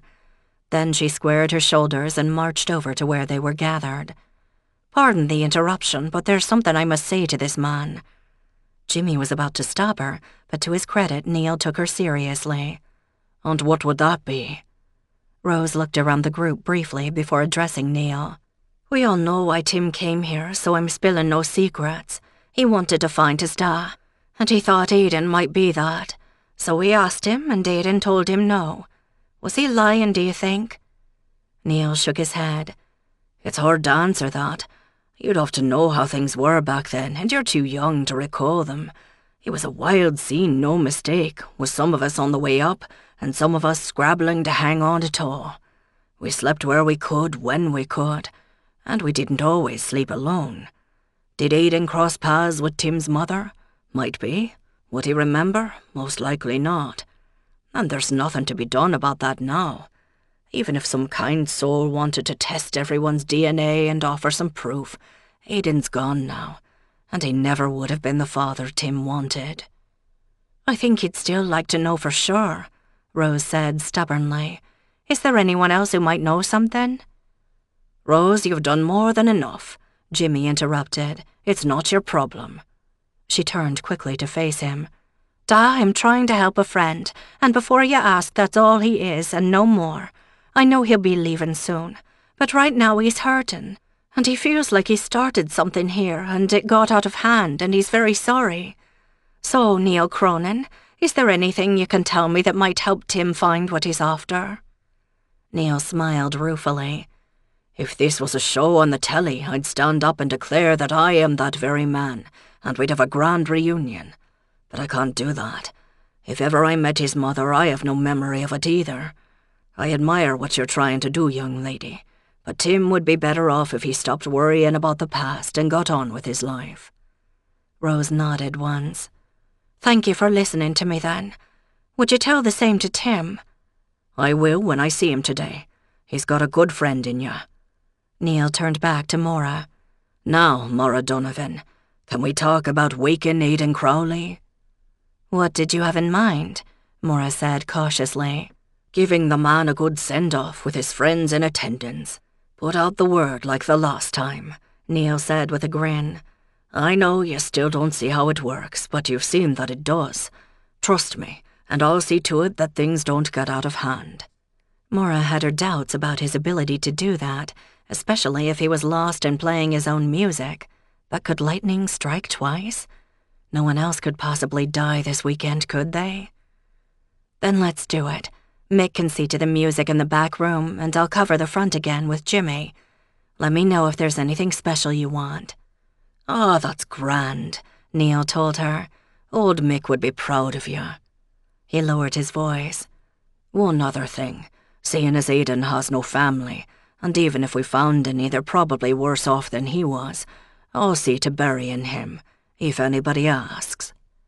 Just as she'd hoped, and she'd let Sean know. Maura decided that Neil Cronin really was a good man. Mick had returned from the back in time to hear the latter part of Neil's conversation with Maura. "Neil, if this is going to happen, I need to talk to you about some of the amps," he interrupted, and they went off toward the back, deep in a conversation about amplifiers that could have been Greek for all Maura could tell. She sighed. "Do you not want to be doing this again, Maura?" Rose asked softly. "I really don't know," Maura said slowly. "I think it's very nice that Neil wants to honor his friend, but after last time, I have to worry, don't I?"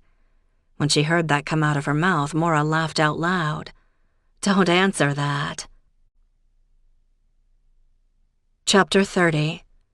Maura opened the pub before Mick and Neil finished in the back. There were already customers waiting in the rain outside the door. She spent the first hour or so reporting on the excitement of the night before, as some people left and more replaced them. She tried to stick to the facts, knowing that the story would grow through many retellings, and who knew how much it would be changed along the way. She feared that by the 5th version, they'd have her facing down an entire gang from Cork, armed with machine guns. At least that version might bring more people into Sullivan's, if only out of curiosity. It was close to 1 when she realized with a pang of guilt that she hadn't seen Billy yet. She turned to Rose. "Can you cover for a bit? I'm going to check on Billy." "No problem, you go on then," Rose said, already smiling at the next customer. Maura grabbed her raincoat, slung it on, and dashed up the sidewalk to Billy's rooms at the other end of the building, mentally kicking herself for not checking in on him earlier. She knocked on his door, and for a long moment heard no sound from inside. She found she was holding her breath, picturing the worst, until finally she could hear movement inside, a slow shuffling of feet, and Billy pulled open the door. "Good morning, Maura. What brings you all this way on this wet day?" "I was worried about you after last night. Can I come in?" Billy stepped back and opened the door wide. "Please, don't mind the mess. Me servant hasn't been by today." Maura realized that she'd never been inside Billy's rooms. She owned the building now, but she'd inherited Billy along with it and hadn't wanted to invade his privacy. He'd had some rent-free handshake agreement with old Mick, and she hadn't had any reason to change that. She wasn't about to start demanding rent from him now. In fact, she had no idea how he got by financially. Maybe there was a pension or something. But she didn't think she could or should ask. She stepped in and pulled off her coat, and finding there was a peg waiting for it by the door, hung it up. "Can I fix you a pot of tea?" Billy offered. She didn't need any tea, but she didn't want to offend Billy by turning him down. This was the first time he'd ever had a chance to offer her his hospitality. "Sure, fine. Need any help?" "Nah, I know me way around. Please have a seat." Maura sat down in a sprung armchair and watched as he made his slow way to the other end of the room, where she saw a small sink and a stove that was as old as the one at her cottage. There was a steaming kettle sitting on the back of it, so all Billy had to do was fill the metal teapot with water and add some tea bags. "Sorry there's not milk, but there's sugar," he said, and he rummaged about and found a pair of mismatched mugs. "That's fine." Maura waited while he assembled the tea things, making more slow trips back and forth across the room. When he was done, he dropped heavily onto a sagging couch that might once have been blue but was now a greasy gray. Billy looked very pleased with himself. "I can't recall the last time I entertained a lady here. Oh, I forgot the biscuits, if I have any." "Please don't get up, Billy. I don't need any biscuits. I only came by to make sure you were all right after last night, and to thank you for what you did." "Oh, get on with ya. You and Mick would have handled it fine if I hadn't stuck my nose in." "Maybe, but it was very brave of you to try to help. You could have been hurt." "Thanks for worrying, but I'm tougher than I look. Have you had any word from the Gardaí?" "About what they're going to do with Donal Maguire? No, not yet. I don't know how this arrest business works, or if they have enough evidence to charge him with Aidan's death. It may be that he was only trying to scare Aidan and Aidan's heart gave out, so I don't know if that means it's just assault or what.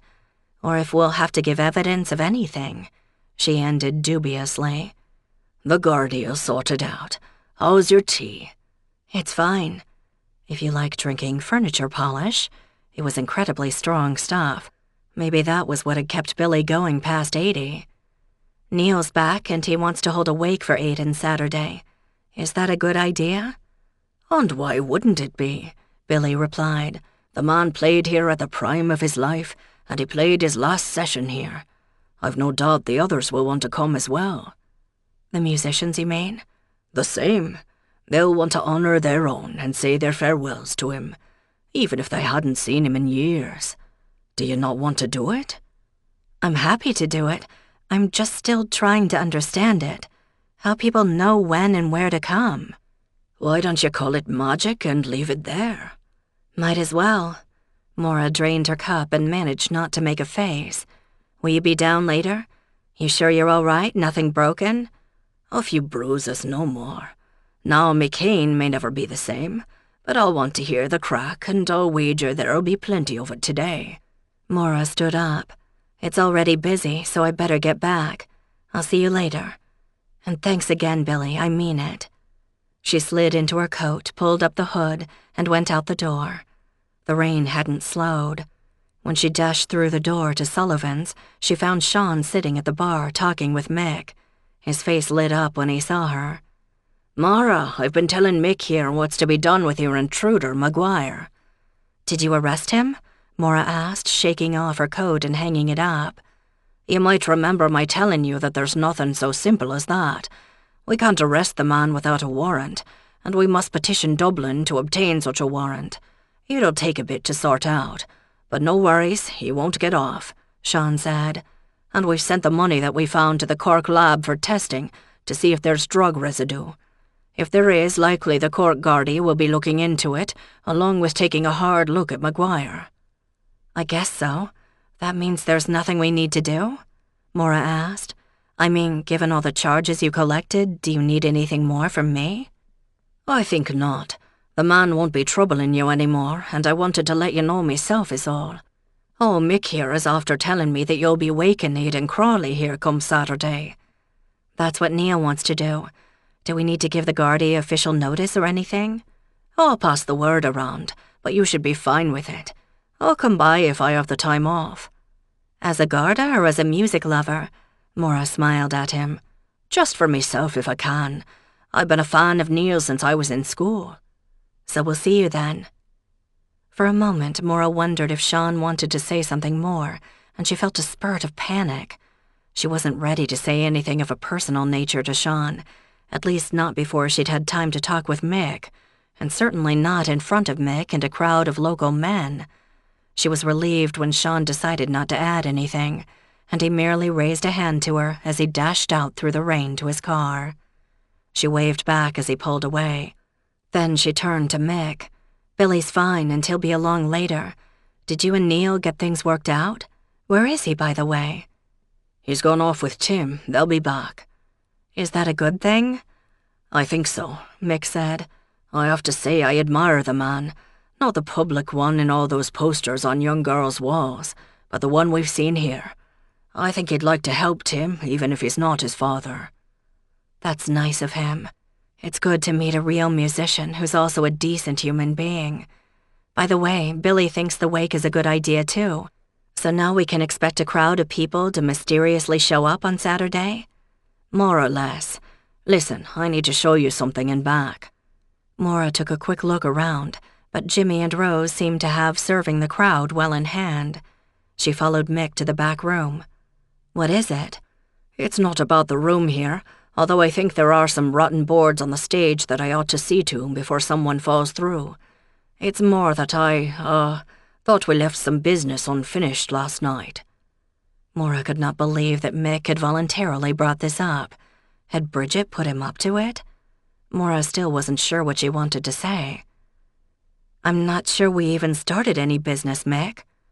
No, that isn't really true. Maura hesitated, gathering her courage before speaking again. "Look, you should have figured out by now that I'm not a girly girl. I don't know how to play those kinds of games. I've always found it a lot easier just to be honest, even though I know that puts some people off. Probably a lot of people, since I don't have many friends. So if I've got it right, you're asking if I'm involved with anybody who might be more than a friend, and the answer is no. Not even Sean. I mean, I like Sean and he seems to like me, but we've only had one half of one date, and that's as far as it's gone. So you're saying that you, She really wasn't comfortable with conversations like this, which was why she tried to avoid them. She couldn't even come up with a good term for whatever. But Mick seemed to understand. Maybe, he replied. Then he flashed a smile. Maura couldn't hold back her sarcasm. Well, thanks a lot. That clears things up just fine. If this was some other century, you'd be asking my father for permission to court me, but there's only me to ask. Am I right? Kinda, he said, still smiling. Maura stared at him for a long moment, then burst out laughing. Damn, I wish Ireland came with an instruction manual. Half the time I have no idea what people are saying, and I'm not talking about the accent. Okay, sure. I take your application under consideration. Will that do? For now, we'd best get back, Mick said. Everything shipshape in here for this wake thing? It is. We need to talk about ordering more supplies. We can do that out front. When Maura walked into the front room, both Rose and Jimmy followed her with their eyes. Maura slid behind the bar and Rose leaned toward her. Everything all right? She asked in a low voice. Fine, honestly. Wait, do I look like things aren't all right? Rose shook her head. No more than usual. Great. Maybe she should spend more time in front of a mirror. Did she always look ready to bite someone's head off? A couple of hours later, Neil and Tim came in, looking very pleased with themselves and talking a mile a minute. Tim looked much more cheerful than he had the last time she'd seen him. He came over and dropped onto an empty bar stool. Hey, Rose, wait till you hear what we've been planning. Neil was lucky to find a second stool a few over. He greeted Maura. All plans subject to your approval, of course. Maura smiled. Don't worry, everybody's looking forward to this Saturday, now that the rest of it's been cleared up. You talked to the Gardaí? I did, we're all square, and I think I cheered up young Tim. He's a bright lad and he has a real feeling for the music. I'd be proud to be his father, but we've worked it out that I was in England at the time in question. He leaned farther over the bar and lowered his voice. But I'll talk to me brother. He's out of the music business now, but we were tight back then. And sad to say, there were girls who thought that getting close to him was near as good as me, if you know what I mean. But I don't want to get Tim's hopes up. I understand, and it's very kind of you. Will you keep in touch with him? I will. And with you, if you want to bring the old place back. You know, I think I might, and I'd appreciate your help. Unless this old building collapses with your crowd on Saturday. No worries. It's lasted this long and it's got strong bones. You'll see. Chapter 31. Friday proved to be an ordinary day without any of the disruptions that had plagued Sullivan's over the past week. Business remained strong. There were still curious local people wanting to know what had happened and what was going to happen. They'd come in for a pint and maybe stay for a second one. More than that, Maura couldn't put her finger on it, but there was a new undercurrent of excitement in the place. Because of the wake and the music it would bring? As soon as the pub opened on Saturday, the music makers started arriving. Maura directed them to the back room and kept the door to that space closed while they tuned up. The patrons had started arriving as soon as Sullivan's opened, staking out a table or a stool and watching the arrivals eagerly, nudging one another and identifying them one by one. And they kept ordering pints. It was going to be a good day. Neil arrived just after noon with Tim in tow. Tim looked like an eager puppy following his master, but Neil didn't seem to mind. Rose smiled and waved at both of them from behind the bar, and then the two men disappeared into the back room. Tim seems excited, Maura commented to Rose between pulling pints. And well, he should be. He's following his dream, Rose retorted. You mean Neil? No, the music, of course. Neil's a part of all that, but there's a lot more to it." "You're okay with Tim leaving?" Maura asked softly. "Sure, and why wouldn't I be? He's a city boy, and I always knew he was going back to Dublin at the end of it all.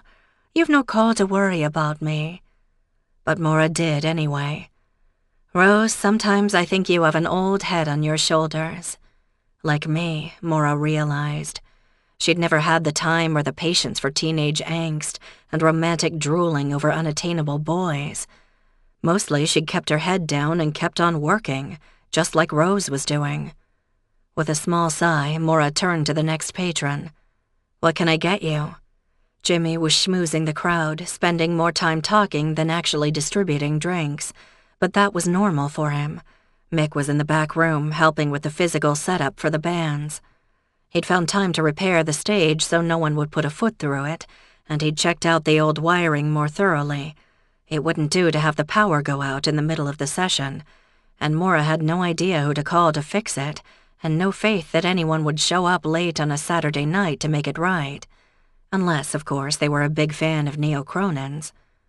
Neil was kind enough to come out now and then and mingle with the local people, which now included a surprising number of women. Well, maybe not so surprising. Neil was still an attractive man, and he'd aged gracefully since his heyday. Maura found it was kind of fun to watch the women in the room jockeying for position, which happened every time he emerged and asked for another pint or 6 for his friends in the back. On one of those trips, Maura leaned forward to say, "You do know you're giving the ladies here a thrill?" He smiled. "Of course I do, and I won't let them down." He scanned the room while waiting for the pints to settle. "Looks like you're doing a good business today." "Thanks to you and your pals, I am," Maura said, "and I'm grateful.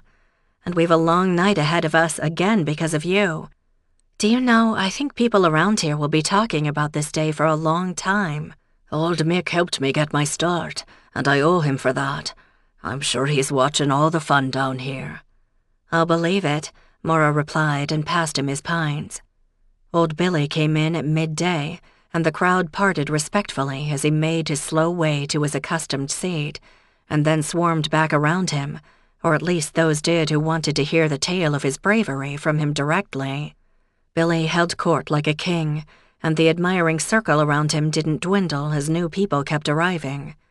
When there was a break in the crowd, Maura smiled across the room at him, and he smiled back. She almost panicked when she realized how full the house was getting. She tried to envision either Mick or Jimmy turning people away from the door, and almost laughed out loud. The crowd was polite, but they were also determined, and no doubt they'd brush off either of the men if they stood in the way. But as the afternoon wore on, Maura realized that the crowd seemed to have an organic life of its own. The space never got too packed. There were never more than a few people standing outside waiting, and they weren't impatient about it. Thank goodness the weather had cleared since the day before. Some people left and others replaced them, but somehow it all achieved a balance. Maura hoped that balance would last the night. Darkness came early, despite the fine weather, or maybe it was all the bodies blocking the light from the windows that made it seem dark. "I've never seen such a crush," Rose said, awed. "You'll let me stay, won't you, for the music?" "Of course. This may be historic for all I know," Maura said, wondering how she'd find any time to listen herself. She'd promised herself that she'd give it a chance at least. Mick made one of his periodic forays into the front room. "Everything set?" Maura asked. "As ever it'll be. Nervous?" "I don't know, should I be?" "I don't know what you've seen in Boston, but here there's a kind of respect for the performers. There'll be no brawls, and if anything gets out of hand, the others will show 'em the door. They're here for the music." "When will things start?" "They start when they start. 9, maybe. Are you ready for it?" "I hope so," Maura said fervently, pulling yet another batch of pints. She'd lost count of the total a few hours earlier, and thanked the stars that Mick had laid in an extra supply of barrels in the basement. Just past 9, she sensed a change in the mood of the crowd in front, a sort of electric surge, and realized that someone, Mick, had opened the doors to the back room, and people were flowing that direction. From the back came the sounds of a few last tune-ups on the various instruments. Rose edged closer to her. Here we go. Are you excited? I think I am, Maura told her, and she realized it was true. Whatever songs or styles were played that night, the energy of the crowd was undeniable.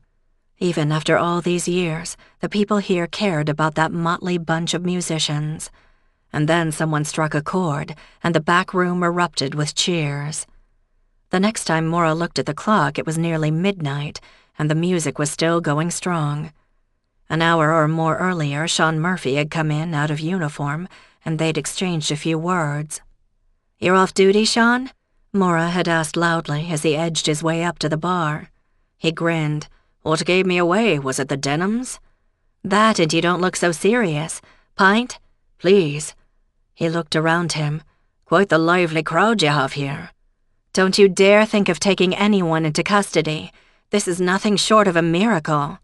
"I wouldn't dream of it," he replied. "I told you I'm a great fan of Neil's. Has he been on?"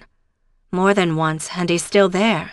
Go on in," Maura said, sliding a full pint toward him.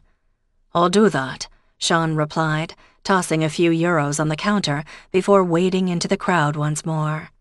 At midnight, Jimmy came around the bar. "Why don't you go on back and have a listen?" "Are we good for staying open?"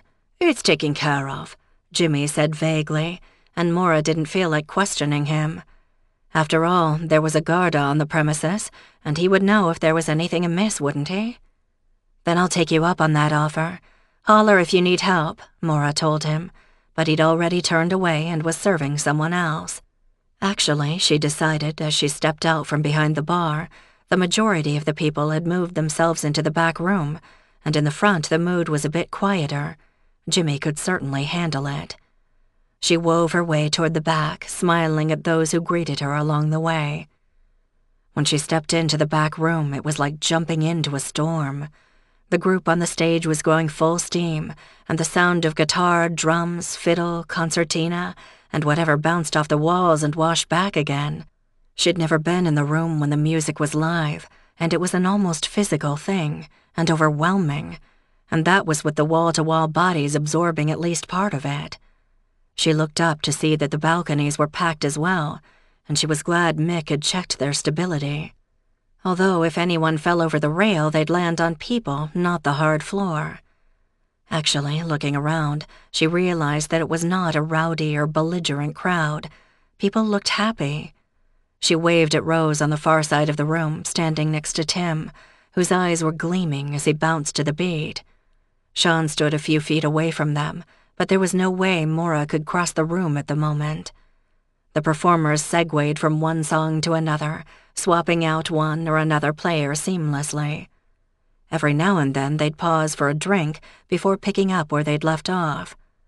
Maura recognized a bit of a tune now and then, but most of the music was unfamiliar. Still, there was a constant thread running through many of the songs, a hint of the old sounds that even she recognized as coming from traditional music, a style that she had been told went back centuries. No one would identify this lot as anything but Irish. Neil led many of the songs, although he stepped back to let some of his colleagues have their moment as soloists. He caught sight of her and gave her a smile without breaking stride, and she smiled back. She nudged her way to a corner and leaned against the wall, listening. She could feel some of the bass notes reverberating through the wall of the old building, almost as though there was a beating heart in it. The performers were glistening with sweat, and Maura realized how hot the room was. She looked up to see that the upper door wasn't open. Might as well open it now for ventilation. She wasn't worried about crashers this late, and what did it matter? Everybody was having a good time.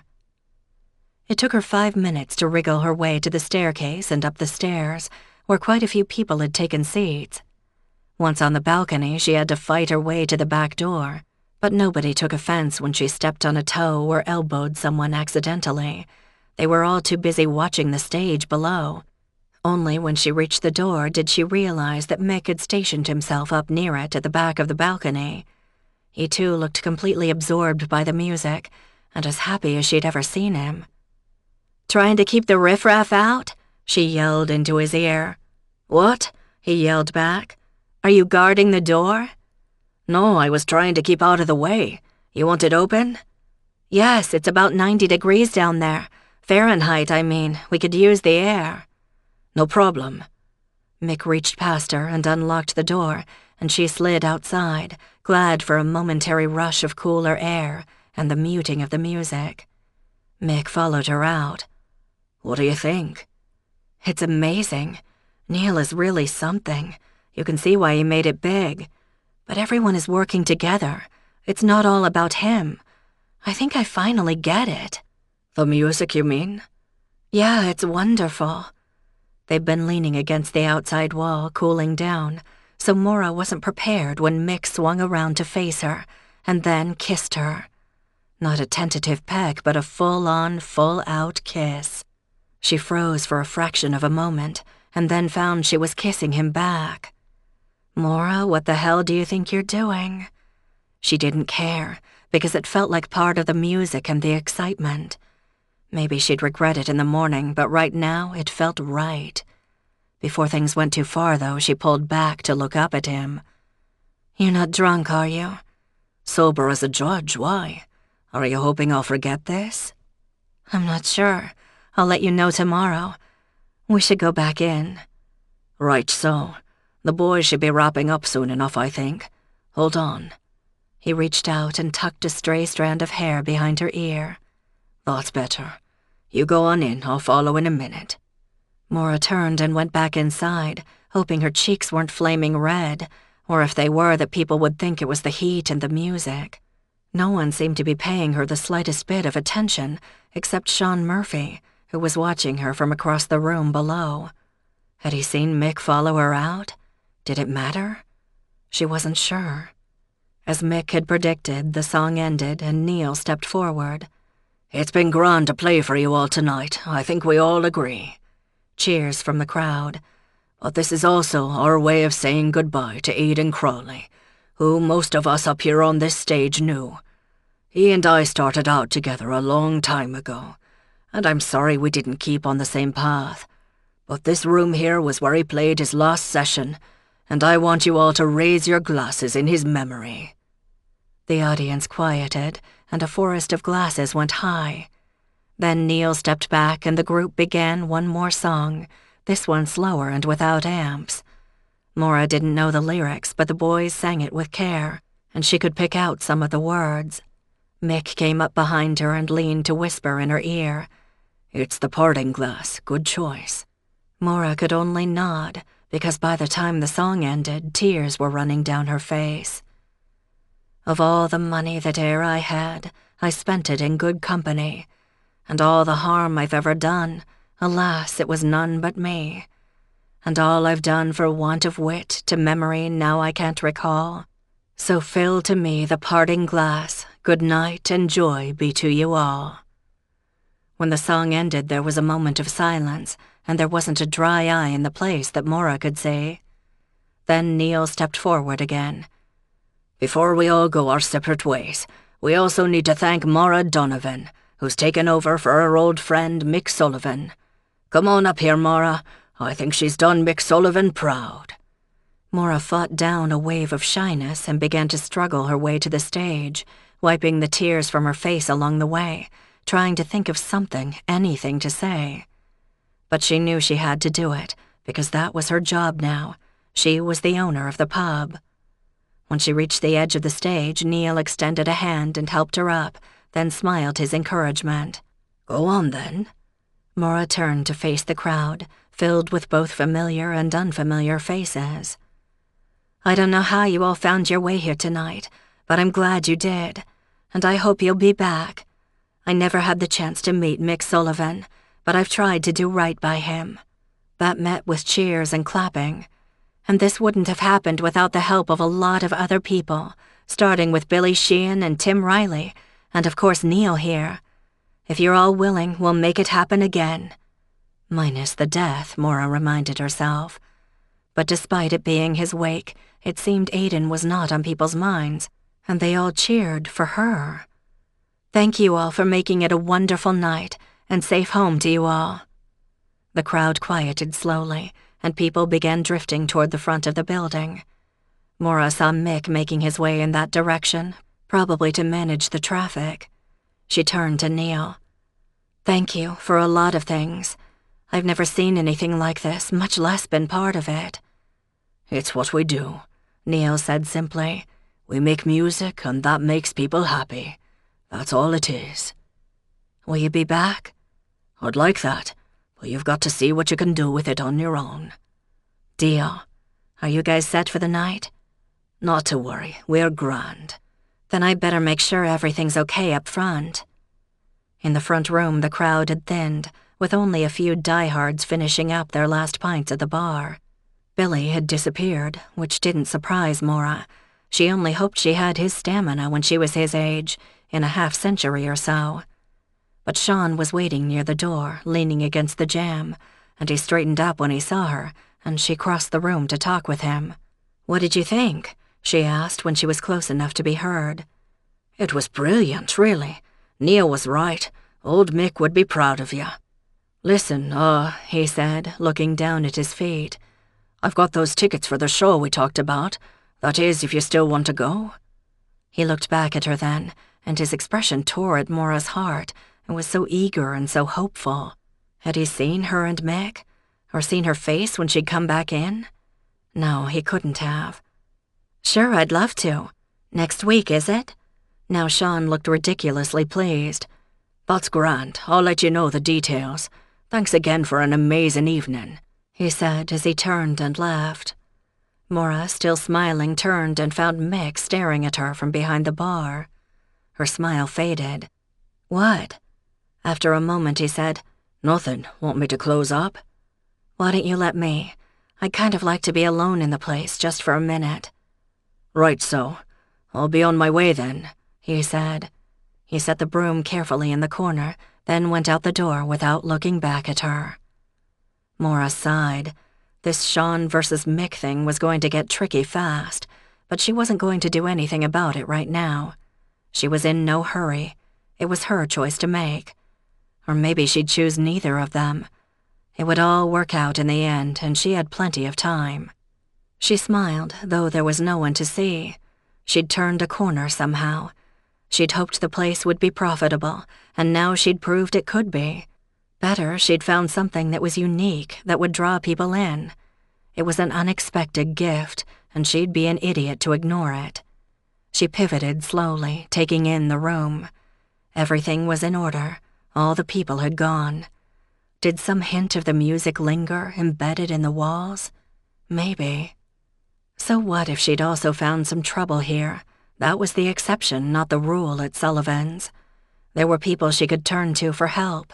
And what was more, they wanted to help. They had accepted her. Some knot inside her, balled up tight since she had arrived, could untangle now. She was staying. This concludes An Early Wake by Sheila Connolly, narrated by Amy Rubinate. Copyright 2015 by Sheila Connolly. This unabridged audiobook is recorded by arrangement with Berkeley, a member of Penguin Group USA LLC, a Penguin Random House company, and was produced in the year 2015 by Tantor Media Incorporated, which holds the copyright thereto.